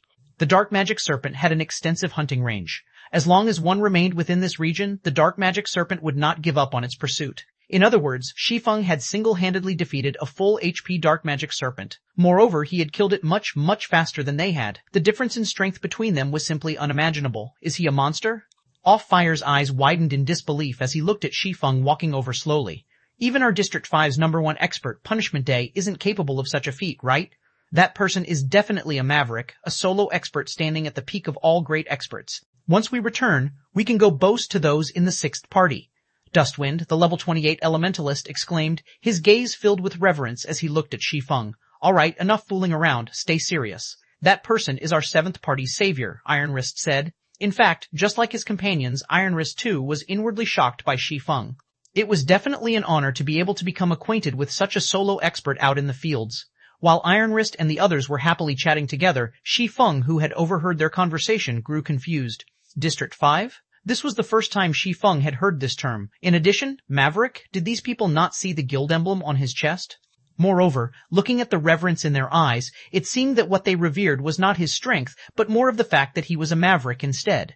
That's right, we're the 7th party of District 5, and I am the party leader of the 7th party, Iron Wrist. We are truly grateful for your help before, Sir Expert. Otherwise, our party would have truly been finished, Iron Wrist said gratefully. Hearing Iron Wrist's words, Shi Feng grew even more confused. May I ask if this place is the Dark Den? Shi Feng asked. Dark Den? I've never heard of such a place. Our party only operates in areas close to District 5. We've never ventured anywhere too far. I sincerely apologize for not being able to offer any help, Iron Wrist replied after giving Shi Feng's question some thought. However, the other parties in District 5 might know something about it. After all, the area our 7th party has explored is somewhat smaller than what the others have. Why don't you follow us back to District 5? I can help you ask around the other parties. All right, I'll have to trouble you then, Shi Feng agreed after thinking it over. Shi Feng could tell that Iron Wrist had not lied. However, the Shield Warrior's words left him thoroughly muddle-headed. He might as well go to this District 5 and take a look around. Meanwhile, when Iron Wrist's party heard Shi Feng agree to accompany them back to District 5, they all showed excited expressions. 577 Chapter of Darkness. While Shi Feng was patiently waiting for Iron Wrist's party to collect their loot, he suddenly discovered an astonishing matter. The loot of the Dark Magic Serpent had exceeded his expectations entirely. The serpent Iron Wrist and his party killed had dropped only 3 items, with 2 of them being level 40 mysterious iron equipment. The 3rd item was a piece of gray crystal. Aside from those, there was nothing else. Their loot was miles short of the 7 items he had gotten. It seems that the loot of the Dark Magic Serpent really is terrible. When Shi Feng looked at the drops Iron Wrist's party obtained, he realized that his luck before hadn't been bad at all. Just as Shi Feng was about to lament the paucity of the Dark Magic Serpent's loot, Dustwind, the elementalist of the party, suddenly jumped up in joy. We've lucked out! It actually dropped! Dustwind laughed. Really? Let me see. Off Fire rushed to the elementalist, the expression on his face right now as if he had just won the lottery. We've only been hunting dark magic serpents for 4 days, yet we've already managed to obtain it? That can't be, right? Likewise, everyone else in the party ran over to the elementalist, one after another, excited expressions on their faces. Shi Feng could not help but be stunned at this sight. He had long since peeked at the party's loot using omniscient eyes. Although level 40 mysterious iron equipment was indeed a rare item right now, it was still useless to current players. Moreover, its basic attributes were only slightly better than level 30 fine gold equipment.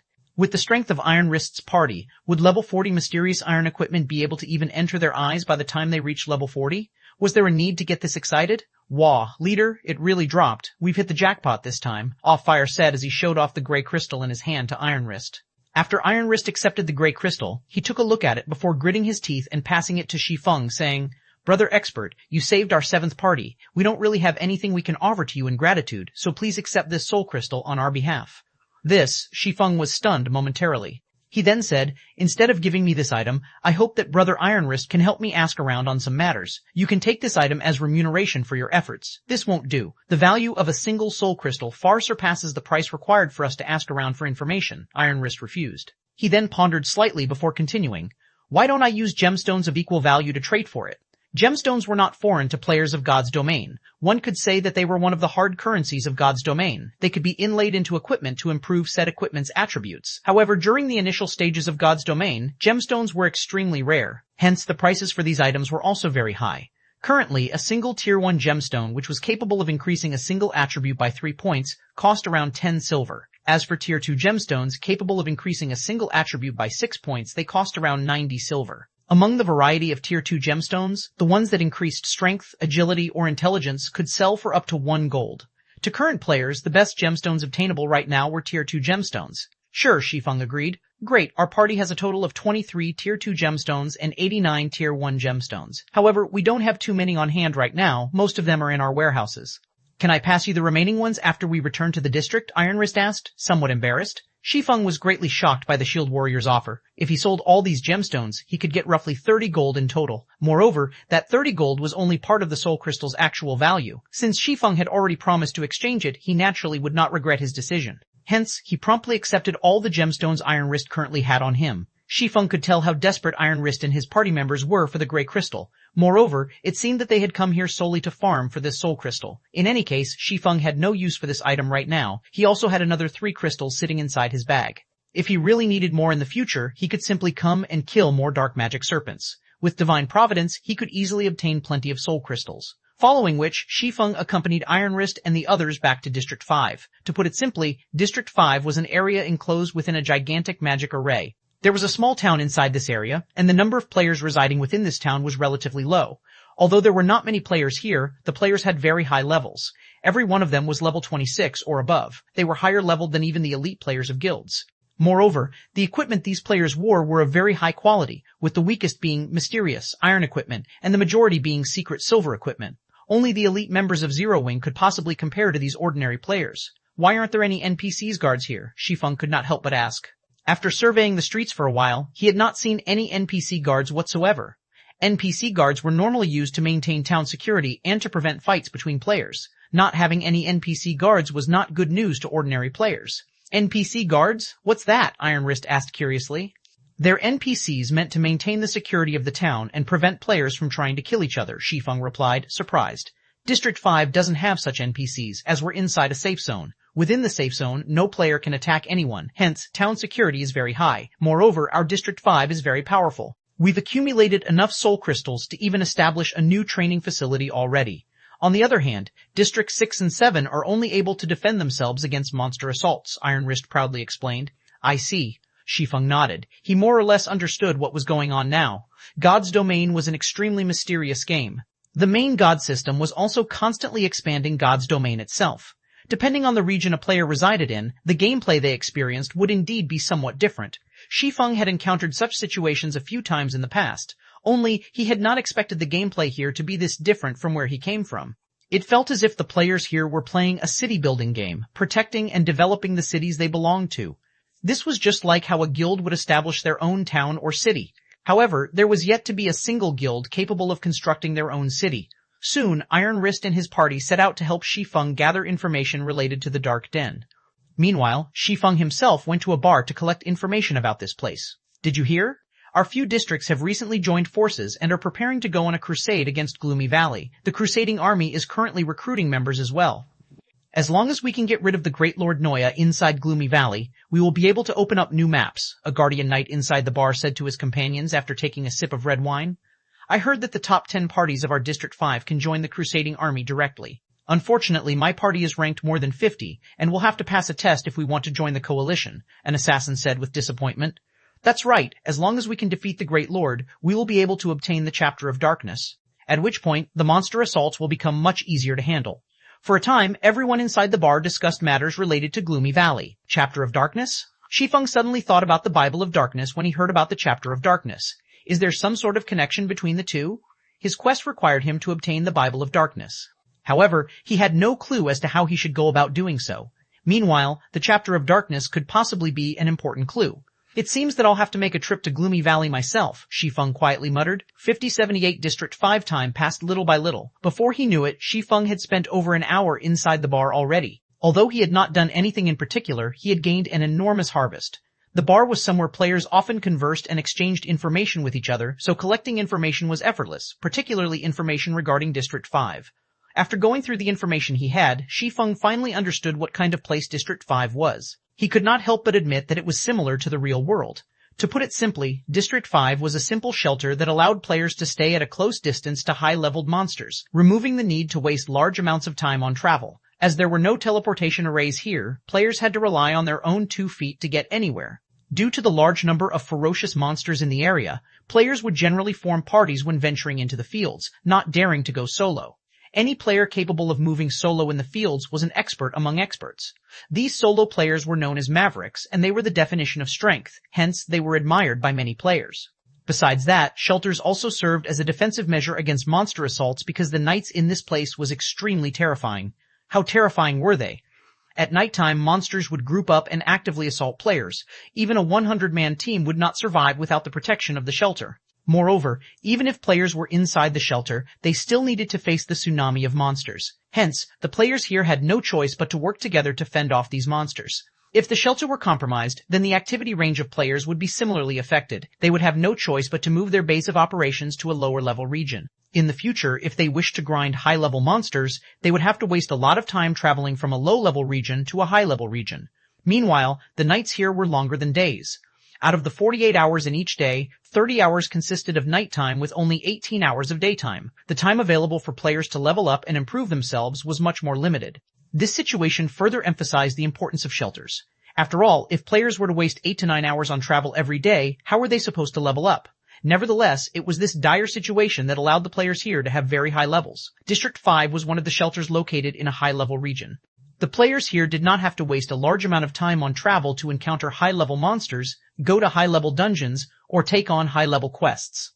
As the players here had to face the assault of a monster army every night, not only could they gain a considerable amount of EXP from killing these monsters, but they could also take the opportunity to complete high-level quests, obtaining significant sums of money and equipment. Meanwhile, the most precious resource for a shelter was the soul crystal. This item could be used to strengthen the magic array enveloping the shelter, significantly weakening the monsters within the magic array's range and giving players an easier time pushing back the monster armies. If players donated soul crystals to the shelter, they could receive large amounts of contribution shares in return. Contribution shares were equivalent to money in shelters, and players could use these points to purchase some specific items to strengthen themselves. For example, the Tier 1 curse that Iron Wrist's party wielded was one of the good items acquired using contribution shares. Hence the players here had a great desire for soul crystals. Only, this item was truly useless to Shi Feng. He would not be living in this place. He was only going to stay here as a guest until he completed his quest. Although the soul crystals are useless to me, it won't be a bad idea to exchange them for some gemstones. Shi Feng suddenly thought of a good idea to make money as he looked at the 3 soul crystals inside his bag.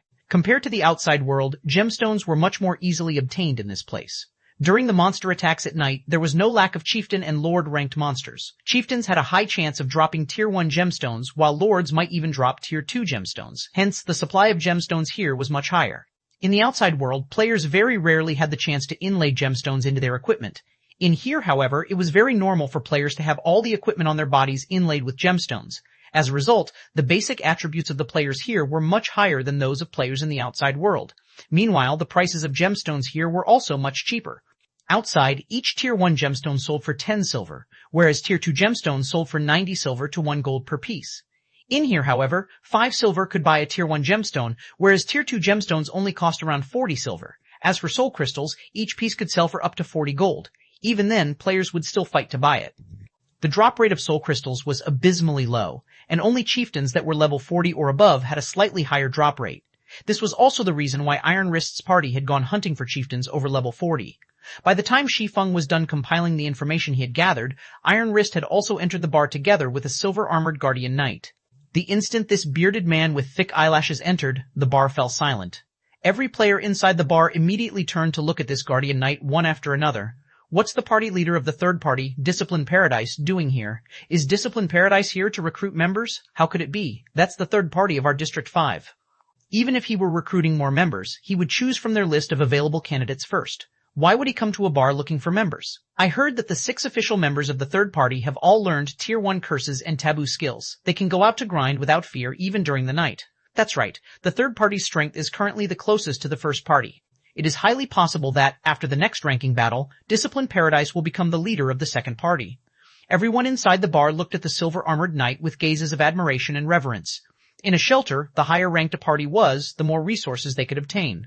In addition, they would also gain greater access in the shelter, allowing them to purchase items that were not available to regular parties. That way, their party's strength would improve even faster. Soon, Discipline Paradise and Iron Wrist arrived before Shi Feng, who was currently seated at a corner of the bar. Brother Expert, let me introduce you. This here is the leader of our District 5's third party, Discipline Paradise. He's quite knowledgeable about the dark den you spoke of, Iron Wrist said, smiling. Hello, you can just call me Discipline. Discipline Paradise smiled. Although Discipline Paradise was one of the powerhouses of District 5, he did not display any form of arrogance. On the contrary, he was a very kind and straightforward man. When the surrounding players saw Discipline Paradise, the leader of the third party, and Iron Wrist, the leader of the seventh party, actively greeting a swordsman that none of them had ever seen before, every one of them was stupefied. Who is that person? Why haven't I seen him before? Is he one of the top 10 party leaders of some other district? I don't think he's just limited to being in the top 10, right? Didn't you hear Iron Wrist calling that person an expert? That person might even be one of the top 3 party leaders of some other district. Otherwise, why would Discipline Paradise personally come over to meet him? Everyone began guessing at Shi Feng's identity one after another. However, Discipline Paradise's next words instantly shocked everyone inside the bar. Brother Yi Feng, would you be willing to join our District 5's Crusading Army, 59 Crusading Army? Join the Crusading Army, Shi Feng began pondering silently. He did indeed want to go and take a look at Gloomy Valley, with his goal for going there being the Chapter of Darkness. After all, there might be some sort of connection between the chapter and the Bible of Darkness. However, he had intended to go there by himself. There was only a single Chapter of Darkness. With so many people wanting to obtain it, how was he supposed to get it if he went with a group? It was also unlikely that everyone would give him the Chapter of Darkness. Hence, the only way for him to obtain it was to move alone. That way, he would not have to share the chapter with others. Based on the information he had gathered earlier, there was no need to defeat the Great Lord Noya to get the Chapter of Darkness. Hence, Shi Feng could just steal the chapter. There was no real need for him to conquer the Great Lord. The difficulty of obtaining the Chapter of Darkness this way was undeniably much lower. Moreover, he had already succeeded in carrying out similar feats in the past. Previously, he had stolen an imperial heirloom from the Anubis's gatekeeper, a Great Lord-ranked monster. Afterward, he had also snatched the God Crystal from a Tier 4 mythic creature, the Orc King Tresic. The first theft was difficult, but the subsequent one was easy. Currently, he had much more confidence in stealing an item from a Great Lord. That's right, join the Crusading Army. To be precise, I am asking you to join our third party, Discipline Paradise said, his eyes filled with sincerity. Hearing Discipline Paradise's words, all the players inside the bar could not help but turn to look at Shi Feng, envious expressions appearing on their faces. The crusade this time was not something just anyone could participate in. As it was a crusade against Gloomy Valley, the number of players they could bring was limited. Naturally, they would only allow elites to participate in it. That way would increase the chances of success considerably. Meanwhile, in District 5, only the top 10 ranking parties received direct admission into the Crusading Army. Everyone else had to go through a test, and only the best could join the crusade. There were many players in District 5. Meanwhile, only a total of 100 slots were allotted to District 5 for the crusade. Among them, 60 were already assigned to the top 10 parties, so everyone else would have to fight for the remaining 40 slots. One could just imagine how intense the competition would be. Now, Shi Feng could join the third party directly and participate in the crusade without having to compete over those 40 slots. This was practically a gift from the heavens. As long as the crusade succeeded, the 100 players participating in it would receive a bountiful harvest, particularly in terms of contribution shares for the shelter. How could this situation not make others envious? Discipline, how can you be so underhanded? Iron Wrist suddenly called out. Even if Brother Yi Feng is going to join the Crusading Army, he should be joining my seventh party, not your third party. I only invited you over to discuss matters relating to the Dark Den. When Iron Wrist had gone looking for Discipline Paradise earlier, he had told the Guardian Knight everything about his encounter with Shi Feng. However, he had not expected Discipline Paradise to actually play such a card. No matter how one looked at it, Shi Feng was a maverick with frightening strength. Although the Crusading Army this time had gathered the power of multiple districts, after the crusade succeeded, the number of contribution shares awarded would be based on each party's performance in the crusade. In other words, the party that was the most helpful during the raid of the Great Lord Noya would receive the most contribution shares once the Great Lord was defeated. Most importantly, the party that received the highest contribution shares had priority in choosing from the loot. If Iron Wrist could get a maverick like Shi Feng to join the 7th party, his party's strength would no doubt soar. At that time, the number of contribution shares they could obtain was self-evident. Hence, he was doing everything he could to befriend Shi Feng. This is not a first-come, first-served thing. Moreover, regarding this matter, I won't back off even if you're my friend, Discipline Paradise said in a righteous tone. Also, it will be of great help to Brother Yifeng if he joins my 3rd party. Suddenly, Discipline Paradise and Iron Wrist began arguing with each other over Shi Feng. What is this situation? Can someone tell me who that swordsman is? The scene of 2 District 5 big shots arguing over an unknown swordsman stunned the players drinking inside the bar. Great help? Shi Feng could not help but ask, may I know what kind of help Brother Discipline is referring to? The Chapter of Darkness. Discipline Paradise sent a whisper to Shi Feng.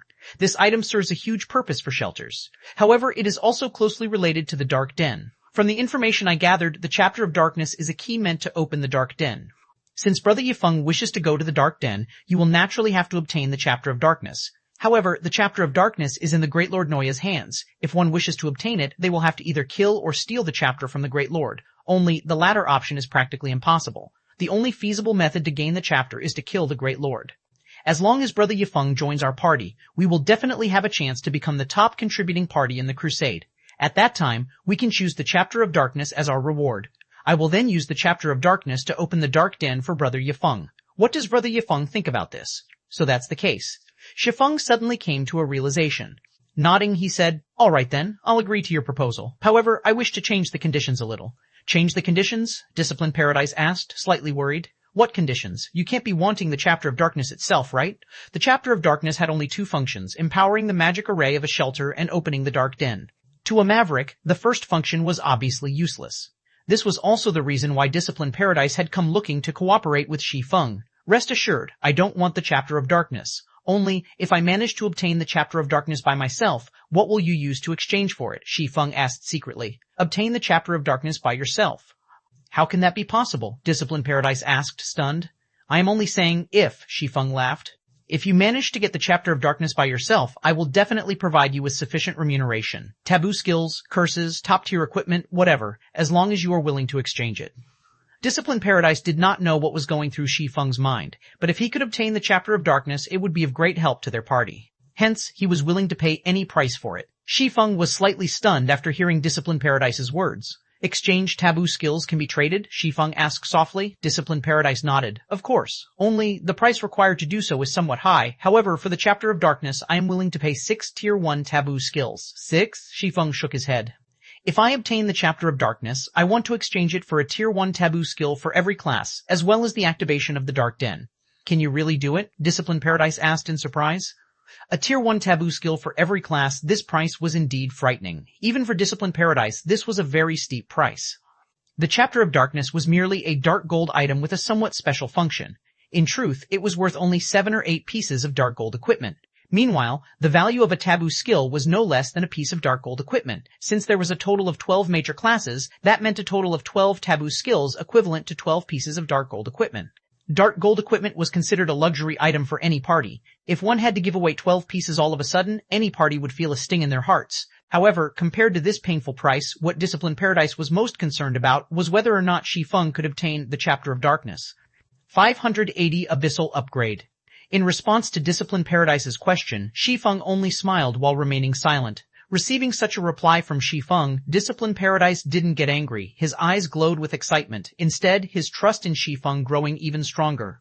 Previously, he had heard from Iron Wrist that Shi Feng had managed to defeat a level 42 chieftain ranked Dark Magic Serpent all by himself. This was definitely a feat that no ordinary person was capable of. Currently, there were only 10 parties capable of hunting Dark Magic Serpents in District 5. Other than their excellent techniques and equipment, the main reason why these 10 parties were equal to the task was their having learned Tier 1 taboo skills that countered these chieftains. Otherwise, they all would be powerless against Dark Magic Serpents. As for defeating a Dark Magic Serpent single-handedly, not even he, the leader of District 5's third party, had ever dreamed of attempting such a feat. Due to this reason, he had come over personally to invite Shi Feng to join their team and aid them in competing for the Chapter of Darkness. When will Brother Yifeng be able to obtain the Chapter of Darkness? Discipline Paradise asked somewhat anxiously. Hints of reverence and elation gleamed in his eyes. Although several districts were participating in the crusade against the Great Lord Noya this time, Noya was a level 40 Great Lord. Even if everyone combined their power, victory over the Great Lord was still a long shot. They had made ample preparations, yet their current predicted success rate was below 10%. The odds for stealing the Chapter of Darkness weren't worth mentioning. It was not easy for a party to survive in a shelter. Besides constantly competing over the party rankings inside a shelter, parties also needed to defend the shelter every day, lest the shelter fall into ruin and all their efforts come to naught. Now that an expert like Shi Feng had shown up, the third party would have a much better chance at obtaining the Chapter of Darkness. Noya was no ordinary Great Lord. It was a guardian monster serving as the key for activating a new map. Such guardian monsters normally tested a player's individual abilities. Having more players participating in the crusade would only lead to more mistakes occurring. Ever since God's Domain began, Mavericks had been the ones to activate many of the new maps. Hence, everyone in this place revered Mavericks greatly as they had managed to accomplish a task that most parties couldn't. Meanwhile, this was the first time Discipline Paradise encountered a Maverick as strong as Shi Feng. Shi Feng's chances of obtaining the Chapter of Darkness were definitely much higher than their crusading armies. I'll give it a go as soon as possible. Shi Feng could not give an accurate timeline. After all, he had not yet seen Noya personally. However, with his equipment and means, he should have an excellent chance of stealing the item the Great Lord was guarding. I hope that Brother Discipline can prepare the Tier 1 taboo skills as soon as possible. Tier 1 taboo skills and curses were not cabbages piled high in the market.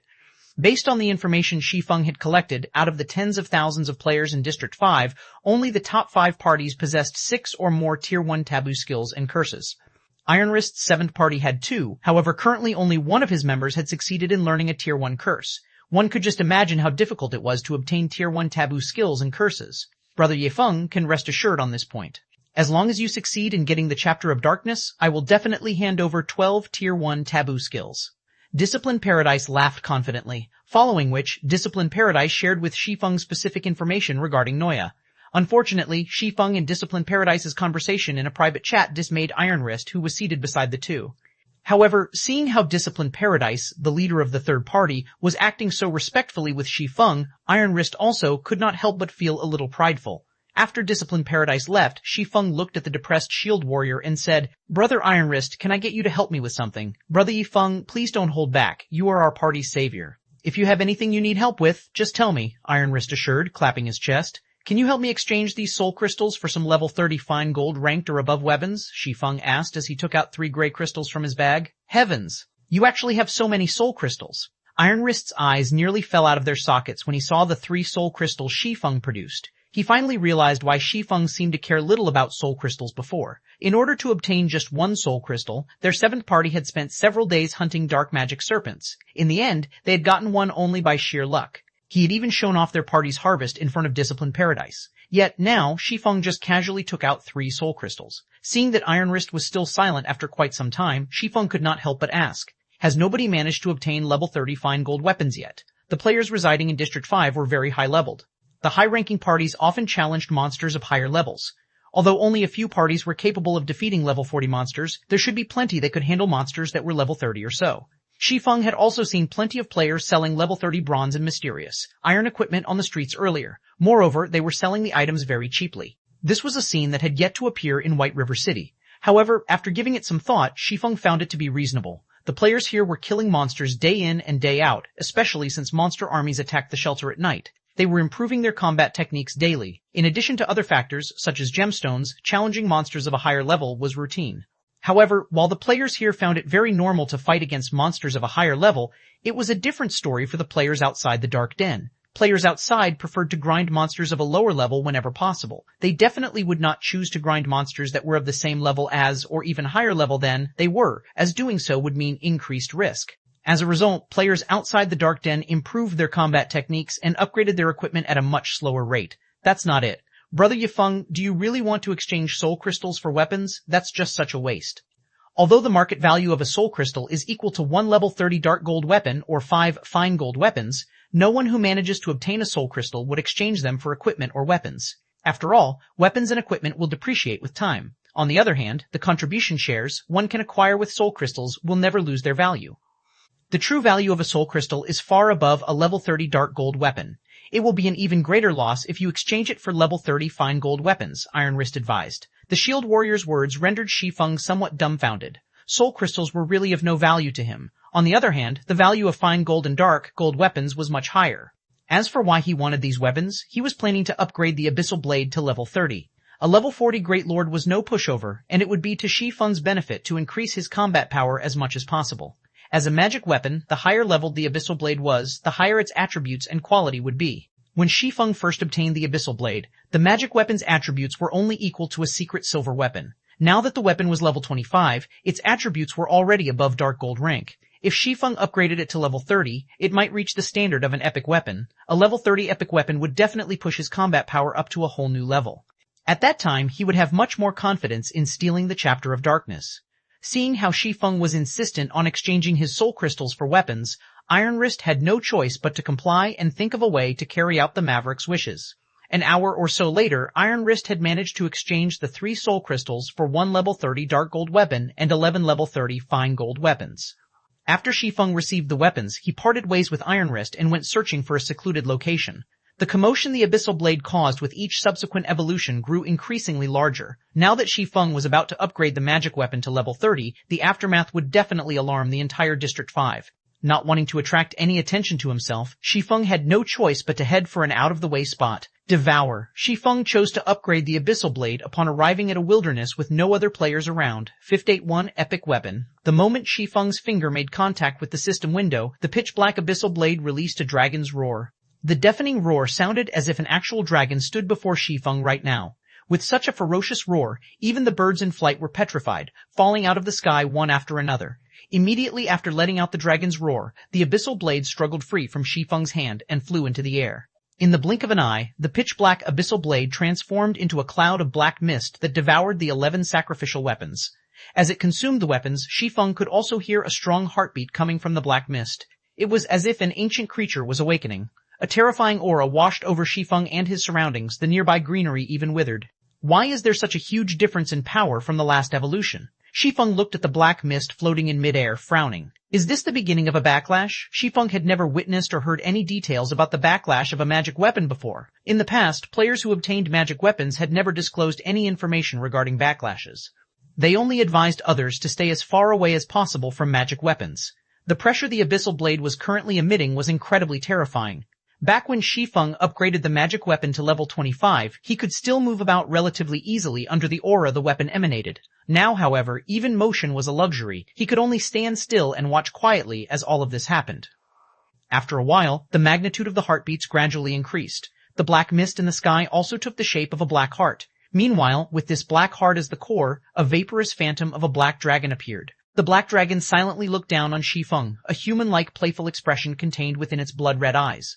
In the next moment, the phantom dissipated into nothing, this time transforming into a silver sword that landed at Shi Feng's feet. The phantom of the black dragon is becoming more realistic with each subsequent evolution. Even the pressure it emits is growing stronger. No wonder so many players dared not use magic weapons even though they had obtained them. Shi Feng frowned slightly as he looked at the Abyssal Blade which had stabbed into the ground. When and where a backlash would occur, nobody knew. Continuously strengthening the Abyssal Blade was equivalent to enhancing the power of the magic weapon's backlash. Just the current Abyssal Blade could already make him feel fearful. If he continued upgrading the Abyssal Blade, he might really fail to cope with the backlash. This should be the so-called, the bigger they are, the harder they fall. Forget it. Let's take things as they come. Shi Feng shook his head, dispelling the negative thoughts in his head. He then pulled out the Abyssal Blade and took a look at its attributes. Abyssal Blade one-handed sword, magic weapon attack power plus 633. All attributes plus 42, attack speed plus 15. Ignore levels plus 15 attacks have 50% chance to cause 200% damage, 25% chance to cause 300% damage. Every attack increases damage by 2%, up to a maximum of 20%. If wielder belongs to any swordsman-related class, all skill levels plus 3. Increase free ability points received for every increase in level by 2 points. Equipment level 30, can be upgraded. Devour 20 level 35 fine gold weapons and 3 level 35 dark gold weapons to upgrade to level 35. Can be evolved unknown. Additional skill 1, Phantom Kill. Instantly creates a doppelganger. You can control this doppelganger. Doppelganger will have 70% of original body's attributes and all skills. At the same time, doppelganger and the original body can be swapped. Duration, 1 minute cooldown, 5 minutes additional skill 2, Abyssal Bind. Binds enemies and prevents movement, reducing defense by 100%. Duration, 4 seconds cooldown, 1 minute additional skill 3, 9 Dragon Slash. Instantly creates 12 phantoms of the Abyssal Blade for wielder to use. Each phantom sword is capable of dealing up to 50% damage. Duration, 30 seconds cooldown, 5 minutes additional skill 4, Abyssal Curse. Prevents all targets within a radius of 30 yards from moving or attacking for 5 seconds, as well as reducing all their attributes by 20% for 10 minutes. Cooldown, 40 minutes additional Profound Inheritance. Black Emperor. When activated, every critical hit will accumulate 1 stack of Death Aura. Each stack of Death Aura can be used to increase all attributes of wielder by 2% and attack speed and movement speed by 1% for 10 seconds, or be used to reduce the cooldown of a skill by 3 seconds. Maximum of 30 stacks of Death Aura. Duration, 10 minutes cooldown, 15 hours. The Abyssal Blade was personally created by Master Smith Ulysses using the Black Dragon King's fangs as material. It is one of 36 famed swords, and it is ranked 31st. However, this sword has been cursed by the Black Dragon King. Aside from providing the wielder with immense strength, there will be a backlash every period of time. However, after being remodeled by Jack using a star crystal, the strength of the backlash has been greatly reduced. If the wielder is unable to suppress the backlash, the wielder will receive the curse of the Black Dragon King, permanently reducing all attributes by 50%. Unable to be dropped, unable to be traded. This is equal to the attack power of a level 30 epic ranked two-handed sword, right? Shi Feng exclaimed in surprise. Back when the Abyssal Blade was level 25, its attack power had only been over 400. Now that the magic weapon was upgraded to level 30, its attack power had actually increased by over 200 points. Not to mention, the weapon's skills had also undergone a transformation, with Abyssal Curse replacing Dark Violent Dance. Used against a single target or a group, it was an extremely powerful control and weakening skill. However, this was still not the most significant change to the Abyssal Blade. Swinging the magic weapon lightly, Shi Feng felt as if the Abyssal Blade was an extension of his arm, so much so that he could even feel the sword's edge cutting through the air. What's going on here? Shi Feng looked at the Abyssal Blade incredulously. There was a saying that, when one's mastery of a weapon reached a certain level, said weapon would feel like an extension of one's own body. However, this was only a saying. Just being able to incorporate a weapon into one's own attack habits and styles was already an amazing feat. During the early stages of God's Domain, the attributes of weapons and equipment were very important. However, as players acquired better equipment, they would begin ordering custom-made weapons and equipment for themselves.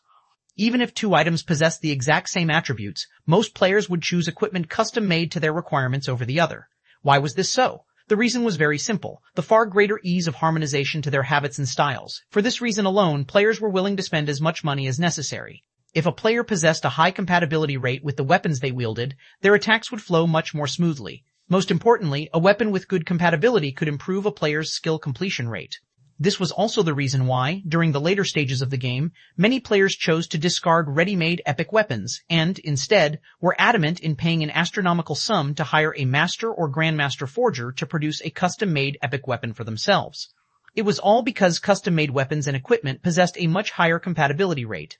Thinking up to this point, Shi Feng immediately began brandishing the Abyssal Blade to get used to the newly enhanced weapon. He then found a level 35 demonic hound to test his sword on. Chop! Usually, Shi Feng could achieve a completion rate of 85% or above when using this skill, displaying 100% of the skill's might. In the past, his best record for Chop was 90%. Although this skill was very simple, it was extremely difficult to execute properly. The 3 sword lights, which should have resembled 3 silver crescents, converged into one as they struck at the demonic hound, causing the damage dealt by Chop to reach its maximum. At this moment, however, the 3 sword lights had transformed into 3 full moons that met at a single point. The space at this single point looked as if it had been pierced. One could faintly see a small spatial crack at this location. System, Chop completion rate 92%, resulting in 125% of skill's effect. Skill proficiency +4. Shi Feng then followed up with Thunder Flame Explosion. Originally, this skill should have combined the power of lightning and fire into a massive fireball that bombarded the enemy. Now, however, instead of a fireball, System, Thunder Flame Explosion completion rate 90%, resulting in 110% of skill's effect. Skill proficiency +3. What? Why is there suddenly such a huge increase in skill completion rate? Shi Feng stared at the system notification window, flabbergasted. Compared to his past self, his current strength was much stronger. In the past, his best record for Chop was 90% completion rate. Although it was only a meager 2% increase, the gap was like the difference between heaven and earth. Based on the system's configuration, completion rates between 81% to 90% were categorized into the same group. Achieving any percentage within this range would give an increase of 3 proficiency points. Also, at 90%, one could display 11-10% of a skill's effect. At 91%, a skill's effect was directly upgraded to 120% and would yield 4 proficiency points. The improvement to Thunderflame Explosion was even more apparent. Previously, he could not even achieve an 85% completion rate on the skill. Now, however, he had managed 90%. Shi Feng had killed a level 35 demonic hound in just 2 moves.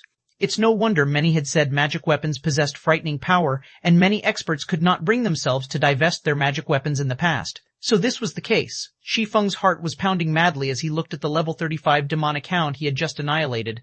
His compatibility with the Abyssal Blade right now was practically perfect. He felt invincible. 5ID2. The true power of a magic weapon. Shi Feng killed over a dozen level 35 demonic hounds, testing his various skills. When used with the Abyssal Blade, he could manipulate every skill of his as if just playing with a toy. He could casually mold the skill to his liking, very easily exceeding his past records of skill completion rates. In God's domain, skill completion rates were an important indicator of a player's actual strength. In the past, in order to improve the completion rate of one skill by just 1%, many players had trained arduously for days, sometimes even weeks. Particularly after reaching the 85% threshold, raising a skill's completion rate by 1% required a tremendous amount of effort. For some, even that wasn't enough. All the training in the world was useless. However, with the Abyssal Blade in hand, this ironclad law was instantly broken. When one wanted to improve their combat techniques, they first needed to learn how to control their own bodies. If one could not even control their form properly, they could never control the weapons in their hands. Shi Feng's control over his body had long since reached a very high standard. Unfortunately, he had not reached a similar level with his control over his weapons. He could not reach a level where he could feel even a strand of hair fall onto his sword's edge. However, his compatibility with the Abyssal Blade now was practically perfect. It felt as if he had become one with the magic weapon, allowing his skill completion rate to reach new highs. At this moment, he surpassed all previous records with one of his basic skills, Chop, achieving a 95% completion rate. If a skill's completion rate reached 95%, the skill would display 135% of its effects. In other words, Shi Feng's current Chop dealt an additional 35% damage compared to his previous 85% completion rate. The increase in combat power was obvious. After continuously using the newly improved Abyssal Blade for such a long time, Shi Feng had grown addicted to the sensation he received from the magic weapon and the pleasure he felt from his strength gradually rising with every passing moment. His heart ached to remain in this state forever. After killing dozens of demonic hounds, Shi Feng's hunger was unsated. He wanted to continue to utilize these demonic hounds to improve his completion rate. Unfortunately, time was of the essence. He needed to prioritize his quest for now. In the past, many of those who obtained magic weapons had told others not to involve themselves with these things, as the magic weapon's power would devour them. So, it turns out that the power they had referred to was not a magic weapon's powerful attributes. Shi Feng inwardly sighed as he looked at the Abyssal Blade in his hand. In the past, countless experts had trained arduously just so that they could increase their skill completion rate by just one more percentage. Some had even gone through all that effort for nothing. Yet, a magic weapon can achieve this feat easily. Moreover, as a magic weapon grows more powerful, this frightening compatibility rate will also intensify. This is the reason that players in the past had continued to upgrade their magic weapons, and as a result, drowned themselves in this sea of skill completion rates, unable to pull themselves from the allure of this power. Thus far, Shi Feng had only trained for half an hour or so, and already his stagnant skill completion rates had improved massively. Moreover, Shi Feng could clearly feel that he had yet to reach his limit. Such power was truly terrifying. This was a temptation that no expert could distance themselves from. After all, there was not a single expert that did not wish to further refine their own techniques, particularly in this virtual world that was filled with various chance encounters. Even Shi Feng, someone who had played God's domain for over a decade, hungered to upgrade the Abyssal Blade once more, improving the magic weapon's compatibility rate again. This way, he might be able to refine his skill completion rate further. Achieving a 95% completion rate had already increased his combat power by 35%. Every 1% past 90% could increase a skill's effect significantly, not to mention past 95%. At that time, just how terrifying would his skills become? It might even be possible to double his combat power. The impact of raising his skill completion rates was far more valuable than learning a single taboo skill. After all, a taboo skill was only one attack. Although its might surpassed skills of the same tier, what would happen the taboo skill's duration? In the end, he would return to his prior strength. Meanwhile, a player normally incorporated a variety of basic skills into their attacks when engaged in battle. If every skill could achieve a 100% completion rate, one could easily wipe the floor with a player that had learned a taboo skill of the same tier. This was the true power of a magic weapon. Its main purpose lay not in increasing its wielder's attributes, but rather its main function was to improve the fundamentals of a player's techniques. Not even fragmented legendary weapons could offer such a devastating benefit, much less epic weapons. In the past, every player that wielded a magic weapon was undoubtedly a top-tier expert. Some even stood at God's domain's peak. Shi Feng finally understood that their achievements were all due to the intense compatibility rates that magic weapons offered. Of course, this improvement method was more of a form of diabolism. After all, most of the apex experts of God's domain had attained their strength step by step. They had first trained their physical control to the very limit. They then focused on their control over their weapons. Apex experts like these possessed unshakable foundations. Even if they switched to new weapons and equipment, their strength would not decrease significantly and would soon recover. However, it was a different story for magic weapon wielders. For those who had obtained a magic weapon at the very start of the game, if they suddenly lost their magic weapons, their strength would plummet. Someone who had initially been an apex expert might instantly become a nobody. Hence, in the past, none of the wielders were willing to part with their magic weapons. As a result, their magic weapons eventually devoured them, and they were forced to start all over again. However, this inspired an idea in Shi Feng. If he wanted to nurture experts quickly, it would be best to start with searching for weapons with high compatibility rates. If a player possessed weapons or piece of equipment that was highly compatible, their strength would skyrocket. Currently, Zero Wing had extremely few top-tier experts, and the standard of the guild's elite members was still relatively low. Meanwhile, dungeons required very high levels of personal strength. Zero Wing's advantage of raiding speed was only due to the equipment its team wore. In truth, they were far weaker than those teams that relied on personal combat techniques. The dungeon's final boss was particularly challenging for Zero Wing. There was practically no way to improve the equipment of Zero Wing's core members any further at the moment. If they wished to increase their combat power, they could only do so through skill completion rates. Unfortunately, until now, Zero Wing's members had only focused on finding ways to obtain better weapons and equipment to increase their attributes. They had mostly neglected to improve their skill completion rates. Currently, even Fire Dance, the most powerful melee fighter on Zero Wing's core team, could only achieve a maximum skill completion rate of 80%. She was still a great distance away from reaching 85%. If he could improve Fire Dance and the others' compatibility rates with their weapons, the combat power of Zero Wing's core team would improve by leaps and bounds. Compatibility rate? Shi Feng pondered aloud. In fact, he did have a method that could improve one's compatibility rate. He could recruit a Master Forger into the guild. Although Master Forgers could not produce a weapon with a 100% compatibility rate with a player, if Zero Wing had a Master Forger, said Forger could, more or less, produce tailor-made weapons and equipment with slightly higher compatibility rates for some of the guild's members.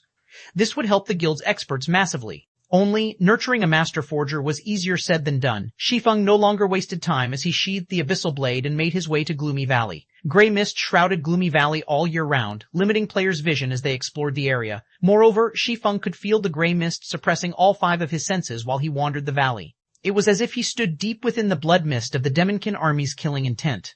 Only, the suppression effects were much weaker here. The majority of the monsters inside Gloomy Valley were level 40 or above elite rank. There were also plenty of level 40 or above special elites roaming around.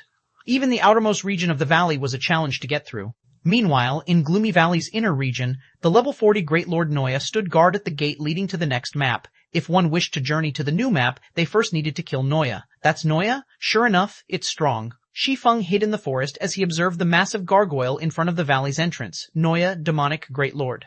Level 40 HP 10,110,058-3, suppressing a Great Lord to current players. A level 40 demonic Great Lord was a nightmare. Noya was also a gargoyle. Among demonic creatures, gargoyles ranked at the top in terms of magic resistance and defense. Worse, gargoyles possessed a massive pair of wings that enabled them to soar through the sky. If players encountered one, they would not even have the chance to escape. Gargoyles could also attack from the sky, leaving melee players at a great disadvantage. Only ranged classes posed any threat to gargoyles. A black slate tablet was embedded into the towering gate the Great Lord Noya protected. A faint gray barrier also prevented anyone from reaching the gate. Meanwhile, demonic power filled that black slate tablet. It was none other than the Chapter of Darkness that Shi Feng was trying to obtain. It was also the core energy source for the barrier protecting the stone gate. If one wanted to obtain the Chapter of Darkness, not only were they required to defend themselves against the gargoyles' attacks, but they also had to break the barrier. It was practically impossible for anyone to obtain the Chapter of Darkness without killing the Great Lord Noya. Only after defeating the gargoyle could one attempt to break the gray barrier. As Shi Feng approached the gate stealthily, he could faintly hear noise from nearby, and he turned to look for the source. Why are players here at such a time? Shi Feng was surprised. A short distance from the massive stone gate, a team of 100 players with levels ranging from 28 to 29 slowly approached, seemingly intending to raid the Great Lord. The sky grew darker by the minute, and it wouldn't be long before night arrived. To players, this was an extremely unfavorable situation. Ordinary players would normally hurry back to their respective shelters at this time of day. Are they planning to raid Noya now? Shi Feng could not help his shock. At this moment, this team of 100 players had already spread out and moved into formation. It was obvious that they intended to raid Noya. Only a level 40 Field Great Lord was not an easy opponent. Even a 500-strong team would face one-ending death. Otherwise, District 5 would not have joined hands with several other districts in an attempt to raid Noya. Meanwhile, the crusading army, which several shelters had organized, consisted of 1,000 players. Of course, this did not mean that all 1,000 players would enter the battle simultaneously. Instead, they planned to use a rotational tactic, taking turns to wear out the Great Lord. Field bosses would grow stronger depending on the number of players within their area of influence. For a Great Lord like Noya, when that number exceeded 100, its HP, defense, and attack power would increase significantly. Hence, when fighting a Field Great Lord, it was ideal to send a team of 100 players or have several teams of 100 players rotate in and out of battle. This was also the method that guilds favored when dealing with field bosses. Watching the 100 players stand before Noya, one could easily tell that they were not ordinary players based on their levels. In District 5, level 28 or 29 players stood at the peak of the shelter, yet there were actually 100 such players here right now. However, against a level 40 Great Lord, this team was still far from enough. Go! As the leading elementalist shouted, the 12 elementalists that had surrounded the gargoyle promptly unfurled the magic scrolls in their hands and began chanting. These 12 magic scrolls seemed to be of one body as they formed a complex 12-star magic array. In the blink of an eye, this 12-star magic array enveloped the Great Lord Noya. Powerful elemental mana continuously suppressed the field boss, who stood in this array's center, causing the Great Lord to release an angry bellow. Humans, it's you damned humans again. I'll sacrifice you all to Lord Carlo. Despite the 12-star magic array, Noya still revealed a sinister smile. You can smile even in the face of death? The leading elementalist sneered.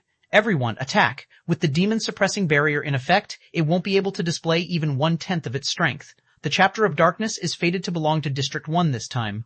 Everyone nodded in agreement as they charged towards the Great Lord. The people from District 1 are insane. Shi Feng silently clicked his tongue. Although he had heard that District 1 was the most powerful shelter in the Dark Den, trying to raid a Great Lord using such a brute force method was clearly not a wise move. Just like the leading elementalist had said, a demon-suppressing array formed by the power of 12 elementalists was indeed powerful.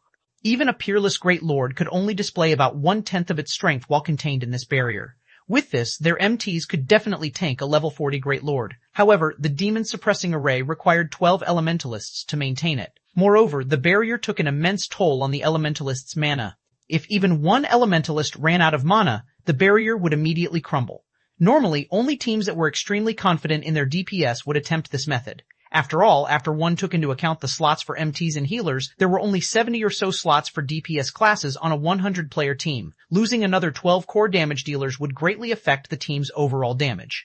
Particularly, the abilities of the team's DPS were further put to the test when one considered the problem of the barrier's duration, following which, the 6 MTs of District 1 took turns receiving the Noya's attacks. With the rear-line healers healing them, the MTs managed to stop the gargoyle's fierce attacks easily. At the same time, the other DPS of the team also began to attack the Great Lord madly. Fireballs, frost arrows, all sorts of magical and physical attacks bombarded Noya.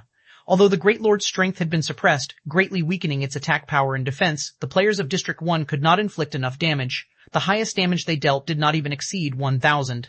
Damn, why does this monster have so much defense? The leading elementalist frowned.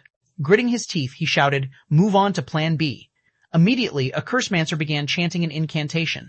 The spell this Cursemancer used was one that Shi Feng was very familiar with. It was none other than the Tier 1 curse that Iron Wrist's party had used, Dark Storm. Not only could it inflict large amounts of damage, but it could also heavily injure its target, greatly reducing the target's defense. When Dark Storm struck Noya, damages of over 3,000 points appeared above its head, one after another. The Tier 1 curse only dealt a total damage of around 10,000 points to the Great Lord. To Noya, who possessed 10 mils in HP, this was not even a scratch, following which everyone's damage abruptly soared and many dealt over 1,000 with their attacks. Unfortunately, the duration of Darkstorm's effect was limited. A short moment later, everyone's damage fell. Next, the leading elementalist shouted. Another Cursemancer began chanting, similarly casting the Tier 1 curse, Dark Storm. In such a way, the team repeatedly cast Tier 1 curses at Noya. Eventually, the gargoyle's HP fell to 60%. What an amazing team. Not even Zero Wing's core team is capable of wearing out a level 40 Great Lord to such a degree. Shi Feng was quite surprised as he watched this scene. However, he was also pleased. Initially, he had struggled to think of a way to break the gray barrier. However, now that someone pinned down the Great Lord for him, he could head over to the barrier and take his time researching it. 584, what can you do to me? While Shi Feng slowly circled to the other side of the battlefield, Great Lord Noya's HP suddenly decreased rapidly. This decrease could clearly be seen with the naked eye. At this moment, Noya was losing 1% of its HP every second. This sudden decrease was even greater than the damage that the District 1 team managed to cause. Is it nighttime already? The leading elementalist lifted his head to look up at the gloomy sky. The moon had already emerged. As moonlight touched on the Great Lord, Noya began to change. Its originally massive 3-story tall body began to shrink rapidly, and its maximum HP fell from its original 10 million to 6,000. However, as the gargoyle's body shrunk, its strength continuously rose, the Great Lord's damage increasing as well. Initially, Noya had only dealt around 2,000 to 3,000 to District 1's MTs. Now, however, every attack dealt over 4,000 damage. The MTs receiving the Great Lord's attacks had more than 8,000 HP. Before, even if they were unlucky enough to receive a critical hit from the Great Lord, they would still live. Now, however, a critical hit would definitely kill an MT. Take turns activating your life-saving skills to tank the boss. Healers, concentrate on the lead MT, the leading elementalist commanded. He had long since prepared for this. Following which, one of the shield warriors activated a Tier 1 shield wall, reducing the damage he received by half for 20 seconds. The damage Noya dealt instantly fell from nearly 5,000 points to just over 2,000 points. Meanwhile, the healers at the rear began dumping heals on the shield warrior, easily replenishing the 2,000 plus HP the shield warrior lost. However, after 5 seconds or so, the shield warrior suddenly struggled to cope with the Great Lord's attacks. The damage Noya's attacks dealt suddenly increased from over 2,000 points to almost 4,000. If not for shield wall, the shield warrior might have lost his life instantly. Leader, Noya is more powerful than we thought.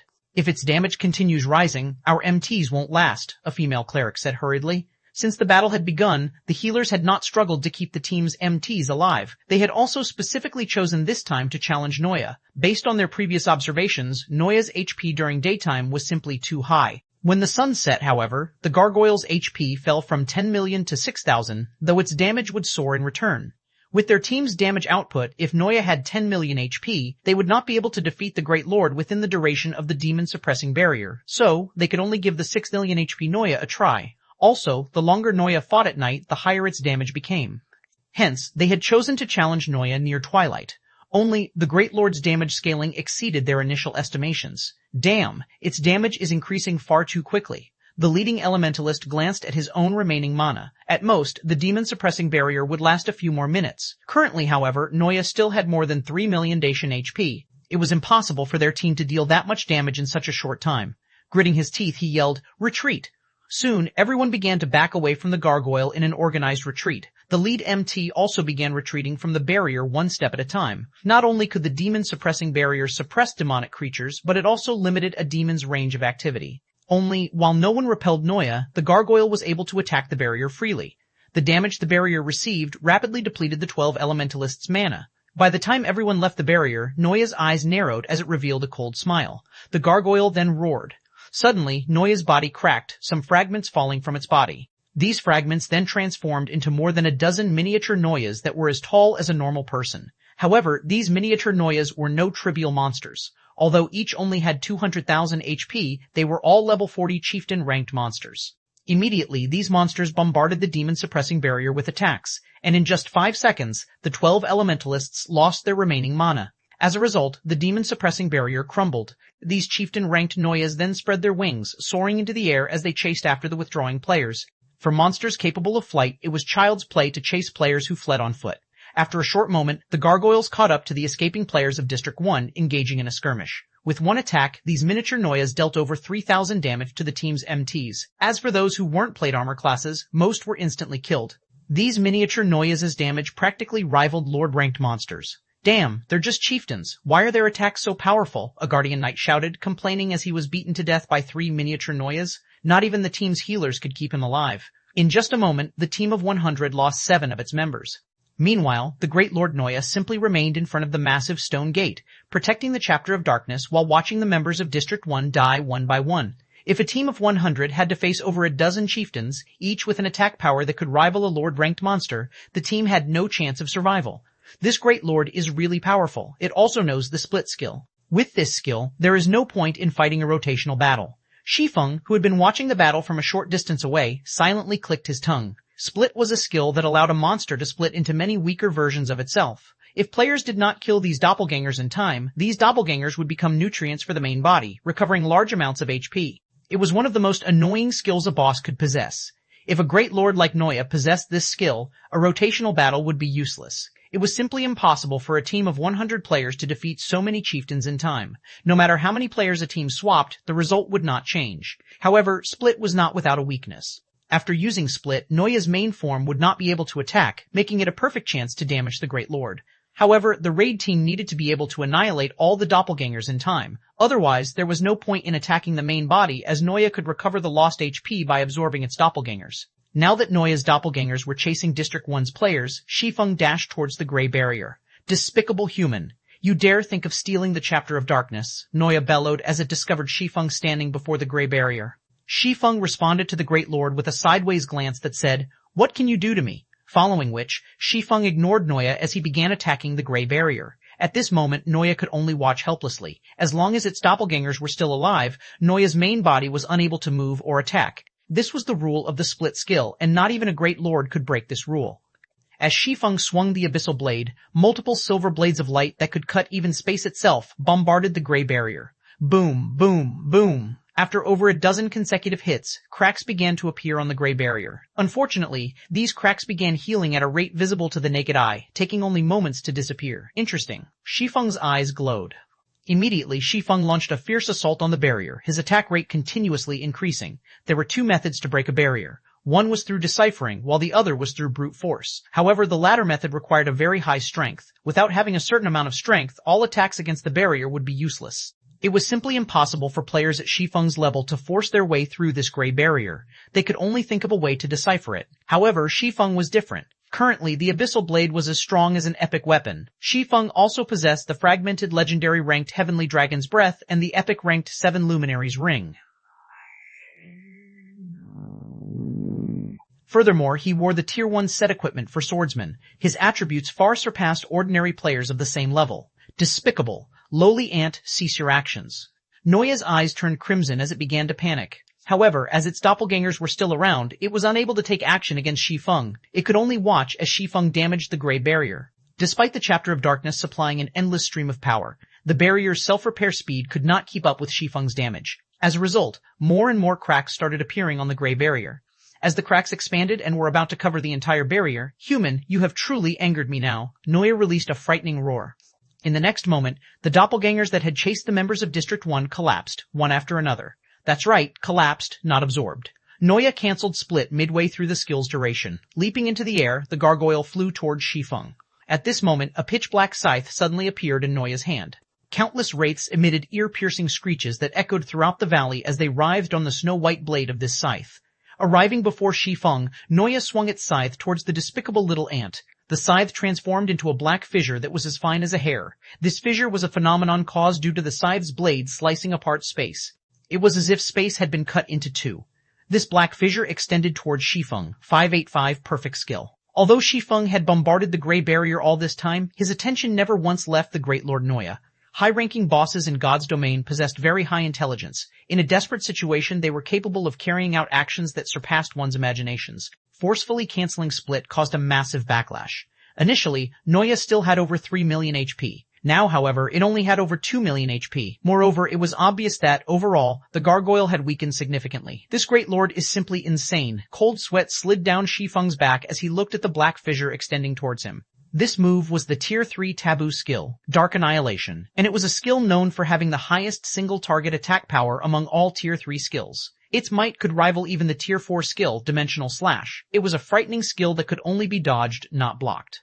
However, as Dark Annihilation was a very powerful skill, its user would also receive a strong backlash that would place them in a weakened state for a long time. Shi Feng had not expected the Great Lord to be so decisive. First, it forcefully cancelled Split. Now, it even used a Tier 3 taboo skill. Without hesitation, Shi Feng immediately switched to the Aura of Earth and activated Absolute Defense, becoming invincible for 5 seconds. Immediately, a golden barrier appeared around Shi Feng's body. The instant the black fissure collided with this barrier, the impact sent Shi Feng flying. He felt as if he had just been struck by a truck.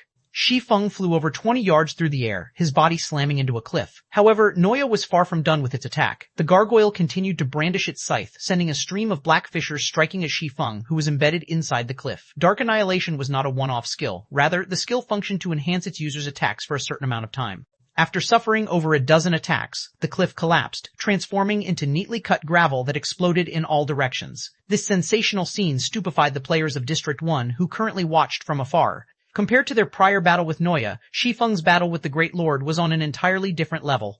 If Noya had used this move against them, it would have wiped them out instantly. They would not have had a chance. Damn! That gargoyle had actually been toying with us. The leading elementalist tightly gripped his staff, feeling humiliated.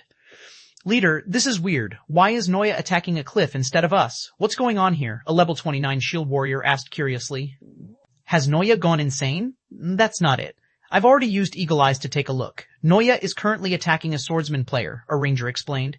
This swordsman sure is dumb. He actually tried to steal the Chapter of Darkness while we fought Noya. Does he really think the gargoyle will let him steal the chapter so easily? If it were that simple, we would have done it long ago. Many players on the team began ridiculing Shi Feng's foolish actions. Alright, that's enough. Let's hurry and retreat. If Noya comes after us again, we will truly be finished, the leading elementalist said. Everyone nodded silently before escaping the valley. Despite their ridicule, they still felt very grateful towards Shi Feng. Just the brief battle against Noya's doppelgangers had reduced their numbers to less than 60. If things had dragged on, none of them would have walked out of here alive. As everyone turned to leave, the ranger who had previously used Eagle Eyes suddenly exclaimed, Team leader Blue Frost, that swordsman is still alive. Alive? How can this be? Not even a shield warrior with protection blessing and shield wall can survive. How could a swordsman possibly live after that attack? The leading elementalist named Blue Frost could not bring himself to believe the ranger's words. It's true. If you don't believe me, you can ask the other rangers as well, the ranger replied, his shock clearly written all over his face. Curious, the other rangers also activated Eagle Eyes and looked towards the cliff. Immediately, they all found themselves tongue-tied. When Blue Frost saw the shocked expressions on the other rangers' faces, he had no choice but to believe it to be true. Who is that? Blue Frost could not help but ask. Against such an attack, their team of 100 could only embrace their deaths. It was simply impossible for them to block it. Yet, this mysterious swordsman had survived against that frightening power. In Blue Frost's memory, a person with such capabilities did not exist. Even those mavericks he knew of were incapable of doing so. At this moment, Shi Feng slowly stepped away from the broken cliff, his HP holding steady at 100%. Such frightening power. Shi Feng stretched, the bones all over his body cracking and popping. After receiving over a dozen Dark Annihilation attacks, he felt as if his entire body was about to fall apart. If not for the invincible effect of absolute defense, he would be a dead man by now. In God's domain, attack and defense skills were not absolute. In front of absolute power, even invulnerability was useless. Fortunately, absolute defense was not a skill that current bosses could overcome. If he had chosen to use parry or defensive blade, he would most likely be dead. Seeing Shi Feng still alive, Noya's anger burned even brighter. Ignoring its weakened body, the Great Lord swung its scythe towards Shi Feng, adamant in reaping the swordsman's life. You're still not giving up? Do you really think that I won't fight you? Shi Feng frowned. Immediately, he activated Heavenly Dragon's power and blade liberation, jumping up to meet the gargoyle in battle. Even if the Great Lord were in peak condition, Shi Feng would still be confident of putting up a good fight. Heavenly Dragon's power increased Shi Feng's strength attribute by 100% and defense and HP by 300%. Immediately, Shi Feng's HP broke past 30,000. His defense climbed to more than double that of an MT of the same level. As for Blade Liberation, when the skill was used on the level 30 Abyssal Blade, Shi Feng's strength increased by 90%. His agility also increased by 90%. Although Shi Feng's body had not changed, the power within him right now resembled that of an ancient beast. The Abyssal Blade transformed into a streak of light as it struck the black scythe in Noya's hands. Boom! An explosion shook the air. Shi Feng's attack grounded the level 40 Great Lord, forcing the gargoyle to retreat by 2 steps as it landed on the ground. The ground shattered with each step. In contrast, Shi Feng managed to land effortlessly. Turning his feet slightly, he dashed towards the Great Lord. After activating Heavenly Dragon's power and Blade Liberation, Shi Feng's mind experienced serenity and clarity like never before. As he arrived before Noya, he activated Purgatory's power, increasing both his attack speed and damage once more. His arm that held onto the Abyssal Blade then reflexively used Chop. 3 full silver moons struck Noya's body from 3 different directions. The Abyssal Blade instantly pierced Noya's skin, which was harder than steel. The Great Lord released an anguished cry as the force of the attack threw it backward, frightening damages appearing above his head, one after another. 5,500 and 8,340, 8,346, 416, 660, 50. The final strike of Chop was even a critical hit. In total, Chop devoured more than 30,000 HP from Noya. System, Chop completion rate 98% of skills effect. Skill proficiency. 4. Shi Feng broke his previous record. Noya raged. It tried to counterattack, but unfortunately for the Great Lord, Shi Feng had long since sensed its intentions. Shifting his body slightly, he easily dodged the gargoyle's claw. He then leaped into the air, tightening his grip on the abyssal blade. In the next moment, countless arcs of lightning and scorching flames emerged from the abyssal blade, which then transformed into a meteor that plummeted towards the Great Lord's head. Every movement had been fluid and natural. Shi Feng felt as if he had gathered all his strength to a single point, the tip of his sword. The instant he swung the abyssal blade, he felt incomparable satisfaction. Although Noya tried to defend with its scythe, the spatial suppression of Thunderflame explosion caused the Great Lord's movements to turn sluggish. Noya could not keep up with the abyssal blade's descending speed at all. Boom! Fire and lightning consumed Noya. 36,154. System. Thunderflame explosion completion rate 100% of skills effect. Skill proficiency +4. Is he human? The District 1. Players who watched from afar were stupefied, shock filling their hearts. A player was actually capable of overwhelming a level 40 Great Lord all by himself. If others heard of this, nobody would believe such a tale. Yet, that was exactly the situation they had just witnessed. 586 creating a legend leader. Who is that? The vice leader of the team, a beautiful level 29 female cleric named Evening Lotus, could not help but ask as she looked to Blue Frost. Blue Frost was the #1 player in District 1. Not only were his combat techniques excellent, but he also possessed plenty of contacts. He knew a lot of experts, and even a few rarely seen mavericks. Moreover, he had been a beta tester of God's Domain before the game had launched. Out of all of the players of the available shelters, nobody was more familiar with God's Domain than Blue Frost. I wish to know that as well, Blue Frost replied, smiling bitterly as he shook his head. None of the experts I know of are capable of reaching such a standard. Just a single attack from Shi Feng had managed to cause over 30,000 damage to Noya. Shi Feng's damage could already rival the damage of their entire 100-man team. The difference between them was inconceivable. Blue Frost recognized himself as one of the players standing at the top of God's Domain. However, after experiencing Shi Feng's power, he finally realized that there would always be a sky above the clouds. It would be great if we can befriend him. Such an expert will definitely be one of God's Domain's leading figures in the future. If we can become friends with him, it could massively help our District 1's shelter, Evening Lotus stated. If we can recruit such an expert into our shelter, we will become one of the strongest shelters out there. Blue Frost nodded in agreement. Their District 1 was only considered the top shelter in this region. However, that was not the case when they included other regions. Currently, players could only travel to their desired destinations using their own 2 feet. Their range of activities could not extend past a single region. Hence, for now, exchanges between different regions were very inconvenient. However, that story would change once other forms of transportation appeared. When movement between regions became more convenient, more competition would certainly greet them. Naturally, their District 1 would no longer be the strongest shelter. If they had an expert like Shi Feng supporting them when such a time arrived, the position of their shelter could rise significantly. Leader, what are we going to do now? Leave? Or, Evening Lotus asked. Currently, Shi Feng still fought an intense battle against Noya. If they joined the battlefield now, it would look like they were trying to take advantage of the situation. If that happened, rather than finding friendship with Shi Feng, they would become enemies instead. Isn't it obvious? We wait, Blue Frost said very definitively. Wouldn't it be a pity if we lost the chance to befriend such an impressive expert? We have the perfect opportunity to do so right now. Although he is very powerful, he must have used some sort of berserk skill to achieve such strength. Such skills won't have a long duration. Sooner or later, he will have to escape. At that time, if we lend him a helping hand, won't it be easy to get acquainted with him? Evening Lotus nodded in agreement after hearing these words. Mavericks were very arrogant. Normally, they did not bother with people like them. Hence, it was not easy to befriend a maverick. However, if they sacrificed themselves to save Shi Feng, even a powerful maverick like him would be willing to get to know them. Hearing Blue Frost's words, the other members of the team also expressed their agreement. It was not easy to earn the favor of a maverick. It was especially true for a maverick like Shi Feng. If they could get such an expert to owe them a favor, they would not mind suffering some deaths or injuries. Hence, everyone quickly started to prepare. As soon as Shi Feng turned to flee, they would move in to hinder the Great Lord. Currently, Shi Feng had no idea what was going on around him. He was already intoxicated with the feeling from his previous attack. Is this what a 100% completion rate feels like? Shi Feng looked at the abyssal blade in his hand in disbelief, his mind recalling the previous attack. Since he had begun playing God's Domain, this was the first time he had achieved a 100% skill completion rate. The sensation was simply wondrous. As a result of Thunderflame Explosion achieving a 100% completion rate, the skill displayed 220% of its effect.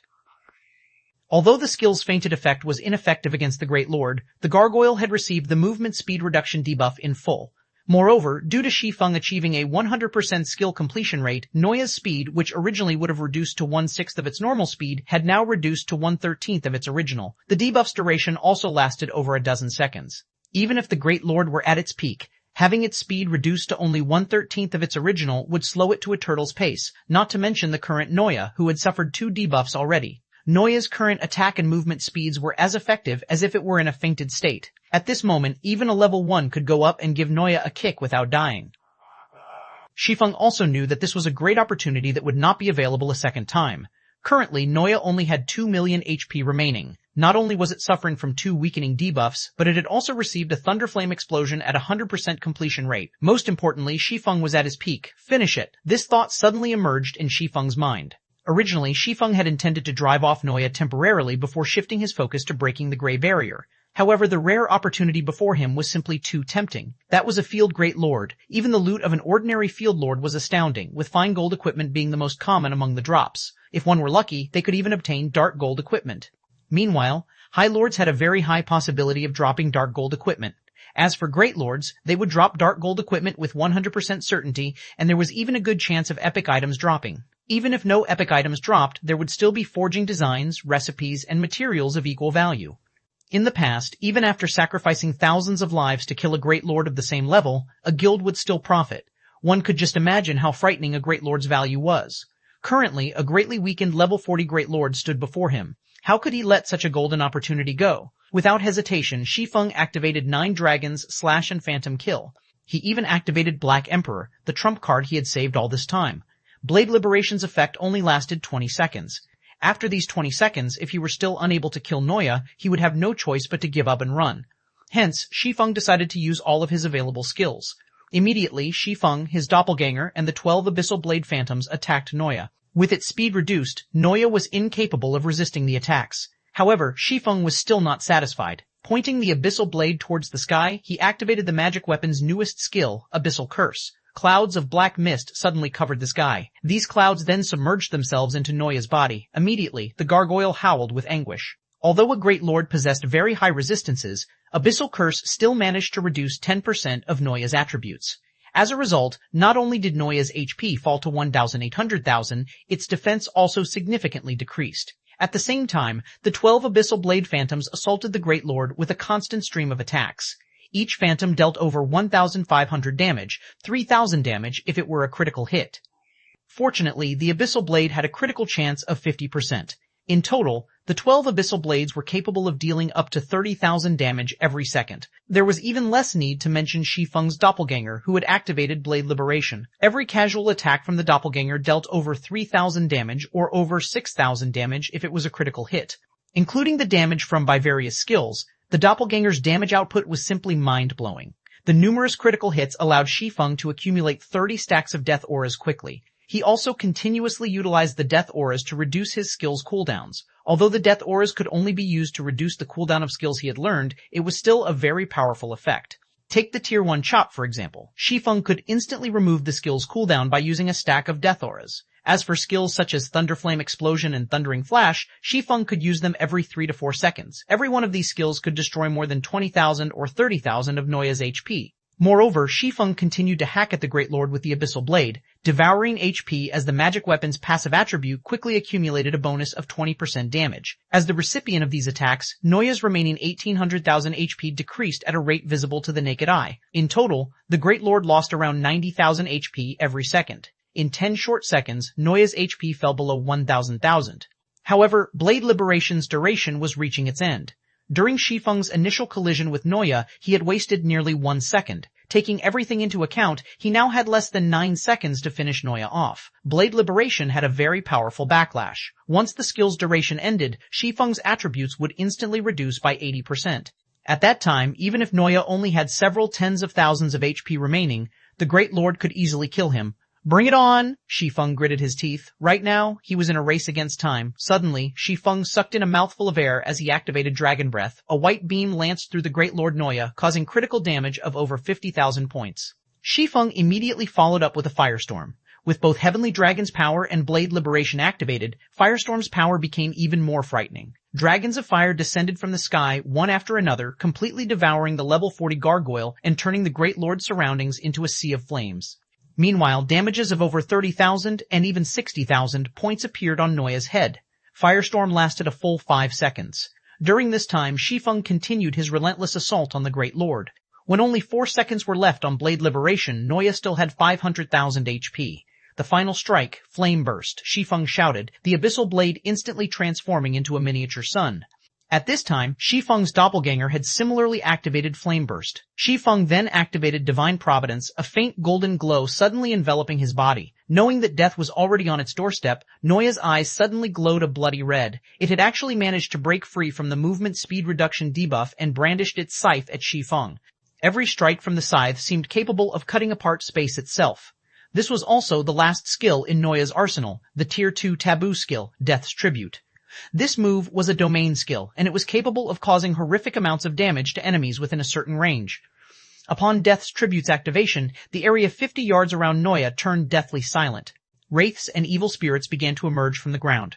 There were also dark blades moving through the area, and anything that came into contact with these blades immediately turned into sand and dirt. What kind of battle is this? Evening Lotus was shocked as she watched the battle from afar. On one side, there was the sun. On the other, the end of the world had arrived. If players like them participated in this battle, they would die instantly, without even ash remaining of their bodies. Die. At this moment, Shi Feng couldn't care less what the Great Lord was trying to do. Without hesitation, he dove straight into Death Tribute's domain. If he did not fight now, once Blade Liberation's time was up, he would not be a match for the Great Lord. 24 consecutive strikes. One after another, miniature suns melded into the darkness of Death's Tribute. In the next moment, Shi Feng and his doppelganger struck the Great Lord Noya a total of 24 times, each strike accurately hitting Noya's weak points. Every one of Shi Feng's attacks dealt over 20,000 damage and 40,000 with a critical hit. As for the doppelganger, every one of its attacks dealt over 10,000 damage and 20,000 if it were a critical hit. In the blink of an eye, 24 dazzling blades of light illuminated the gloomy valley. Noya's remaining 500,000 HP plunged to zero, frustration filling the gargoyle's eyes as its body fell to the ground. At this moment, Shi Feng also knelt. His complexion was deathly pale. Fresh blood covered his entire body as if he had just taken a dip in a gory pool.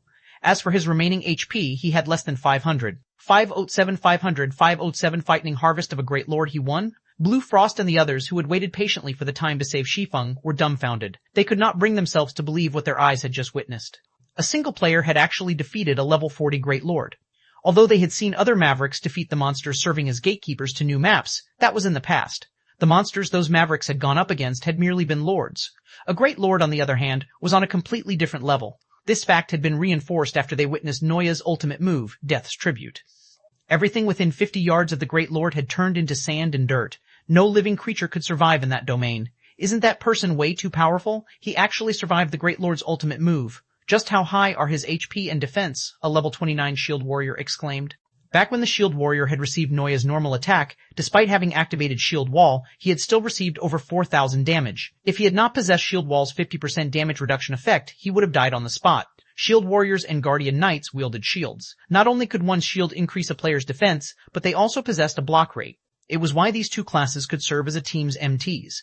However, Noya's Death's Tribute was not a normal attack. It was a powerful AoE skill. Yet, Shi Feng had still managed to survive after receiving it. His defense and HP were inconceivable. In reality, Shi Feng was also rejoicing. He truly had not expected to survive Noya's last attack. The power of the Tier 2 taboo skill, Death's Tribute, was no joke. Even against a player of the same level, their chances of survival were practically nil. It was the same even if said player was an MT who had activated a life-saving skill. Although Heavenly Dragon's power increased both his defense and HP by 300%, the might of a Tier 2 taboo skill rivaled that of a Tier 3 skill. Defeating a mere Tier 1 player like himself would be child's play for Noya. Even a Tier 2 player would be badly crippled if they managed to survive. With the remaining 30,000 HP he had at the time, he should have had no chance of surviving the ordeal. Shi Feng could only think of one reason for his miraculous survival. Magic resistance. Death's Tribute was an attack that combined both physical and magical damage, with magical damage as the main component. Meanwhile, his high magic resistance had negated a large amount of the taboo skill's magical damage and as a result, allowed him to survive. Leader, are we still going over to meet him? Evening Lotus asked after recovering from her stupor. Yes, of course we're going. He has just achieved such a feat, and we are the witnesses of this legend. How can we not go and congratulate him? At this moment, Blue Frost's eyes were filled with reverence as he looked at Shi Feng. To them, a great lord was an immovable mountain. Blue Frost even had yet to hear of anyone throughout God's domain overcoming this mountain. Yet, the man before them had easily scaled it, achieving a miracle that nobody had managed until now. On the other side, Shi Feng did not remain idle. After killing Noya, Shi Feng's level instantly rose by 1, pushing him to level 33 and allowing him to recover significantly. Immediately after, Shi Feng sent a few slashes at the Grey Barrier. Blade Liberation was still in effect, so it was the best chance for him to shatter the barrier around the gate. Previously, before Shi Feng had used any of his berserk skills, the Grey Barrier barely defended against Shi Feng's attacks. Now, however, it had only taken a few swings to shatter the Grey Barrier. Like a balloon being poked with a needle, the barrier released a pop as it shattered completely. Shi Feng then jumped up and retrieved the black slate tablet from the stone gate. "I finally got it." Shi Feng grinned at the Chapter of Darkness that was shrouded in a faint layer of demonic aura. Chapter of Darkness, dark gold rank item. The Chapter of Darkness brims with soul energy. You may pass it to a shelter's caretaker to enhance the shelter's power and activate a portion of the Chapter of Darkness's ability. Shi Feng then stored the Chapter of Darkness away with satisfaction. Now that he had obtained the Chapter of Darkness, his task here was finally complete. What's left for him now was to collect the loot from Great Lord Noya.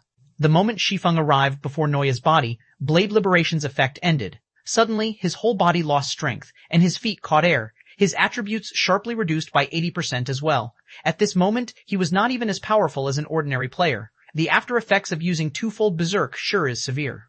Even my mental power has nearly depleted. Shi Feng suddenly felt a powerful migraine assaulting his head, and all he wanted was to lie down and sleep. If not for the Great Lord's enticing loot, he would have logged out to rest that instant. Noya was as tall as a 3-story building. Despite Shi Feng having activated Divine Providence before killing the gargoyle, a jackpot had not occurred. Loot had not covered the ground around Noya's body at all. On the contrary, Shi Feng only saw 6 items beside Noya's body. Are the monsters in the Dark Den also stingy? Shi Feng frowned. If he had killed a Great Lord outside the Dark Den, the monster would have dropped a minimum of 10 items. Although Shi Feng had not hoped that Divine Providence would grant him a jackpot from a Great Lord, was there a need to be this shabby? After all the trouble he went through, he had only obtained 6 items. Shi Feng then picked up one item after another. With each subsequent item Shi Feng picked up, his heart grew increasingly colder. He had only managed to encounter such a heaven-sent opportunity after much difficulty, yet, in the end, this was all he got in return? Out of the 3 items he had already picked up, all 3 were pieces of level 40 dark gold equipment. None of these pieces were even set equipment, not to mention weapons. When Shi Feng collected the 5th item, however, he was suddenly dumbfounded. Teleportation Magic Array Design. When Shi Feng saw this item, he began to have visions of mountains of gold. Players residing in the Dark Den might be unfamiliar with teleportation arrays as their only form of travel was by foot, but to players outside the Dark Den, they were quite familiar with the concept. After all, when players outside the Dark Den traveled to faraway maps to grind monsters, they normally used teleportation arrays to save on travel time. However, teleportation arrays could not teleport a player to every corner of God's domain, as a majority of the locations in God's domain did not possess a teleportation array. For such locations, players could only teleport to the nearest map and run the rest of the way. Even then, they would still have to waste a large amount of time. Meanwhile, the teleportation magic array design could easily solve this problem. As long as one paid a certain price and constructed a teleportation magic array at a grinding spot, players could easily teleport to that location. Of course, unlike the teleportation arrays one would normally find in the teleportation halls, which allowed teleportation between various large cities, the teleportation arrays one could construct with this forging design were the simplest version, a 1-to-1 teleportation array. These teleportation arrays only allowed teleportation between 2 locations. Even so, it was something many guilds dreamed of obtaining. Only, teleportation magic array designs were not that easily obtainable. Normally, great lords or above dropped them. Moreover, their drop rate was horrifically low. There was no guarantee one would obtain a design even after killing 100 great lords. On the market, a single teleportation magic array design was worth more than 10 epic items. Its value was only less than fragmented legendary items. However, nobody would be so foolish as to sell the teleportation magic array designs they obtained. For such a strategic level item, not a single player would willingly trade it even if they were offered 20 or 30 epic items. Depending on the level of an epic item, there would come a time when it would lose its value. However, teleportation magic array designs would never have such a problem. In the past, even after God's domain had been in operation for over a decade, these forging designs were still incomparably valuable. These were better at maintaining their value than any other item in the game. 5088 system upgrade. My efforts weren't in vain. Shi Feng sighed as he stored the teleportation magic array design. This single forging design made all of his efforts worth it. His trip to the Dark Den had not been wasted at all.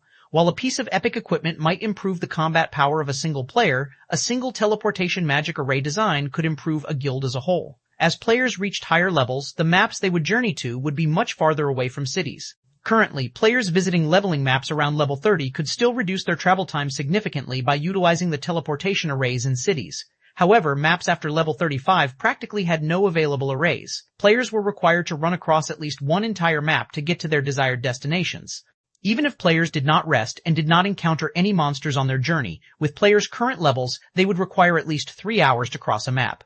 Moreover, the higher level the map was, the larger it would be, which would result in longer travel times. Hence, after players reached level 35, it was very normal to return to cities only once every 2 or 3 days. They would return only after they had exhausted their consumable items or when their equipment was in dire need of repair. With a teleportation array, Zero Wings members could return to the city or go out to the fields anytime they wished, saving plenty of time. They also wouldn't need to stay on guard throughout the night. They could easily return to the guild residence. With this, Zero Wings members could grind more efficiently, widening the gap between them and other guilds. Shi Feng picked up the last item that Noya had dropped. The last item was a dark gold whistle decorated with many complex runes carved into its metal. A mount. Shi Feng was shocked once more when he saw this whistle. Mounts were one of the means of transport in God's domain. After all, God's domain was massive. Not only was it laborious to travel from place to place constantly, but it would also take a huge toll on a player's body. This was where mounts came into play. Shi Feng was no stranger to mounts. In the past, as the guild leader of a second-rate guild, he had plenty of mounts to choose from. However, the mount he just obtained was different from those in the past. This was a dark gold mount. In God's domain, like equipment, mounts were categorized into different ranks. There were common, bronze, mysterious, iron, secret silver, fine gold, dark gold, epic, and even legendary rank. Mounts of different quality possessed varying abilities. Common mounts could only be used for transportation, and they provided an additional movement speed bonus of 100%. In other words, a journey that one would normally take 2 hours to complete would only take an hour, saving players plenty of time. As long as players reached a certain level, they could go to cities and purchase the most common mounts. Bronze mounts were slightly rarer, and not only could they be used as a means of transport, but they also possessed some offensive capabilities. They provided an additional movement speed bonus of 120%. Bronze mounts could not be purchased in cities and were only available through some high-level rare quests, large-scale team dungeons, or when a player's reputation with certain powers reached a specific level. It was extremely difficult for ordinary players to obtain bronze mounts. As for mysterious iron mounts, other than having significant improvements to their offensive capabilities, they could also carry items for players, having the same capacity as a player's mobile bag. The mounts also increased a player's movement speed by 150%. Such mounts could only be obtained through super rare quests or large-scale team dungeons with a low drop rate. Secret silver mounts were extremely rare. Not only did they possess strong offensive capabilities, but they also possessed some special skills that could be used to assist players. They could also carry more items than mysterious iron mounts, and the movement speed bonus they provided was 180%. They were even rarer than multiple pieces of dark gold equipment. Fine gold mounts were as rare as a phoenix feather. Not even the guild leader of a large guild would have one. A fine gold mount's strength was the equivalent of a special elite's of the same level, and it provided 220% movement speed bonus. A fine gold mount was no less rare than 2 or 3 epic items. Dark gold mounts were even more impressive. The mount itself was already the equivalent of a chieftain of the same level. In addition, it also had special skills that made it even stronger than an ordinary chieftain. As for the movement speed bonus, a dark gold mount provided 280%. In the past, the best mount Shi Feng had obtained was fine gold rank. He never expected that he would actually obtain a dark gold mount from killing a single great lord. His luck was inconceivable. Even grand lords have an extremely low chance of dropping dark gold mounts. The drop rate from great lords should be practically zero. This could be a system reward item for killing this great lord gatekeeper. Shi Feng rejoiced as he examined the dark gold whistle in his hand. In God's domain, players could purchase mounts in cities once they reached level 40. Shi Feng had originally planned to complete some rare quests to obtain a mysterious iron mount once he reached level 40. However, that was no longer necessary. With a dark gold mount, he could move even faster than when he activated Wind Rider. Moreover, Wind Rider had a limited duration, whereas a dark gold mount had no such limitation. In addition, a dark gold mount possessed significant combat power and special skills. Overall, while out in the fields, a dark gold mount was far more useful than an epic item. Unfortunately, it will still be some time before I reach level 40. When Shi Feng thought about how powerful a dark gold mount was, he looked forward to the day he could equip this mount of his. Mounts in God's domain were not static. They could become stronger if nurtured properly. In the beginning, bronze and mysterious iron mounts only possessed combat power equivalent to that of a common monster of the same level. However, through careful nurturing, it was not impossible to raise their combat power to the standard of an elite or special elite. Naturally, dark gold mounts had far greater potential. From the moment they were born, they were already as strong as a chieftain of the same level. After nurturing, they could easily become lords or even high lords. In the past, Shi Feng had seen many wealthy players and upper echelons of first-rate guilds parade their lord-ranked mounts on the streets, attracting shock and awe of many players. Compared to luxury cars in the real world, these mounts were several times more impressive. Lord-ranked monsters were bosses in 20-man team dungeons. If one could ride such a monster, one could just imagine what kind of deterrent it would be. If Shi Feng could nurture his dark gold mount to become a high lord quickly, it would significantly improve his combat power. Just as Shi Feng stored away the dark gold whistle and was about to turn around and leave, the sound of a system notification suddenly rang out by his ear. System announcement: God's domain will be undergoing a system upgrade. The system upgrade will require 10 real-time hours. All players must log out of the game within 10 minutes. Why has the third evolution started so soon? Shi Feng was momentarily speechless. Shouldn't it initiate only after players have conquered the first 100-man team dungeon? Did a team already manage to raid one? In the past, God's Domain's third evolution was one that affected the game the most. There were two reasons why Shi Feng had not hurried to raid a 100-man team dungeon all this time. Firstly, he still lacked sufficient strength. Secondly, the impact of the third evolution was simply too massive. It was still not something that he could take advantage of at the moment. That's not right. It still shouldn't be possible for anyone to raid a 100-man team dungeon yet. The precondition for doing so is to have all players reach level 30, attain their Tier 1 classes, and achieve peak combat power of a Tier 1 class. However, even with these conditions fulfilled, the success rate of clearing a 100-man team dungeon is no more than 20%. At the very least, a team needed to be fully geared with the set equipment from the 50-man team dungeons to have even a 30% to 40% success rate. Shi Feng shook his head, immediately denying this possibility. Currently, all of the various large guilds were still trying to conquer 50-man team dungeons. How could they possibly have raided a 100-man team dungeon successfully? Shi Feng had to admit that the system evolution this time would greatly impact his plans. 589 Era of God's Domain. I wonder how melancholic has been. Hopefully she has collected a sufficient stock of mana crystals, Shi Feng muttered somewhat regrettably as he rubbed his forehead. While the third evolution of the main god system meant that the world of God's Domain was going to become even more fleshed out and realistic, it also indicated the opening of a new door. This third evolution would send God's Domain to a whole new peak. Not only would demand of mana crystals suddenly rise, but the real world would also undergo some changes. Initially, Shi Feng had not expected this change for at least another dozen days or so. The largest impact would be the focus shifting from an era of physical fitness to an era of God's Domain. After the second evolution, everyone had a vague method of testing a player's skills through their skill completion rates. Players who could achieve a skill completion rate of 69% or below were basic players, whereas those above 70% were considered experts. As to what standard of an expert, nobody could accurately tell. However, after the third evolution of God's Domain, this indicator would become very clear. After the third evolution of God's Domain, the importance of skill completion rate would grow, especially in battles between players. Meanwhile, the style of combat available would also become more varied. There would be field battles, survival battles, and more. Those who pursued excitement and limits would not miss this opportunity, and these future battles would allow everyone to witness a realistic world that was completely different from the one everyone was familiar with. These battles were far more exciting than the actual fighting competitions in the real world. They were just like the real survival battle that caused a sensation to sweep across the world dozens of years ago. In order to satisfy some of the world's top figures, some of the major powers in the real world had secretly procured death row inmates, having them engage in battle in specified locations. The winner of such battles would not only obtain their freedom, but they would also receive a large sum of credits.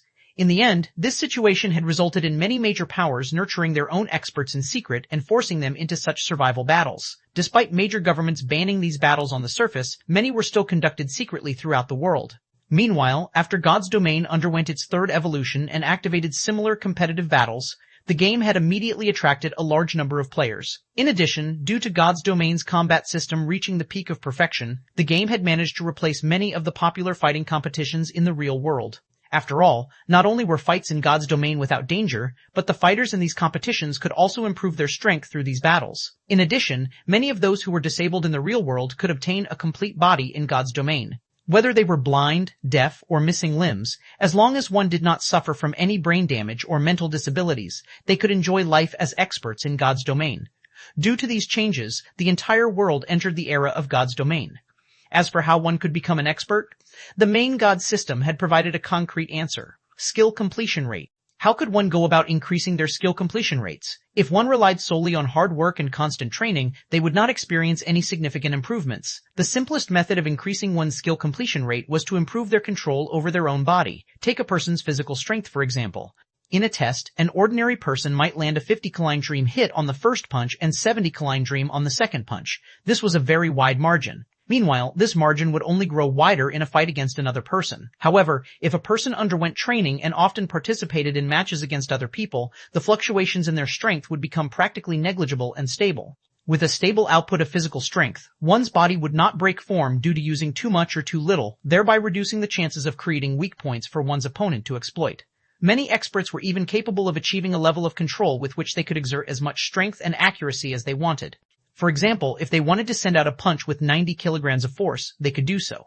One could say that their physical control had already reached perfection. The usage of skills in God's domain had a very high requirement of the body's movements, hence, such training was a must. As a result, many people began to study martial arts, learning how to control their bodies more efficiently. Due to this, places such as training centers and dojos became instantly popular again after the third evolution of God's domain in the past. Originally, Shi Feng had intended to optimize his training grounds further and secretly nurture plenty of God's domain experts. However, now that the third evolution of God's domain was being initiated, the other guilds and powers would definitely notice of the changes and immediately shift the core of their development towards martial arts dojos and training centers. Although these first-rate guilds and major powers had access to fully equipped training facilities of their own, these machines were all suited for daily exercises and maintaining physical fitness. The various powers had not particularly focused on training their members in martial arts. If they shifted their focus now, due to the inherent advantages these major powers possessed, one could just imagine how quickly they could nurture experts. Luckily, I secured the Big Dipper Training Center, obtaining a suitable training ground. I need Big Dipper to order some more of the latest equipment, Shi Feng muttered silently. Following which, Shi Feng searched for a safe location and prepared to log out of the game. At this moment, the players of District 1 hurriedly ran over to him. "Expert, please wait," Blue Frost hurriedly said as he dashed up to Shi Feng. Shi Feng glanced at Blue Frost and the others. This group had helped him significantly, forcing Noya to use Split and creating a golden opportunity for him to kill the Great Lord. Otherwise, he would have only been able to steal the Chapter of Darkness and would not have obtained a teleportation magic array design and a dark gold mount. "Do you need something?" Shi Feng asked calmly. "Brother Expert, please don't misunderstand. I am Blue Frost, the leader of District 1's first party. I have come here to congratulate you on your victory. Just now, I personally witnessed the moment you killed the Great Lord by yourself. You have truly earned my admiration," Blue Frost hurriedly explained, afraid that Shi Feng would misunderstand his intentions. In truth, he too knew that abruptly showing himself could cause a misunderstanding. However, if Shi Feng logged off, he would most likely lose the opportunity to befriend Shi Feng in the future. "You're called Blue Frost?" Shi Feng could not help but ask curiously as he looked at the elementalist before him. Blue Frost, Shi Feng had heard this name in the past. To be precise, Shi Feng had heard plenty about this person before. In the past, Fantasy Extinguisher had a powerful general named Blue Frost. Back then, Blue Frost was a well-known Tier 5 Grand Wizard, and his strength was not one bit inferior to Fantasy Extinguisher himself. Particularly, Blue Frost had learned plenty of Tier 4 curses and large-scale destruction spells. He was the nightmare for many guilds. However, the current Blue Frost was somewhat different from the one Shi Feng had encountered in the past. The Blue Frost he encountered back then always wore a cold expression, as if he donned a mask constantly that hid his true self. On the other hand, the Blue Frost before him looked to be a bright and cheery person. His current personality was completely different from before. "Yes, I am indeed Blue Frost. Has Brother Expert heard my name before? I'm really honored." Seeing that Shi Feng seemed to have heard about him before, Blue Frost felt hope. "May I know how I should address Brother Expert?" Although their team had long since discovered Shi Feng's name through identification skills, as a form of courtesy, it was proper to ask. "Yi Feng," Shi Feng replied straightforwardly. "The fact that I was able to kill the Great Lord Noya is largely due to Brother Blue Frost's team forcing Noya to use Split. Otherwise, if Noya had not weakened itself by canceling the skill, I would have had no chance of defeating it. No, it is because Brother Yi Feng is awesome. If not for Brother Yi Feng, our entire team would have been wiped out. If you don't mind, why don't we go get a drink? My treat. Our District 1's 100-berry wine is unmatched." Shi Feng involuntarily swallowed a mouthful of saliva when he heard Blue Frost mention the 100-berry wine. This beverage was one of God's domain's extremely famous wines. However, it was rare, and its source was unknown to everyone but its supplier. Even Shi Feng had only tasted the wine twice in the past. He never expected that the 100-berry wine actually came from the Dark Den. 590 Improvement of Control. Shi Feng promptly accepted Blue Frost's warm invitation. However, as the system was going to update soon, they could only reconvene after the upgrade completed. Shi Feng and Blue Frost then added each other as friends. That way, they could contact each other at any time so long as both parties were online. Inside the Dark Den, players could still communicate with other players. However, it was limited to players who also resided in the Dark Den. Communication with players outside of this area was still unavailable. After logging off, Shi Feng did not remain idle. He called Liang Jing over and had her purchase the latest training equipment available. Nowadays, with the current technology, some of the latest training facilities could even speed up the improvement of one's physical control. Only, these machines were useless to people who only sought to improve their strength and fitness. Moreover, they were extremely expensive. Each unit cost millions of credits. Hence, the various training centers had not bothered to buy them. Even martial arts dojos would only use some of the older models. Currently, the various powers that had invested in God's domain had not taken note of this. If Shi Feng did not purchase these facilities now, it would not be as easy to do so in the future. It was the same case with the virtual gaming cabins. Master Shi Feng, the volume you wish to purchase is simply too large. The funds required to do so exceed your allocated budget. I will have to report this to the board of directors and ask them to approve your request. Liang Jing contained her shock when she heard that Shi Feng wanted to buy over a dozen of the latest training machines. These training machines were meant to correct the way a person used and exerted their power with the help of AI. They also had various other functions available. Meanwhile, each unit cost 2 million credits. They were extremely expensive, and practically nobody would willingly buy them. Yet, Shi Feng actually wanted her to purchase over a dozen units. This was simply a huge waste of money. There is no need to report to the board of directors. I'm buying these machines with my own money. You just need to find a fair seller and negotiate a price for me. Shi Feng laughed. When Liang Jing heard that Shi Feng intended to buy so many training machines with his own funds, her little mouth involuntarily parted as she became dazed for quite some time. She knew Shi Feng's background. He was only a student who was about to graduate from university, and he was definitely not some young master from a wealthy family. If not for his identity as a martial arts master and his limitless potential, he would not have his current position. Hence, now that Shi Feng had suddenly revealed several tens of millions of credits in order to purchase training machines, how could she not be shocked? Alright, stop daydreaming. This matter needs to be completed immediately. You only need to focus on negotiating a price for me. If the price is low, I want to buy a few more units, Shi Feng instructed. Hearing Shi Feng saying so, Liang Jing was thoroughly stunned. She could not figure out just where Shi Feng had managed to obtain so much money. She even started to wonder if Shi Feng's identity and information were fake. He was actually treating a 2 million credit machine as some sort of cabbage that one could easily buy from the market. However, as Shi Feng was spending his own money, Liang Jing could carry out his orders. She then left the training room and began to see to the necessary arrangements. Naturally, Shi Feng recognized Liang Jing's shock. However, he would not explain his actions. These training machines might seem expensive right now, but once the various powers shifted their attention to a player's physical control, it would be impossible to purchase these top-of-the-line training machines. In the past, if the major powers wanted to nurture experts, these training machines were a must-haves. Although these machines were not as effective as the tutelage of a martial arts master, the latter could not possibly spend their every waking moment guiding others. With these training machines, players could receive guidance and corrections any time. If they also factored in the tutelage of a martial arts master, they could very quickly nurture a group of experts. Hence, the training machines, which had not been particularly popular, instantly skyrocketed in price and demand. Moreover, these training machines were quite demanding of AI, resulting in a slow production speed. Only a limited number of units were produced each year. In the end, from its original price of 2 million, the price of each unit rose to 3 or 4 million credits. Even then, it was extremely difficult to obtain one. If Shi Feng did not purchase his own now, he would not have the opportunity to do so in the future. During this period, due to Phoenix Rain secretly helping him, providing various contacts to sell the candlelight trading firm's equipment to, he had earned a lot of money. Moreover, the majority of his customers purchased the equipment with credits. After all, everybody was tight on coins at the moment. Hence, Shi Feng now had plenty of credits on hand. After deducting the necessary expenditures, he still had a little over 50 million credits. In the past, this would have been a massive sum of money to Shi Feng. To the current Shi Feng, however, this was nothing. Even Melancholic Smile was treating such a large sum as if it were nothing. After all, as the candlelight trading firm continued to develop, it would be very easy for them to earn several or even dozens of times more. After his morning training, Shi Feng went on to guide Fire Dance and the others. In reality, he was simply teaching them how to use Void Steps. Void Steps was an advanced style of footwork in God's domain. Unlike other advanced styles, however, Void Steps placed a heavy burden on its user's mental power. Even in his current state, Shi Feng did not dare use Void Steps in battle too often. On the bright side, although Void Steps mentally exhausted its user, this exhaustion gave one the opportunity to break past their mental limits and increase their brain's activity. This was also Shi Feng's greatest discovery regarding Void Steps. Only, the precondition for this was to possess S-rank nutrient fluids. However, it was not easy to learn void steps. Even Shi Feng had only managed to grasp the technique recently. Whether Fire Dance and the others could successfully learn the footwork would depend on their efforts and natural talent.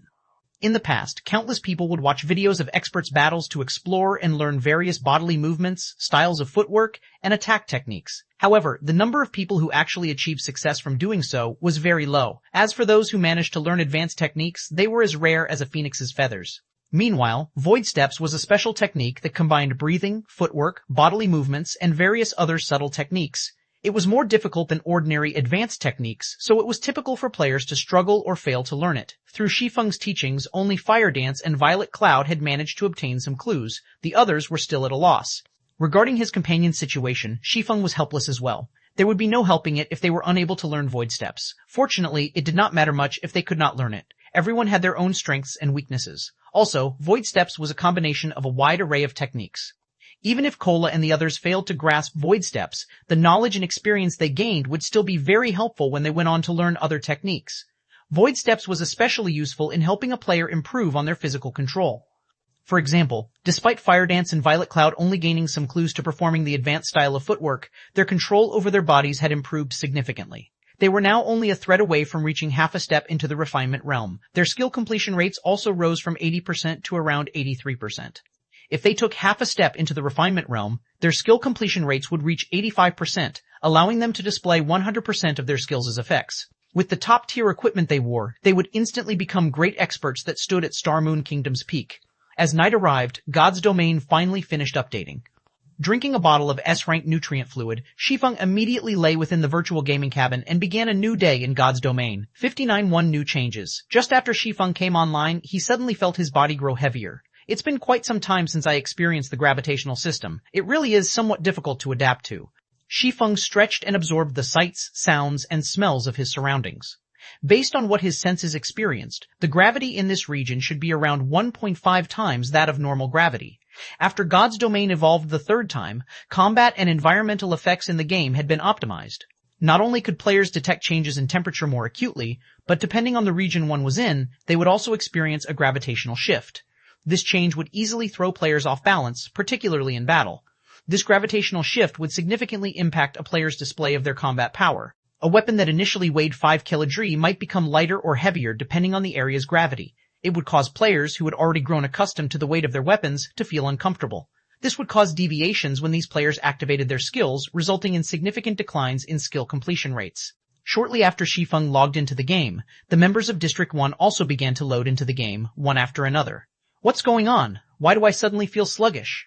A shield warrior very quickly discovered that something was amiss. It's true, it feels somewhat awkward when I try to swing my greatsword. A berserker on the same team clearly felt the problem with his body as well. Although the other classes were similarly affected, the impact to their performance was not as significant as it was for the plate armor classes. The gravity must have changed. As one of the top-tier experts in District 1, Blue Frost immediately pinpointed the cause of their current predicament. Since gravity has changed, let's not move unnecessarily for now. We'll leave this place after we adapt. Everyone else on the team suddenly understood upon hearing Blue Frost's words, and they began to familiarize themselves with their new weight. Currently, it was still nighttime in the dark den. There were a lot of monsters hunting for food in the fields. Although Shi Feng and the others had logged into the game in a safe location, a pack of level 40 elite-ranked demonic light jackals quickly discovered them. These light jackals maneuvered their way through the forest swiftly, rapidly approaching Shi Feng and the District 1 team. Not good, a pack of jackals is approaching, a ranger with sharp senses shouted.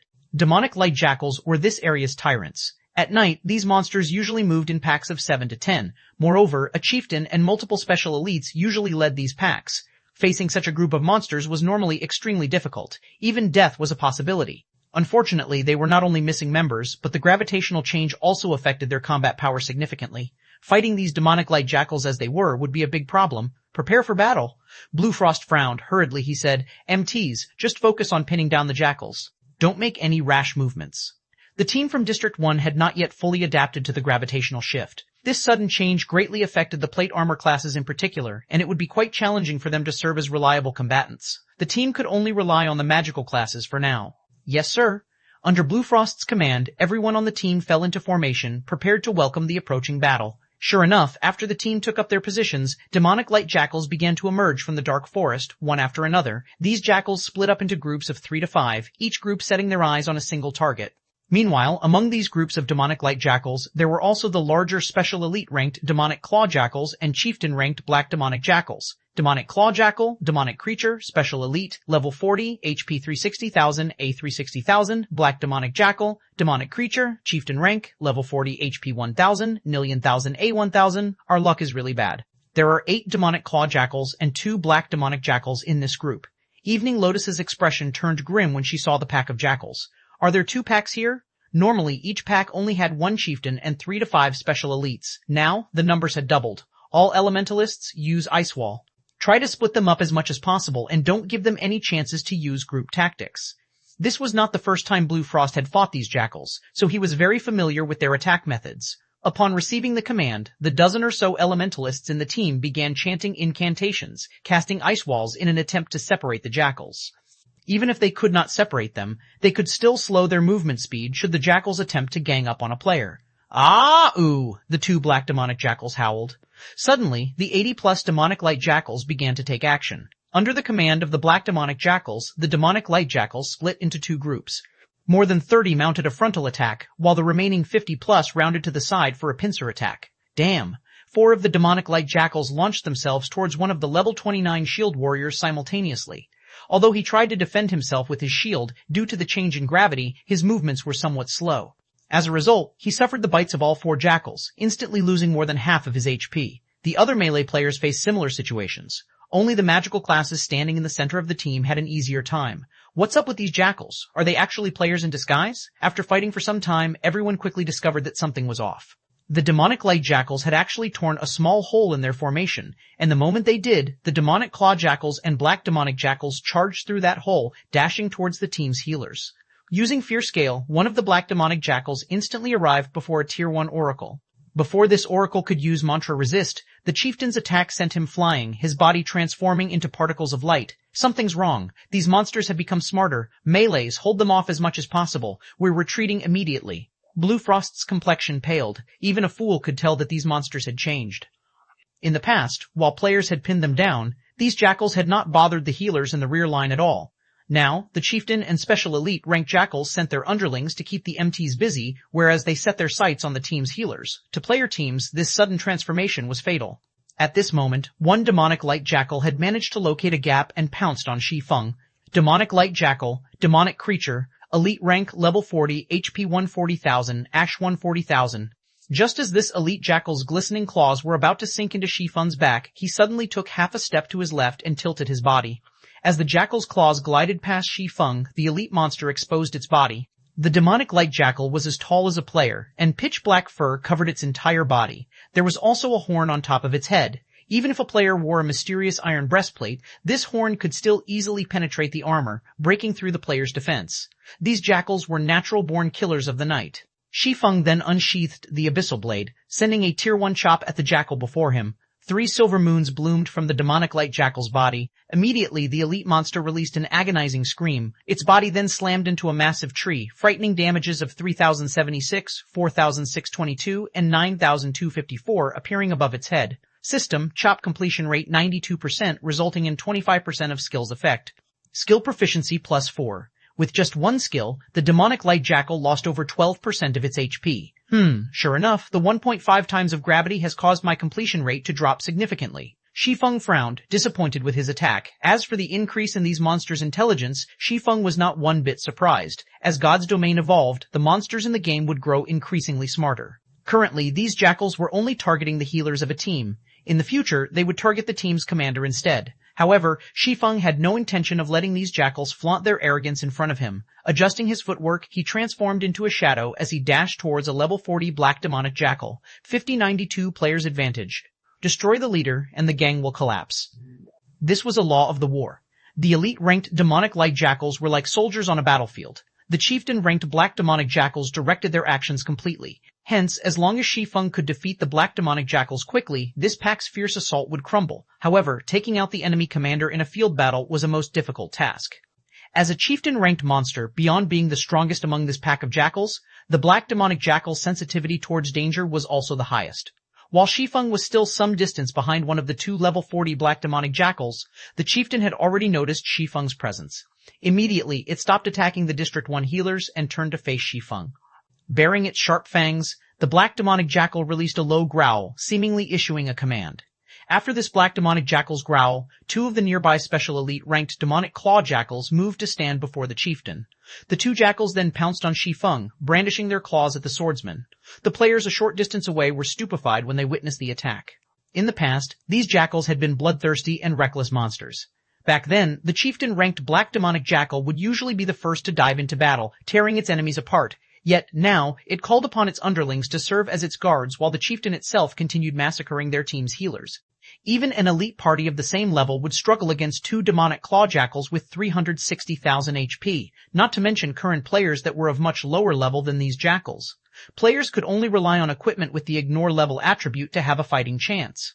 Brother Yifeng, let me help you. Noticing the importance of killing the black demonic jackals as well, Blue Frost led two parties over to assist Shi Feng. No, you guys handle these two special elites. I'll deal with the two black demonic jackals, Shi Feng immediately countered. Under normal circumstances, with the strength of the District 1 members, a single party would be more than enough to deal with one black demonic jackal. However, due to the gravitational shift affecting their combat power, they would most likely require a very long time to defeat just one black demonic jackal. Hence, it would be far more efficient for these parties to deal with the demonic claw jackals first. But there are two black demonic jackals, Blue Frost said, slightly worried. However, when he recalled how Shi Feng had defeated a great lord by himself, even if the gravitational shift affected the Maverick's combat power, he should have no problem pinning down two black demonic jackals. Immediately, Blue Frost said gratefully, I'll have to trouble Brother Yifeng then. Blue Frost then led his two parties to deal with the two demonic claw jackals. Using the footwork for void steps, Shi Feng instantly disappeared. Even the special elite ranked jackals lost sight of him, surprise coloring their expressions as they searched for the swordsman. However, no matter how hard they tried, they simply could not discover any trace of Shi Feng. What kind of skill is this? Don't tell me the swordsman class can actually turn invisible? The female cleric, Evening Lotus, stated in surprise. No, that's not a skill. Invisibility skills have a slight activation delay. Even an assassin's vanish skill is no exception to this rule. He must have used some sort of technique. Blue Frost was very knowledgeable, so he quickly realized that void steps was not a skill available in the game, but a technique. However, this technique is truly amazing. The Mavericks I've seen before have only wielded techniques that increase their attack or dodging speeds.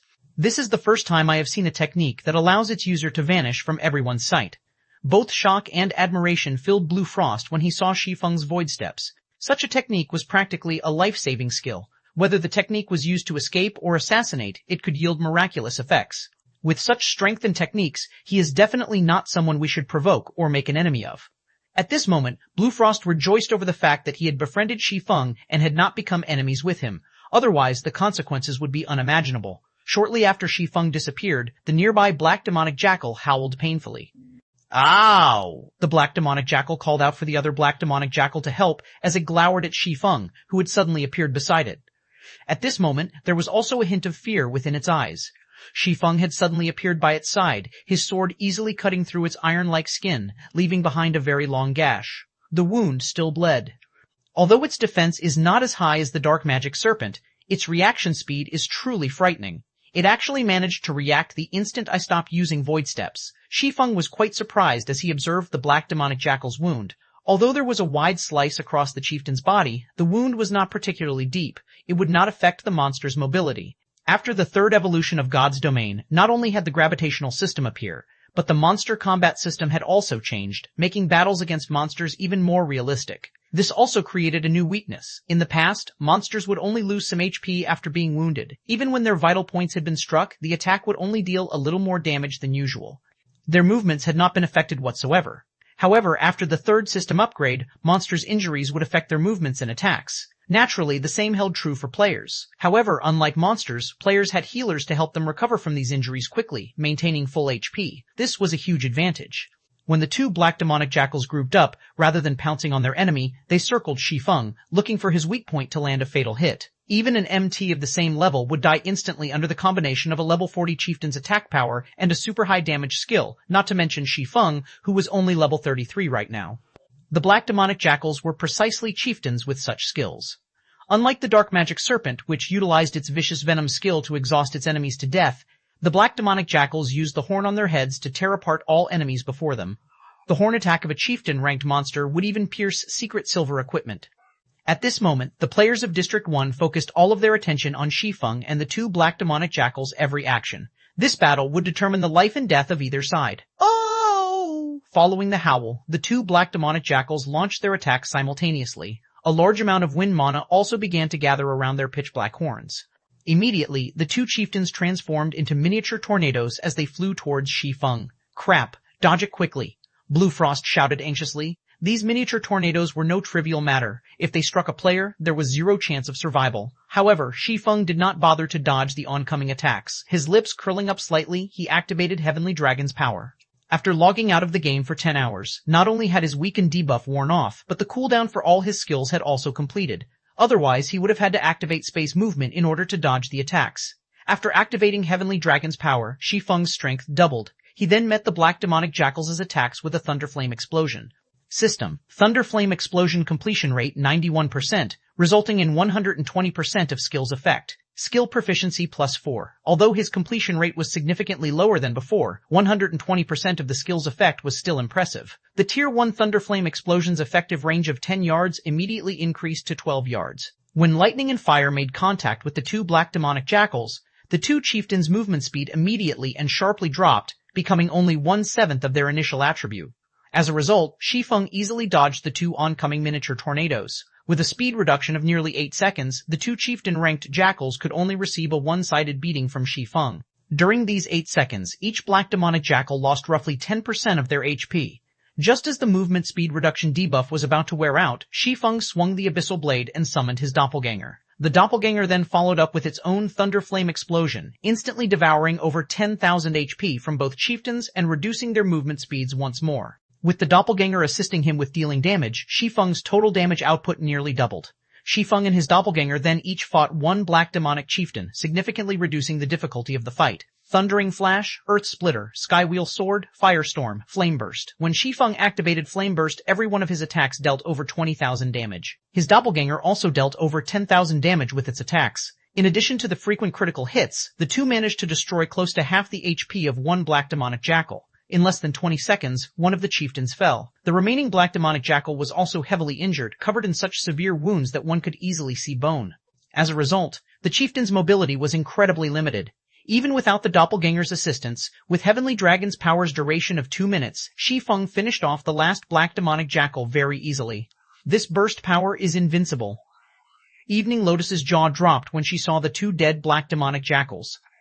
She was so shocked that she had even momentarily forgotten to heal her team's MTs. Although everyone had witnessed Shi Feng defeat a great lord, watching two chieftains die in such a short time and at such a close distance still astounded them. They were still not used to Shi Feng's terrifying damage. 593 Promising Newcomer. When the two chieftain-ranked black demonic jackals died, the entire pack suddenly fell into chaos, their attacks becoming monotonous. Moreover, after such a long battle, every jackal had received some form of injury. Those that were heavily injured had even lost a detrimental amount of mobility. In contrast, although Blue Frost's team had lost over a dozen players in this fight, as their team had healers to keep them alive, the survivors were all in perfect condition. Their combat power had not been affected at all. On the contrary, after fighting for a time, they had begun to adapt to the new gravity. Suddenly, the tides changed. Blue Frost's team immediately gained the advantage as they began killing off the elite and special elite jackals. As expected of a team from District 1, their members' capabilities are impressive. They can deal with these jackals so quickly. After Shi Feng picked up the loot that the two black demonic jackals had dropped, he had not bothered to help Blue Frost and the others. He simply glanced at their intense battle. Currently, the melee players of the team had begun striking at the jackal's limbs, particularly the monster's powerful hind legs. That way, they could greatly hamper the monster's mobility, making the battle far easier. At this point, the outcome of the battle was already clear. Shi Feng began to arrange the drops he obtained from the two chieftains. He was already level 33. Despite having killed 2 level 40 chieftains, his experience bar had not increased by much. Meanwhile, after using Divine Providence, his harvest from the 2 black demonic jackals was very bountiful. The 2 chieftains had dropped a total of 6 soul crystals. Unfortunately, the other items were not worth mentioning. The rest was just a bunch of level 40 mysterious iron equipment and materials. With 6 soul crystals, I should be able to trade them for a tier 1 taboo skill. Shi Feng smiled with satisfaction. It was not easy for players outside of the Dark Den to obtain tier 1 taboo skills. If he could have every Zero Wing Corps member learn a tier 1 taboo skill, they would have no problems with conquering a 50-man large-scale team dungeon. Against a level 28 Great Lord ranked boss, even if they could not kill it with one series of attacks, they could severely injure it. At that time, the team only needed to expend a little more effort to defeat the boss.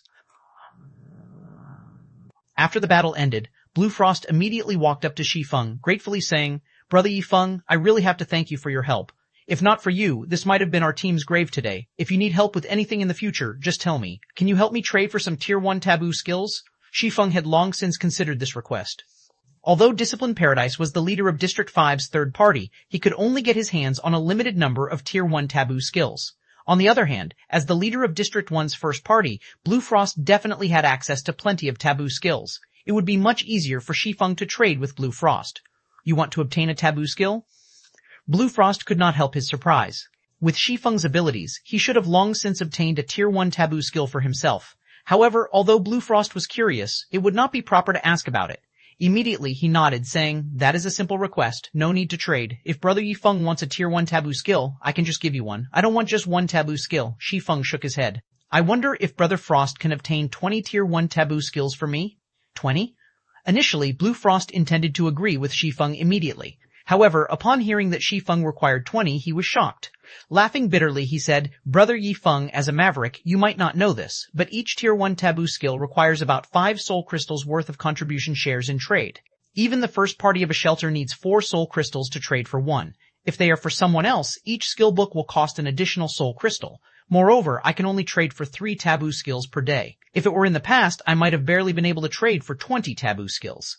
However, after I purchased the demon suppressing barrier, the maximum number of taboo skills I can gain right now is 10. If Brother Yi Feng wants them, I won't try to profit off you. 10 taboo skills for 50 soul crystals." 10? Shi Feng was surprised. He had simply mentioned 20 to discover Blue Frost's bottom line. He had not expected that Blue Frost could purchase as many as 10 Tier 1 taboo skills. Sure enough, the title of District 1's first party was well deserved. So be it. I want all of them. May I know when Brother Frost can obtain all 10? Shi Feng did not particularly mind the issue of the soul crystals. He just needed to kill some level 40 chieftains to increase his stock. "I can have them ready in a day." Blue Frost was shocked to hear Shi Feng's decisive agreement. Even their first party required a long time to obtain 1 soul crystal. Currently, their party only had about a dozen or so in their warehouse. After including the contribution shares they had stocked up, Blue Frost still needed to borrow many soul crystals from other parties. Yet, a maverick like Shi Feng could spend 50 soul crystals so casually. Following which, Shi Feng followed Blue Frost to District 1. On the way back, the group had been ambushed by chieftain-ranked monsters many times. As a result, Shi Feng had gained another 9 soul crystals by the time they reached District 1's shelter. The shelter Blue Frost and the others resided and occupied the heart of a high-level area. The monsters surrounding the shelter were all level 35 and above. That was 5 levels higher than the monsters surrounding District 5. Currently, the monster assault on District 1 had ended. Corpses of level 35 monsters littered the surrounding area outside of the shelter's walls. There were over 10,000 dead monsters outside of the shelter. Among them, there was no lack of elite, and even chieftain-ranked monsters. One could just imagine how intense the battle must have been. Moreover, even after God's domain had undergone its 3rd evolution, District 1 still managed to defend its shelter successfully. It went to show how strong a foundation the players of District 1 possessed. The moment Blue Frost and his team entered the shelter, the players inside immediately sent them reverent gazes. Many female players even shrieked when Blue Frost's glance swept over them. In District 1, Blue Frost was practically a celebrity. He attracted attention wherever he went, and almost everyone in the shelter knew of him. "Leader, you've returned. Did you finish off the Great Lord Noya?" A skinny and youthful level 29 berserker asked excitedly as he ran up to Blue Frost. When Shi Feng saw this skinny berserker, he involuntarily stiffened. He recognized this berserker. The youth's name was Wind Chaser. He was also one of the most powerful experts who had worked under Fantasy Extinguisher in the past. Back then, he had successfully learned a Tier 5 taboo skill, and his strength was only inferior to those Tier 6 God-ranked players. Great Lords and High Lords are monsters on entirely different levels. It was useless, even with the demon-suppressing barrier, Blue Frost said, shaking his head. He could not help his fear as he remembered how powerful Noya had been. Fortunately, we had Brother Yi Feng's help. Otherwise, we really wouldn't have returned with our lives. When Wind Chaser heard Blue Frost mention Shi Feng, the berserker shifted his gaze towards Shi Feng, his eyes containing a hint of awe and fighting spirit. "Chaser, don't have any foolish ideas. Brother Yi Feng is a guest that I've invited. Not to mention, in front of Brother Yi Feng, those weak combat techniques of yours are not worth mentioning. If you want to fight, go look for Blue Bull." Blue Frost glared at Wind Chaser. He had personally witnessed how powerful Shi Feng was. Setting aside the fact that Shi Feng had defeated the Great Lord Noya by himself, just the number of chieftains Shi Feng had killed on their way back had left him speechless. Wind Chaser most likely would not survive a single move against Shi Feng. Meanwhile, Blue Bull, the person Blue Frost had mentioned, was none other than their District 1's #1 berserker. Blue Bull was extremely powerful, and within their first party, Blue Bull's position was only beneath his. However, as the operation against Noya had mainly relied on magical classes, and defending the shelter against the monster's assault was also very important, Blue Bull had not been selected to participate in the raid. Meanwhile, Wind Chaser often liked to test himself against Blue Bull. Although Wind Chaser lost terribly every time, the berserker never grew bored of challenging Blue Bull. After Blue Frost's reprimand, Wind Chaser was a little satisfied. However, after hearing his leader's suggestion, he immediately turned around, planning to look for Blue Bull to test his skills against him once again. At this time, however, Shi Feng suddenly said, "It's good to be impulsive sometimes. As a guest of District 1, I have not prepared any gifts. I don't mind sparring with Wind Chaser to liven things up a little." 59-4 Powerful Secret Hearing. Shi Feng accept Wind Chaser's challenge. Those who knew just what kind of power Shi Feng wielded were confounded. Although PvPs were frequent occurrences in shelters, these fights were usually meant to help each other improve. Take Blue Bull of First Party, for example. If not for his notice of Wind Chaser's potential, he would not have bothered sparring with the youth, offering pointers of how the other berserker could improve his techniques. Not to mention, Shi Feng was a maverick that had zero relations with their District 1 at all. Since Brother Ye Feng is willing to give Chaser a few pointers, this could not have worked out better. Blue Frost was naturally quite pleased with Shi Feng's offer. He turned to his subordinate, immediately instructing, "Lotus, go to the Lion's Bar and make the arrangements, particularly for the 100-berry wine. Today, we're reserving all of it. Consider it done." Hearing Blue Frost's command, Evening Lotus turned and ran towards the Lion's Bar. However, this scene had left many of those who had come forth to greet Blue Frost speechless. Who is this Shi Feng? Leader Blue Frost is actually being so generous, renting out the entire Lion's Bar. I recall that renting out the Lion's Bar costs 3 gold. You think coins alone are sufficient? You also need plenty of contribution shares to rent out the Lion's Bar. Moreover, the cost only a trivial matter compared to the 100-berry wine. Not only does each bottle cost 1 gold, but it also requires 200 contributions. I have to complete 10 contribution quests just to collect 200 contribution shares. Also, only 20 bottles of 100-berry wine are available each day. That's a total of 20 gold and 4,000 contribution shares. This is worth far more than 1 soul crystal. Everyone shifted their gaze towards Shi Feng, awe and curiosity filling their hearts. The Lion's Bar was the best bar available in District 1's shelter. Even Blue Frost's first party would feel a sting from their wallets when they visited the bar, not to mention renting out the entire place and spoiling everyone with 100-berry wine. Not even the visiting first party leaders of other shelters would warrant such a grand welcome. Following which, Blue Frost led Shi Feng on a stroll towards the Lion's Bar, introducing him to District 1's situation on their way. Wind Chaser tagged along in high spirits. He really wanted to know just how powerful Shi Feng was to earn such high respect from Blue Frost. Shi Feng's 5 senses were far superior to ordinary players. Naturally, he could detect Wind Chaser's fiery fighting spirit. His personality is still the same as it was then, constantly challenging every powerhouse he met. It was no wonder he became someone who was only inferior to Tier 6 classes in the past. Shi Feng inwardly sighed. In the past, both Blue Frost and Wind Chaser had become extremely famous experts throughout God's domain. Fantasy Shrine, Fantasy Extinguisher's first-rate guild, had only surpassed a powerful guild like Ouroboros due to these experts. In this life, however, Fantasy Extinguisher would not have the chance to receive the epic quest Darkness Descends, so it could not lead him here where he could recruit these people. Instead, that opportunity had fallen into Shi Feng's hands in this life. If he could recruit Blue Frost and his team, Zero Wing would certainly grow more powerful for it. Soon, Shi Feng and the others arrived before the Lion's Bar. The Lion's Bar was different than other bars in the shelter. This bar that could only be constructed once a shelter had developed up to a certain degree. The NPCs guarding the bar were extremely powerful, with the weakest at level 150, the bouncers being level 180 Tier 2 NPCs, and the proprietress was a level 200 Tier 3 NPC. These NPCs even qualified to guard a small city. Even if monsters invaded the shelter, the Lion's Bar would not fall. Aside from consuming alcohol at the Lion's Bar, players could also engage in PvP battles inside. The PvP battles here operated in a similar fashion to the battles held in the underground arenas found in the outside world, in that other players were allowed to place bets on the fights. Hence, many players of District 1 frequented the Lion's Bar. At this moment, however, Blue Frost had reserved the entire establishment, so not many players occupied the 3-story tall bar right now. Upon entering the Lion's Bar, Shi Feng discovered that the place resembled the Colosseum of ancient Rome. There was an arena in the establishment's center. There were also spectator stands surrounding the arena that allowed players to consume alcohol while watching the matches. When Shi Feng arrived before a large private room, he discovered that the room already held plenty of players. Every one of these players possessed frightening auras, and they all wore dazzling equipment. The lowest leveled player among them was level 28, and one could easily tell that they were not ordinary players. Brother Ye Feng, let me introduce you. These people are the party leaders and vice leaders of our District 1's top 10 parties. They have heard about your arrival, so they wish to make your acquaintance.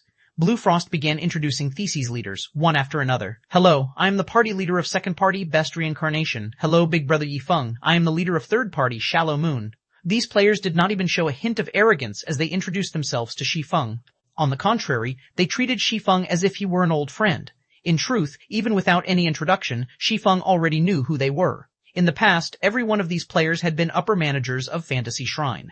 Encountering Blue Frost and Windchaser had already surprised Shi Feng. Now, even the many upper managers of Fantasy Shrine appeared before him. Shi Feng began to suspect whether or not District 1 had been Fantasy Shrine's main headquarters. After exchanging pleasantries, Shi Feng finally understood why Blue Frost had invited all of these players. Unlike the other shelters, the parties of District 1 were fiercely ambitious. They did not care about holding the title of District 1 in this region. Rather, they hoped to step out of this region and become the #1 shelter in all regions. Hence, the parties in District 1 were all united, unlike the parties in other shelters, which treated each other as enemies rather than allies. It was also due to this that the shelter in District 1 had managed to construct the Lion's Bar so quickly. On the other hand, the other shelters in this region had yet to construct a single advanced establishment like the Lion's Bar. As the conversation continued, Blue Frost also revealed Shi Feng's victory over the Great Lord Noya and his slaughter of the many chieftains they had encountered on their way back, shocking everyone present. The various parties present had all been helpless against Noya. Only the first party had a small chance of defeating the Great Lord. They had not expected to hear that Shi Feng had actually defeated Noya by himself. Even though the Great Lord had been weakened, it was still an astonishing feat. Brother Frost, you are too insincere. You did not record a video for us to take a look. That's right. This will definitely become a legend throughout God's domain. Everyone voiced their complaints, greatly disappointed that they had not personally witnessed Shi Feng's performance. At the same time, their reverence of Shi Feng grew even more intense. Ha ha ha! I had been completely stupefied by Brother Ye Feng's performance. By the time I thought of it, the battle was already over. Blue Frost scratched his head in embarrassment. However, you are not without a chance to watch him fight. In a moment, Brother Ye Feng is going to give Chaser a few pointers, so you guys will get to see how powerful Brother Ye Feng is.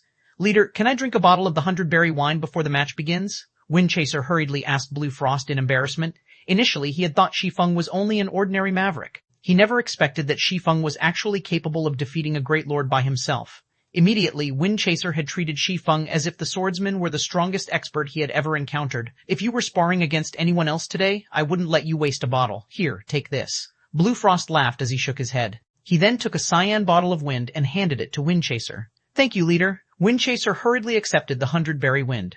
The youthful berserker was like a hungry wolf looking at fresh meat when he saw the bottle of berry wine in his hands. With just a few gulps, he emptied the entire bottle. Windchaser's cheeks suddenly flushed, clearly having become drunk already. Ha ha ha! He's drunk after just one bottle. It seems that Chaser still needs training. The others could not help but laugh. Although Windchaser had gotten himself drunk, Shi Feng could clearly tell that the feeling the berserker gave off had changed. If he had been an unsheathed blade before drinking the wine, he was now a hidden blade.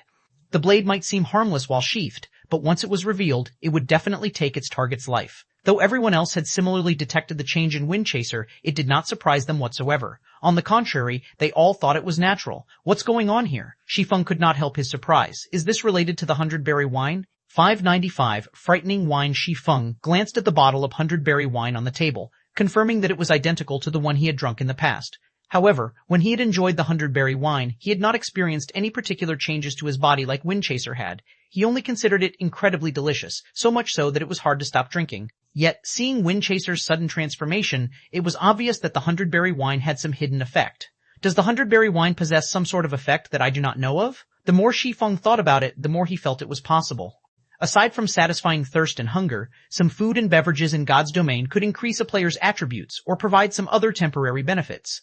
Take the Black Steel beer, for example. Players that consumed it could gain the Ignore Levels effect, allowing them to challenge monsters of a higher level without suffering any penalties. Although one could ignore more levels as they consumed more bottles of Black Steel beer, there were also side effects. One side effect was the Drunken effect.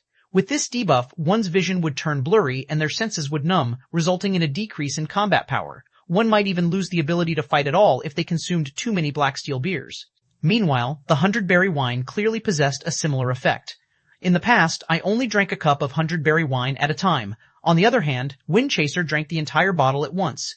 These changes must only happen after a player drinks an entire bottle. Shi Feng's interest in the 100-berry wine grew. He then jumped onto the arena. Smiling at the drunken Wind Chaser, he said, "Let's get this started." Shi Feng intended to test Wind Chaser properly. The 100-berry wine's effect should not be limited to increasing a player's attributes if it was able to cause a person's aura to change to such a degree. The PvP battles held in the Lions Bar's arena were slightly different. Most arenas would not usually limit a player's attributes. The Lions Bar's PvP arena, on the other hand, would adjust both parties' attributes to be on equal footing. Hence, items that increased attributes were useless in this arena, making the fight a competition of techniques only. As the countdown timer above the arena began to tick down, Blue Frost and the others, who watched from the spectator stands, revealed smiles, though the intentions hidden behind each smile were different. "Brother Frost, who do you think will win?" the Oracle Shalamoon asked. Smiling, she continued, "In this match, both sides possess equal attributes. However, while Big Brother Ye Feng is a swordsman, Wind Chaser is a berserker. In terms of classes, berserkers possess an innate advantage over swordsmen. Moreover, Wind Chaser drank a bottle of 100-berry wine, increasing his combat power significantly. Even Big Brother Blue Bull would struggle against Wind Chaser with these conditions. Although I believe that Brother Ye Feng is very strong, while both of them possess the same attributes, Wind Chaser should have a higher chance of victory, right? After all, he did drink the 100-berry wine," a Guardian Knight commented. Everyone nodded, agreeing with this Guardian Knight's estimation. Everyone present was quite familiar with Wind Chaser's techniques. Among the melee classes in the first party, other than Blue Bull, no one could defeat Wind Chaser in terms of techniques. Meanwhile, against a Great Lord, players relied more on attributes rather than techniques. Despite Blue Frost's mention of how mysterious and godlike Shi Feng was, in their opinion, they only thought of Shi Feng as just someone who was slightly stronger than Blue Bull. On the other hand, when Wind Chaser consumed a bottle of 100-berry wine, not even Blue Bull could win against the youthful berserker. Naturally, Shi Feng would not fare any better. "Since none of you have a high opinion of Brother Ye Feng, why don't we place a bet?" Blue Frost suggested. "This is my favorite part. What are we betting?" Best Reincarnation, the leader of second party, suddenly grew interested. "Simple. We'll bet on the outcome of the battle. The wager will be soul crystals, and I'll be the bookkeeper. If Brother Ye Feng wins, the payout ratio will be 1-2, while Wind Chaser will be 1-1. You may only bet on one player." Blue Frost could tell that everyone doubted Shi Feng's strength. After all, without having witnessed the battles personally, even he would find it unbelievable. Now, it just so happened he could take advantage of the situation to make a little profit, making up for the cost of the feast he hosted. "Okay, I'll bet 2 soul crystals on Wind Chaser. That brat has improved quite a lot recently." "Brother Frost, you better not regret your decision. I'll bet 1 soul crystal on Wind Chaser as well." In a short moment, the various party leaders and vice leaders had all placed bets on Wind Chaser winning this match. One could tell just how little trust everyone had in Shi Feng's strength. Only the cleric, Evening Lotus, had bet on Shi Feng winning. "Leader, can I use credit on this bet?" "I only have 2 soul crystals with me, but I wish to bet 10 crystals on Big Brother Ye Feng," Evening Lotus asked as she gave Blue Frost a pitiful look. Immediately, Blue Frost rolled his eyes at his party's cleric. Resolutely, he said, "Number." If he allowed Evening Lotus to use credit, he wouldn't make any profit. As the battle in the arena began, everyone's gazes locked on Shi Feng and Wind Chaser. The moment the battle began, Wind Chaser instantly used charge. Like an agile and powerful cheetah, the berserker dashed towards Shi Feng. However, despite this, Shi Feng did not try to evade Wind Chaser's attack, allowing the youth's charge skill to connect. Huh? He isn't using parry? When Wind Chaser was only 5 yards away from Shi Feng, he noticed that Shi Feng had still not moved, the swordsman seemingly having no intentions of defending against his charge. Wind Chaser then abruptly swung his greatsword. At almost the same moment as his body crashed into Shi Feng's, his silver greatsword also struck Shi Feng's head. Wind Chaser's actions were both simple and swift. Hua! The silver greatsword sliced through Shi Feng's body and smashed into the ground, creating a long and deep crevice.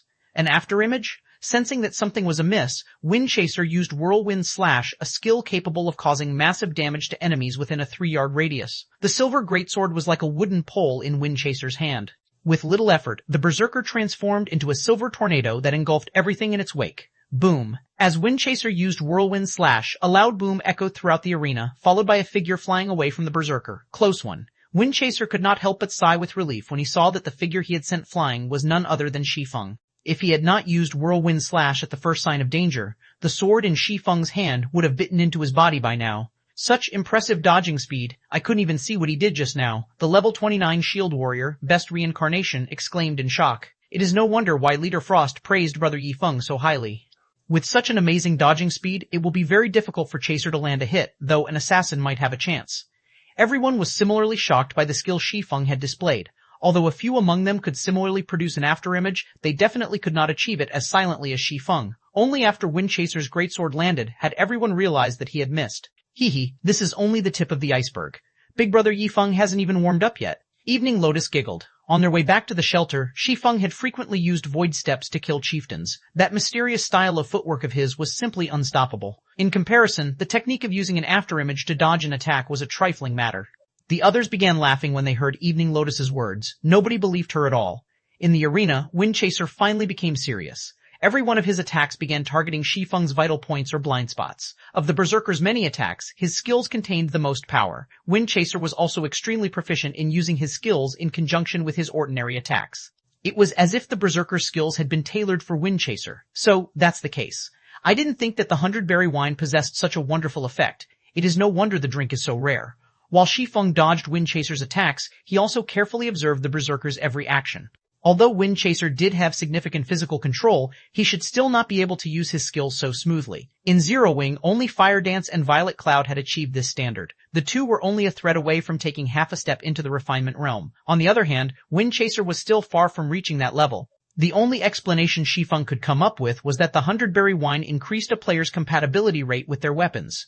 Thinking up to this point, Shi Feng involuntarily shivered. Improving compatibility rate, this was something that countless experts dreamed of. Otherwise, nobody would bother wasting so much effort to obtain weapons and equipment that fit their styles. 596 Unbalanced Phi. After seeing the 100-berry wine's true function, Shi Feng finally understood why Blue Frost and the others could achieve such high skill completion rates.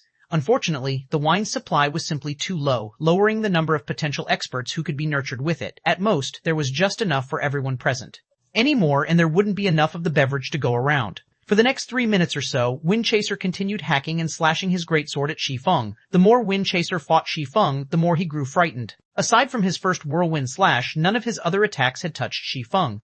Every time he thought that his greatsword was about to connect with Shi Feng's body, his weapon was always off its mark just slightly. After a dozen or so times, he could chalk it up to a coincidence. However, if over 100 attacks had the same result, there was definitely no coincidence. Just what is going on? Why can't I hit him? This was the first time Windchaser had encountered such a situation. In his past PvP battles, both sides had always suffered some form of damage. It was only a matter of how much, or how little, damage each side suffered. The side with the better techniques would naturally deal more damage, and as the battle dragged on, they would become the victor. However, this battle, in which he could not even hit his opponent, was simply driving him to madness. Is the gap between us really that big? Windchaser had already used all of the skills he could, yet no matter what he did, he could not even scratch the corner of Shi Feng's armor. This failure dealt him a huge psychological blow. Big brother Yi Feng's dodging techniques are brilliant. This is my first time seeing such techniques.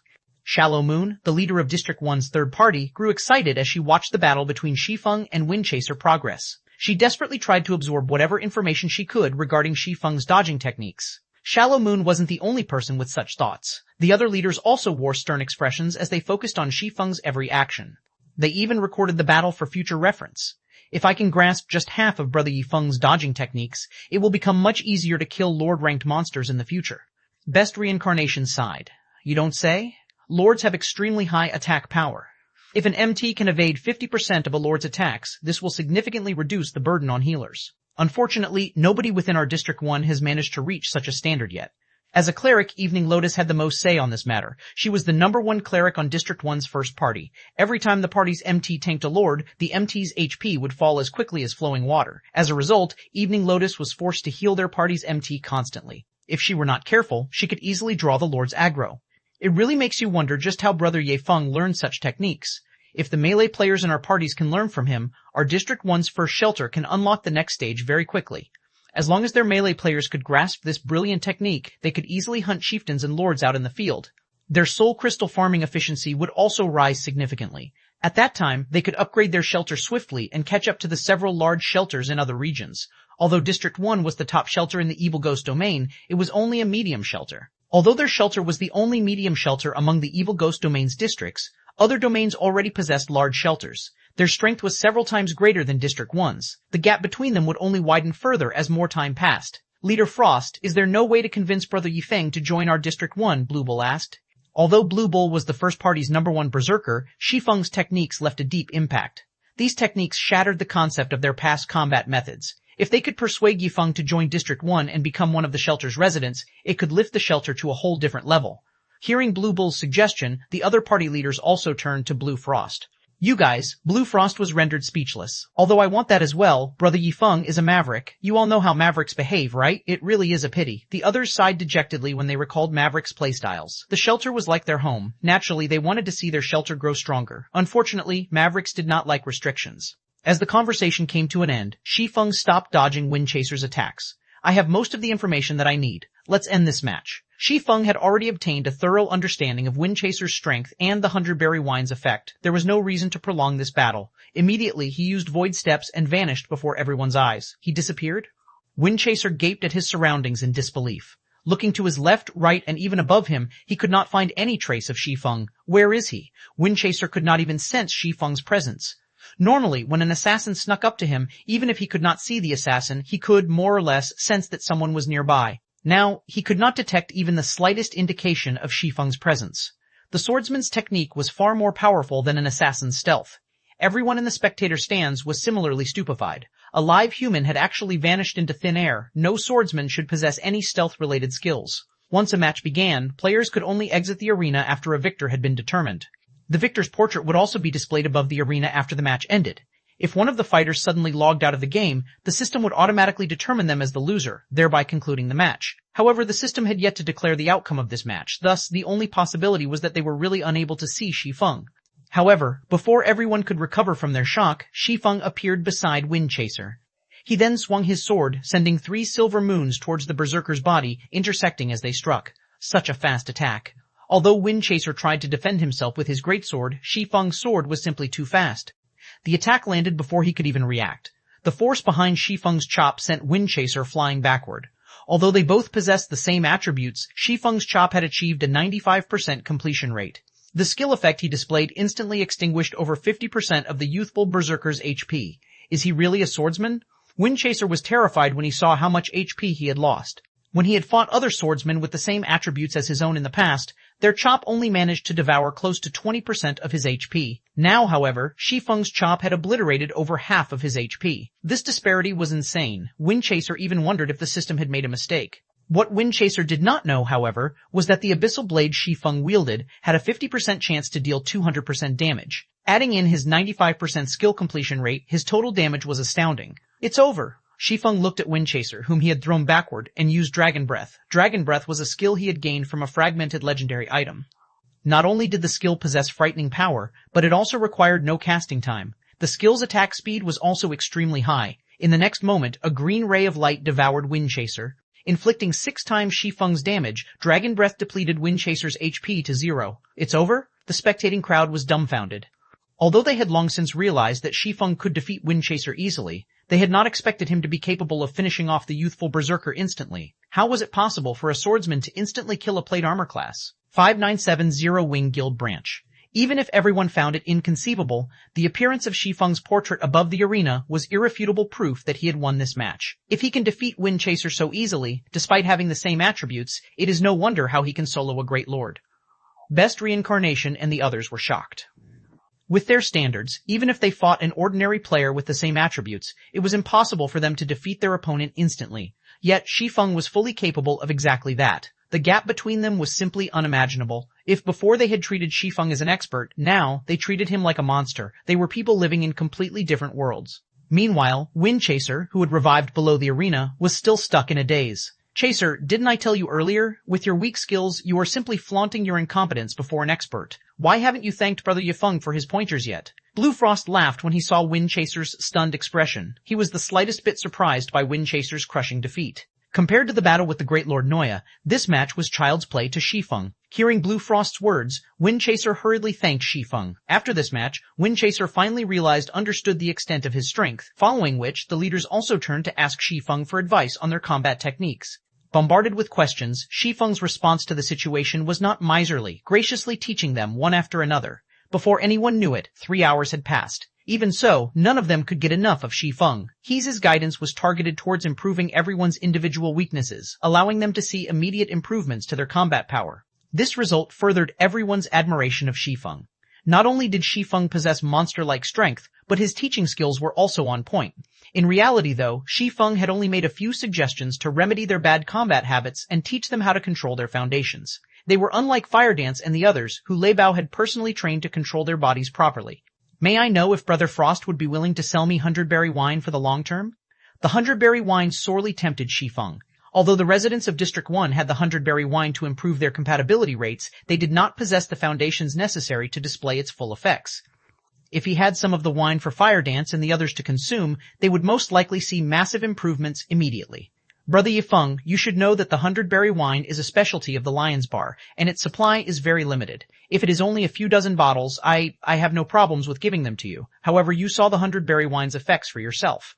It can help us improve our skill completion rates, making it easier for us to understand our skills. If we sell it long-term, it will weaken our shelter's players significantly, Blue Frost explained. I understand this, of course. However, what if I have a different method to improve the shelter's strength? Shi Feng smiled. Improve the shelter's strength? Everyone present was suddenly interested. The competition between shelters was very intense. Moreover, as players reached higher levels, the intensity would only grow as fewer high-level maps and resources would be available. Naturally, the areas where players could station shelters would also decrease. Naturally, those with sufficient strength would have priority over the high-resource locations, whereas weaker players would be chased away. Their District 1 had already competed with other shelters many times. In higher-leveled maps, however, the shelters they had to compete with would become more numerous and powerful, so upgrading their shelter's strength was of utmost importance. Join my guild, Zero Wing, Shi Feng said. Join your guild? Everyone was stunned. They all knew what a guild was. There were countless guilds in the virtual gaming world. In fact, members of guilds had formed many of the shelters. Only, as there was no guild system available in their location, nobody could officially establish a guild here. Rather than joining a guild, it was more like joining a guild's forces. Many shelters that lacked strength would usually choose to subordinate themselves to a guild's influence, gaining protection and assistance from said guild forces. In return, however, these shelters were required to supply various resources and money to these guilds. Every guild force they knew of was extremely powerful with a plethora of experts. For example, all large shelters were a part of a guild force. Medium shelters, like District 1, stood no chance against them. These guild forces also had plenty of funds and consisted mostly of professional gamers. After considering it for a moment, Blue Frost said, If we join you, what can Brother Yi Feng's guild provide? How are you going to help us increase the shelter's strength? In truth, Blue Frost had thought of joining a guild force before. Many guild forces had come to recruit their District 1. However, if they joined one, it would have to be a formidable guild force. That way, they could strive for much more resources for themselves. Otherwise, they would be better off running the shelter without a guild. If you join Zero Wing, we will provide you with teleportation magic arrays so that you can save on travel time. Zero Wing will also provide you with funding and equipment and will train you all to be true experts, Shi Feng said. Teleportation magic arrays? You guys actually managed to obtain that kind of item? Shock swept through the small crowd as they stared at Shi Feng, their jaws practically hitting the floor. As far as they knew, teleportation arrays weren't available in this area. Even large shelters didn't have any. If their shelter had teleportation arrays, they could save so much time. With that advantage, it'd be difficult for their shelter not to grow stronger, even if they tried. Brother Yi Feng, are you telling us the truth? Blue Frost asked excitedly. Don't believe me? Shi Feng laughed. He then retrieved the teleportation magic array design from his bag, placing it on the table for all to see. Here, have a look at it yourselves. Wah! It's really a teleportation magic array design. Evening Lotus's eyes shone as she examined the forging design on the table. This item was more tempting than any weapon or piece of equipment. You've seen it for yourselves now. If you all are willing to join Zero Wing, we will provide your shelter with teleportation arrays. At that time, your shelter will develop at never-before-seen speeds. Becoming an advanced shelter will become possible, not to mention a large shelter, Shi Feng said confidently. Just like the towns and cities in the outside world, the shelters in the Dark Den were categorized into ranks. There were small shelters, medium shelters, large shelters, advanced shelters, and more. As a shelter climbed the ranks, they would have access to more functions. However, it was not easy to upgrade a shelter's rank, as doing so required a large number of soul crystals. Since Brother Yi Feng has such an optimistic view of District 1's shelter, my first party will join Zero Wing, Blue Frost said after considering the opportunity for a long moment. Since Blue Frost has agreed, my second party will join as well, Best Reincarnation said as he nodded. My third party will also join, Shallow Moon agreed. In just a short moment, the top 10 parties of District 1 all agreed to join Zero Wing. They were not fools. To put it simply, teleportation arrays were like strategic weapons to a shelter. If news of this got out, countless shelters would vie to join Zero Wing. Moreover, after seeing how powerful Shi Feng was, they realized that the guild behind him would not be any ordinary existence. 598 gaining control over District 1. After gaining everyone's agreement, Shi Feng handed out contracts to each party leader and vice leader. Not one of them was an ordinary player. They all were players at the top of District 1. Naturally, they would not join Zero Wing as normal members, but middle managers at the very least. And since they were going to become Zero Wing's middle managers, they needed to sign contracts. By the time Shi Feng had arrived at this shelter, he had already considered establishing a Zero Wing guild branch here. The Dark Den was different from the outside world. Players here had a much easier time obtaining gemstones and Tier 1 taboo skills, as well as the specialties unique to various shelters. It was especially true for District 1's 100-berry wine. This was an extremely rare item that could help improve a player's compatibility rate. If this beverage were introduced to the outside world, it would help Zero Wing immensely in the future. Correspondingly, the development of life classes within the Dark Den was very slow. There were practically no players producing advanced products here. Particularly, consumables that players normally required to survive out in the fields were extremely hard to come by. These advanced consumables would certainly bolster the shelter's strength if he could supply them. The reason Fantasy Shrine had been able to develop so quickly in the past must be due to their trades with the shelter. Shi Feng suddenly thought about the first-rate guild, Fantasy Shrine, which was located in the Black Dragon Empire. In the past, Fantasy Extinguisher had accepted this epic quest and turned Fantasy Shrine into one of the Black Dragon Empire's giants. Back then, even the Dragon Phoenix Pavilion's branch guild could not afford to provoke Fantasy Shrine casually. One could just imagine how helpful the trades between the two were to a guild. After everyone had looked over the contract Shi Feng had provided, surprise colored their expressions. This Zero Wing sure is rich. It's offering a wage that's twice what other guilds offer. Just what kind of guild is this? Blue Frost had encountered many guild forces before. He had also heard of these guilds' reputations, and many of them were second-rate guilds. Unfortunately, although the wages these guilds offered District 1's top 10 parties were tempting, they required far too many soul crystals in return. Submitting to these guilds would only hinder their shelter's development. In the end, they rejected all the offers they had received. In comparison, not only was Shi Feng offering wages that would allow them to play God's domain full-time, but he also intended to supply various advanced products to hasten their development. Most importantly, he did not require any soul crystals at all. This was astounding. Soul crystals were the foundation of shelters. It was one of the resources required that players required to grow stronger. If they could gain so many benefits without having to contribute any soul crystals, they'd willingly join as normal members, much less middle managers. If there aren't any issues, you can sign the contract. Shi Feng involuntarily laughed as he saw everyone's dazed expressions. He had written this contract after taking into account the best interests of Blue Frost and the others. Not a single guild force could afford such an offer. Soul crystals might be important to Blue Frost and the others, but to Shi Feng, these items held no value whatsoever. After Shi Feng's reminder, everyone hurriedly signed their contracts. With the top 10 parties of District 1 joining Zero Wing, his guild would have control over the entire shelter. Previously, Shi Feng had learned about Shelter's development model. The top 10 parties of every shelter had special privileges. Aside from being able to purchase the shelter's specialties, these parties also had a say in the shelter's construction. They had the right to vote on which establishments they wanted to construct first. Over half of the top 10 parties needed to agree before the Lion's Bar could be constructed. Meanwhile, in order to construct special buildings such as the Lion's Bar, players would have to use the soul crystals accumulated by the shelter. These accumulated soul crystals were what players normally exchanged for contribution shares. Hence, taking control of the top 10 parties of a shelter was the equivalent to taking control of the entire shelter. With District 1 as the center, Shi Feng could then popularize the Candlelight Trading Firm's products to other shelters. Soon, the entire Evil Ghost domain would become Zero Wing's resource warehouse. At that time, Zero Wing's development speed would soar. Brother Frost, as the leader of First Party, you should be the most familiar with the shelter. Do you know of any methods to increase the 100-berry wine's production? Shi Feng asked as he turned to Blue Frost. In the past, although the 100-berry wine had been extremely rare, Shi Feng had still managed to procure some for himself. However, if District 1 could only produce 20 bottles per day, how could Fantasy Shrine have possibly afforded to sell it? The only possibility was that the supply of the 100-berry wine was not limited to this amount. However, the specialties available to every shelter were random. It was extremely rare for a shelter to obtain a specialty such as the 100-berry wine. Moreover, even with 10 shelters producing them, the total still wouldn't be enough to sate a single first-rate guild's demands, much less others' demands. I do know of a way to increase the 100-berry wine's production. Currently, the Lion's Bar is only a 1-star bar. If we promote it to a 2-star bar, then the production will increase to 50 bottles a day, 100 bottles a day if we can upgrade the bar to 3 stars. However, that will require a lot of soul crystals. With our shelter's current stock, it is impossible for us to promote the Lion's Bar. Blue Frost also wanted to increase the 100-berry wine's production. However, the soul crystal requirement was staggering. I see. It seems that it won't be possible in a short time. Shi Feng frowned slightly. In truth, there is another method, Blue Frost suddenly said, only this method is very costly and nobody is willing to do it. Let me hear it, Shi Feng said. The Lion's Bar independent promotion. Through this method, the number of soul crystals required will decrease significantly. However, that would require spending your own money for everyone else's benefit. Also, the soul crystals spent will not gain you any contribution shares, Blue Frost explained. If we use the soul crystals that everyone has contributed, we will need 10,000 crystals to upgrade the Lion's Bar to 2-star status. Independently, only 500 will be required. However, even combining the soul crystals of all 10 parties, we still don't have 500 crystals. How many are you guys missing? Shi Feng asked after giving the situation some thought.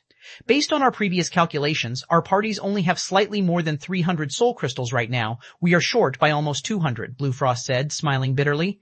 That's quite a lot. However, it is not an impossible task. Shi Feng nodded and continued. Let's do it this way. Frost, you try to buy as many soul crystals as possible for now. I'll try to obtain some myself as well. It is of utmost importance that we upgrade the Lion's Bar to 2 stars. Okay, I'll try my best. In truth, Blue Frost had considered upgrading the Lion's Bar independently as well. Only, before today, the 10 parties had not been of one mind. There would still be a few among them who would hold back some of their crystals, afraid that they would suffer if they lost too many. However, now that the top 10 parties of District 1 had become members of Zero Wing, they had become a family. With this, it would be much easier to do things like this. From this point onward, District 1's shelter would truly be united.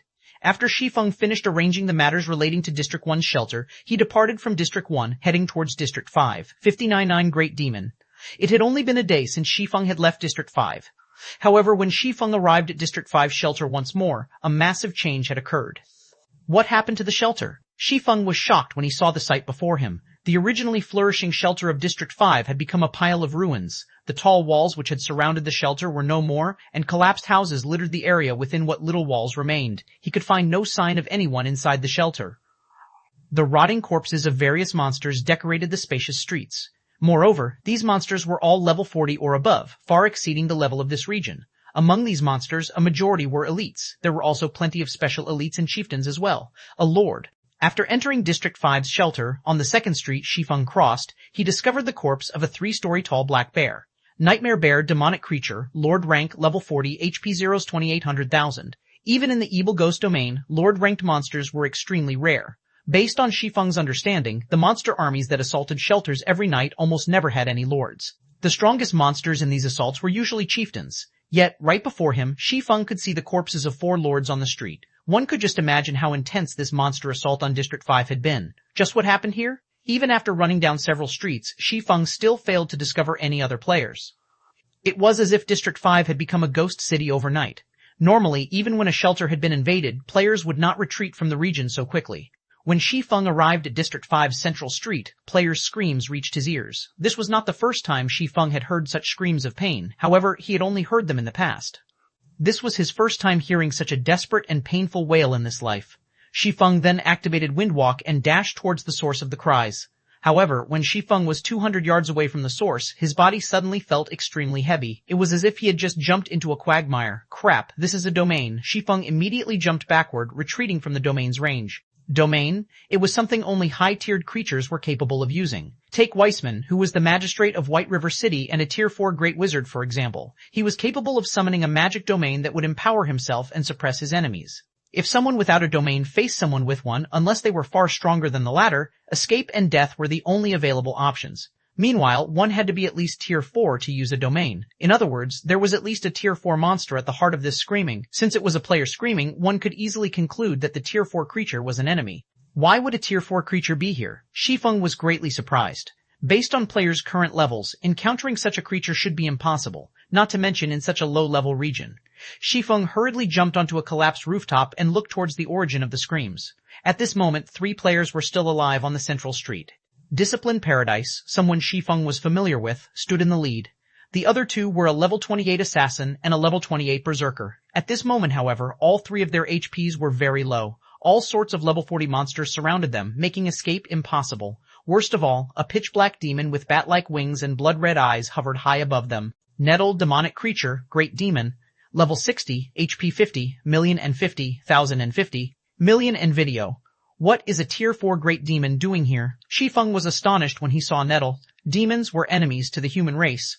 As long as a demon appeared within God's domain, the armies of various countries throughout the continent would set out to exterminate them immediately. Hence, encountering a demon was rare, not to mention a great demon. Although Nettle was only a level 60 great demon, to current players, he was invincible. He was something players simply could not afford to provoke. Despicable human, I'll give you one last chance to live. Surrender the Moloch's ring that you stole and submit. Nettle glared down at Discipline Paradise and said coldly, "Otherwise, I will give you a taste of soul fire, destroying your soul just like your companions." Shi Feng immediately sucked in a breath of cold air when he heard Nettle's words. To players, their souls were very important, and damage would bring about severe consequences. It was just like when Shi Feng collected the immortal souls of players he killed, and as a result, said players were unable to log into God's domain for a short time. However, what he collected was only a small portion of a player's immortal soul. If soulfire burned a player's soul completely, the consequences would be unimaginable. This penalty would not be limited to being unable to play the game for a few days. If a player's soul were burned by soulfire, their account would be crippled. They would have no choice but to restart an account and obtain a new immortal soul. Just what kind of quest did Discipline Paradise take on for it to have such a frightening penalty? Shi Feng's heart skipped a beat when he saw the black flame in the Great Demon's hand. Tier 4 creatures, particularly a Tier 4 Great Demon like Nettle, would not come here for no good reason. The only explanation Shi Feng could come up with was a quest. Meanwhile, Discipline Paradise must have failed to complete this quest on time, and as a result, incurred such a punishment. This penalty was similar to the penalty of Shi Feng's epic quest, Darkness Descends. "You want me to submit? Not in a million years. I'll fight you to the end." Discipline Paradise shouted as he threw his shield at the Great Demon Nettle. Before the golden shield hit Nettle, however, the Great Demon effortlessly caught the flying shield with a single hand. Nettle lightly clenched his fist. Pung! With just a squeeze, a level 25 fine gold shield was crushed. To a Tier 4 creature, it was an easy task to destroy fine gold equipment. Only dark gold equipment could withstand its power for some time. The two players standing by Discipline Paradise's sides were immediately terrified. "Since you aren't willing to become my servant, you can die," Nettle sneered. With a light wave of his hand, black flames rained down on Discipline Paradise. Discipline Paradise's group of 3 had no hope of defending against the rain of soulfire. Not only did their HPs rapidly deplete, but they also released agonizing wails due to the burning pain. The black flames devoured the trio for over a dozen seconds. Only when all 3 had turned to ash did the black flames disappear. This is going to be troublesome. A headache began to plague Shi Feng. He had only managed to obtain the Chapter of Darkness after much difficulty. Yet now, Discipline Paradise had accepted a horrible quest that was impossible to complete and was even forced to recreate his account. How was he supposed to go to the Dark Den right now? Huh? What's that? With his extraordinary vision, Shi Feng discovered a flashing black light amidst Discipline Paradise's ashes. A ring? Suddenly, Shi Feng recalled the Morlock's ring that the Great Demon Nettle had previously mentioned. That ring should be an item that would trigger a quest. Since it was a quest item, it naturally would not disappear with Discipline Paradise. Instead, it would remain and wait for the next player to come along. Is that ring somehow related to the Dark Den? Shi Feng could not help but wonder. Before this, he had asked Blue Frost about the Dark Den. However, Blue Frost did not know anything. He had not known that the Chapter of Darkness could open the gate leading to the Dark Den either. No matter how one looked at it, it was impossible for the leading figure of District 1 to possess less information than Discipline Paradise. The only explanation was that Discipline Paradise had obtained this information through some special means. Moreover, Discipline Paradise had been very eager to get his hands on the Chapter of Darkness. Now, a great demon had appeared to retrieve a ring. If one were to claim that the ring and the Chapter of Darkness were unrelated, who would believe it? I can only give it a try. Shi Feng gritted his teeth. He then dashed forward towards the ring with intense speed. 600 Ring of Legends. After Shi Feng crossed about a dozen yards or so, the Great Demon Nettle sensed his presence. Why is there still an ant? Go, finish him off. Nettle, who hovered in the air, commanded 5 level 40 chieftains to deal with Shi Feng. In the Great Demon's eyes, a Tier 1 player like Shi Feng meant too little for him to take action personally. He had only killed Discipline Paradise personally due to the Moloch's ring. Otherwise, he would have let his subordinates finish off the Guardian Knight and the others. When 100 yards stood between Shi Feng and the Moloch's ring, 5 massive black demonic bears surrounded him. Just in time. Shi Feng smiled faintly. He then used silent steps on one of the demonic bears. Shi Feng crossed a distance of 20 yards instantly. He then activated the aura of Wind's activatable skill, Wind Rider, his speed abruptly increasing by 220%. Transforming into a fierce gale, he easily shook off the 5 black demonic bears and continued his way towards the Moloch's ring. Not bad for a little ant. Nettle frowned. He stretched out his left hand. A ball of black flame bloomed in Nettle's black-scaled palm. Although this ball of black flame did not radiate any scorching heat, Shi Feng could clearly feel how formidable it was. If the flame so much as touched him, he would instantly lose his life. You should feel honored to die by the Great Demon Nettle's hand. Nettle then lightly waved his hand at Shi Feng. Suddenly, a tidal wave of black flame washed down from the sky. Agonizing screams tore from the throats of any monster that encountered these black flames. The raging fire turned them into nothingness in the blink of an eye. Not daring to be careless, Shi Feng soared into the sky, avoiding the black flames by the skin of his teeth. Despicable ant, you actually to dare dodge my attack, Nettle bellowed. In the next moment, countless black arcs of lightning appeared in his hand. Each arc was as thick as a person's thigh. The great demon then pointed at Shi Feng, shouting, "Turn to ash." Immediately, the arcs of lightning formed a giant web that flew toward Shi Feng faster than when he had Wind Rider activated. This was the Tier 4 skill the great demon Nettle was most proficient with, Dark Vortex. Not even a Tier 4 NPC could dodge this skill. They could only attempt to block it. As for players, they would die instantly. Is there a need to be this serious? Shi Feng was rendered speechless as he saw the black electric net that had already surrounded him. I have to use my trump card. Shi Feng no longer tried to dodge the black lightning, opting to charge towards it instead. Trying to kill yourself now that you know escape is impossible? Nettle smiled with satisfaction as he watched Shi Feng's suicidal action. Boom! A thundering explosion occurred as Shi Feng collided with the black electric net. It was as if the end of the world had arrived. Not even a level 40 chieftain could survive such a frightening attack. Just as the great demon was about to turn away, he suddenly discovered that something was amiss. A golden figure flew towards him. How was he still alive? Nettle stared at the unscathed Shi Feng. While the great demon was surprised, Shi Feng arrived at Discipline Paradise's ashes. His hand snatched Moloch's ring swiftly and placed the item in his bag. Despicable thief. You have truly angered me this time. A cold glint flashed in Nettle's crimson eyes. Suddenly, a blood-red battle axe with a thorn-covered handle appeared in Nettle's hands. With a flap of his wings, the great demon instantly appeared in front of Shi Feng, swinging his battle axe down at the swordsman. Explosions shook the air as the axe descended.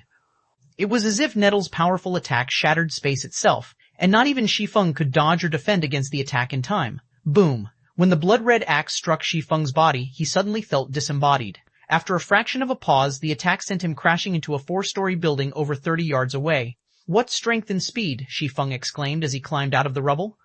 The great demon Nettle's strength was definitely at upper rank Tier 4. If he had not switched the aura of wind to the aura of earth and activated absolute defense in time, even if he were a level 60 Tier 2 swordmaster, that single hit would have obliterated him. Currently, although Shi Feng had not received any damage, his entire body was numb. Even moving was difficult for him. The strength of a Tier 4 great demon was simply too terrifying. Moreover, Nettle's strength wasn't just limited to his attributes. His techniques were similarly frightening. Nettle's simple swing had not contained any excess movements at all. The demon was operating at the same level as a top-tier expert.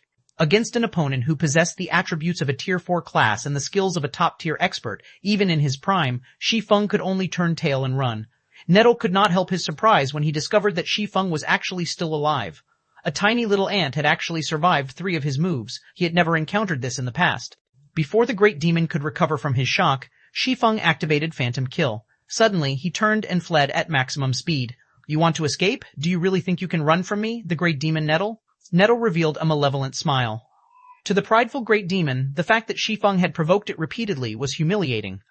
If others heard of this, he, the great demon Nettle, would watch his reputation in the dark den wither. Spreading his wings, Nettle transformed into a black streak of light as he chased after Shi Feng, so fast, as expected of a winged Tier 4 great demon. Glancing at the rapidly approaching great demon, Shi Feng inwardly prayed that it would not discover his plan. Wind Rider only had a duration of 24 seconds. From the time he had activated Wind Rider until now, nearly 7 seconds had passed. He had also used up absolute defense already. If he wished to escape from the Tier 4 Great Demon, his could only rely on diversions. At this moment, Shi Feng's doppelganger hurriedly activated Blade Liberation and Windwalk. The doppelganger then dashed in the opposite direction of Shi Feng. None of the surrounding level 40 chieftains could keep up with the doppelganger's speed. In just a short moment, the doppelganger had shaken off all its pursuers. Roughly 5 seconds later, Nettle also caught up with Shi Feng. Despicable human, I admit that you are very skilled. A little Tier 1 swordsman like you has actually forced me, the great demon Nettle, to expend so much effort to deal with you. As a reward, I will grant you endless torture. You will become my puppet for the rest of eternity. Nettle shouted, a ferocious grin appearing on his face as he watched the currently motionless Shi Feng. Oh, really? You'll have to catch me first, Shi Feng replied disdainfully. Catch you? The great demon Nettle's expression sank as he suddenly discovered that the Shi Feng before him had changed. Although the Shi Feng before him had become stronger, his eyes were that of a puppet's. There was not the slightest sign of anger within those eyes. Damn, it's a doppelganger. Saying so, Nettle abruptly jumped into the air and returned to District 5.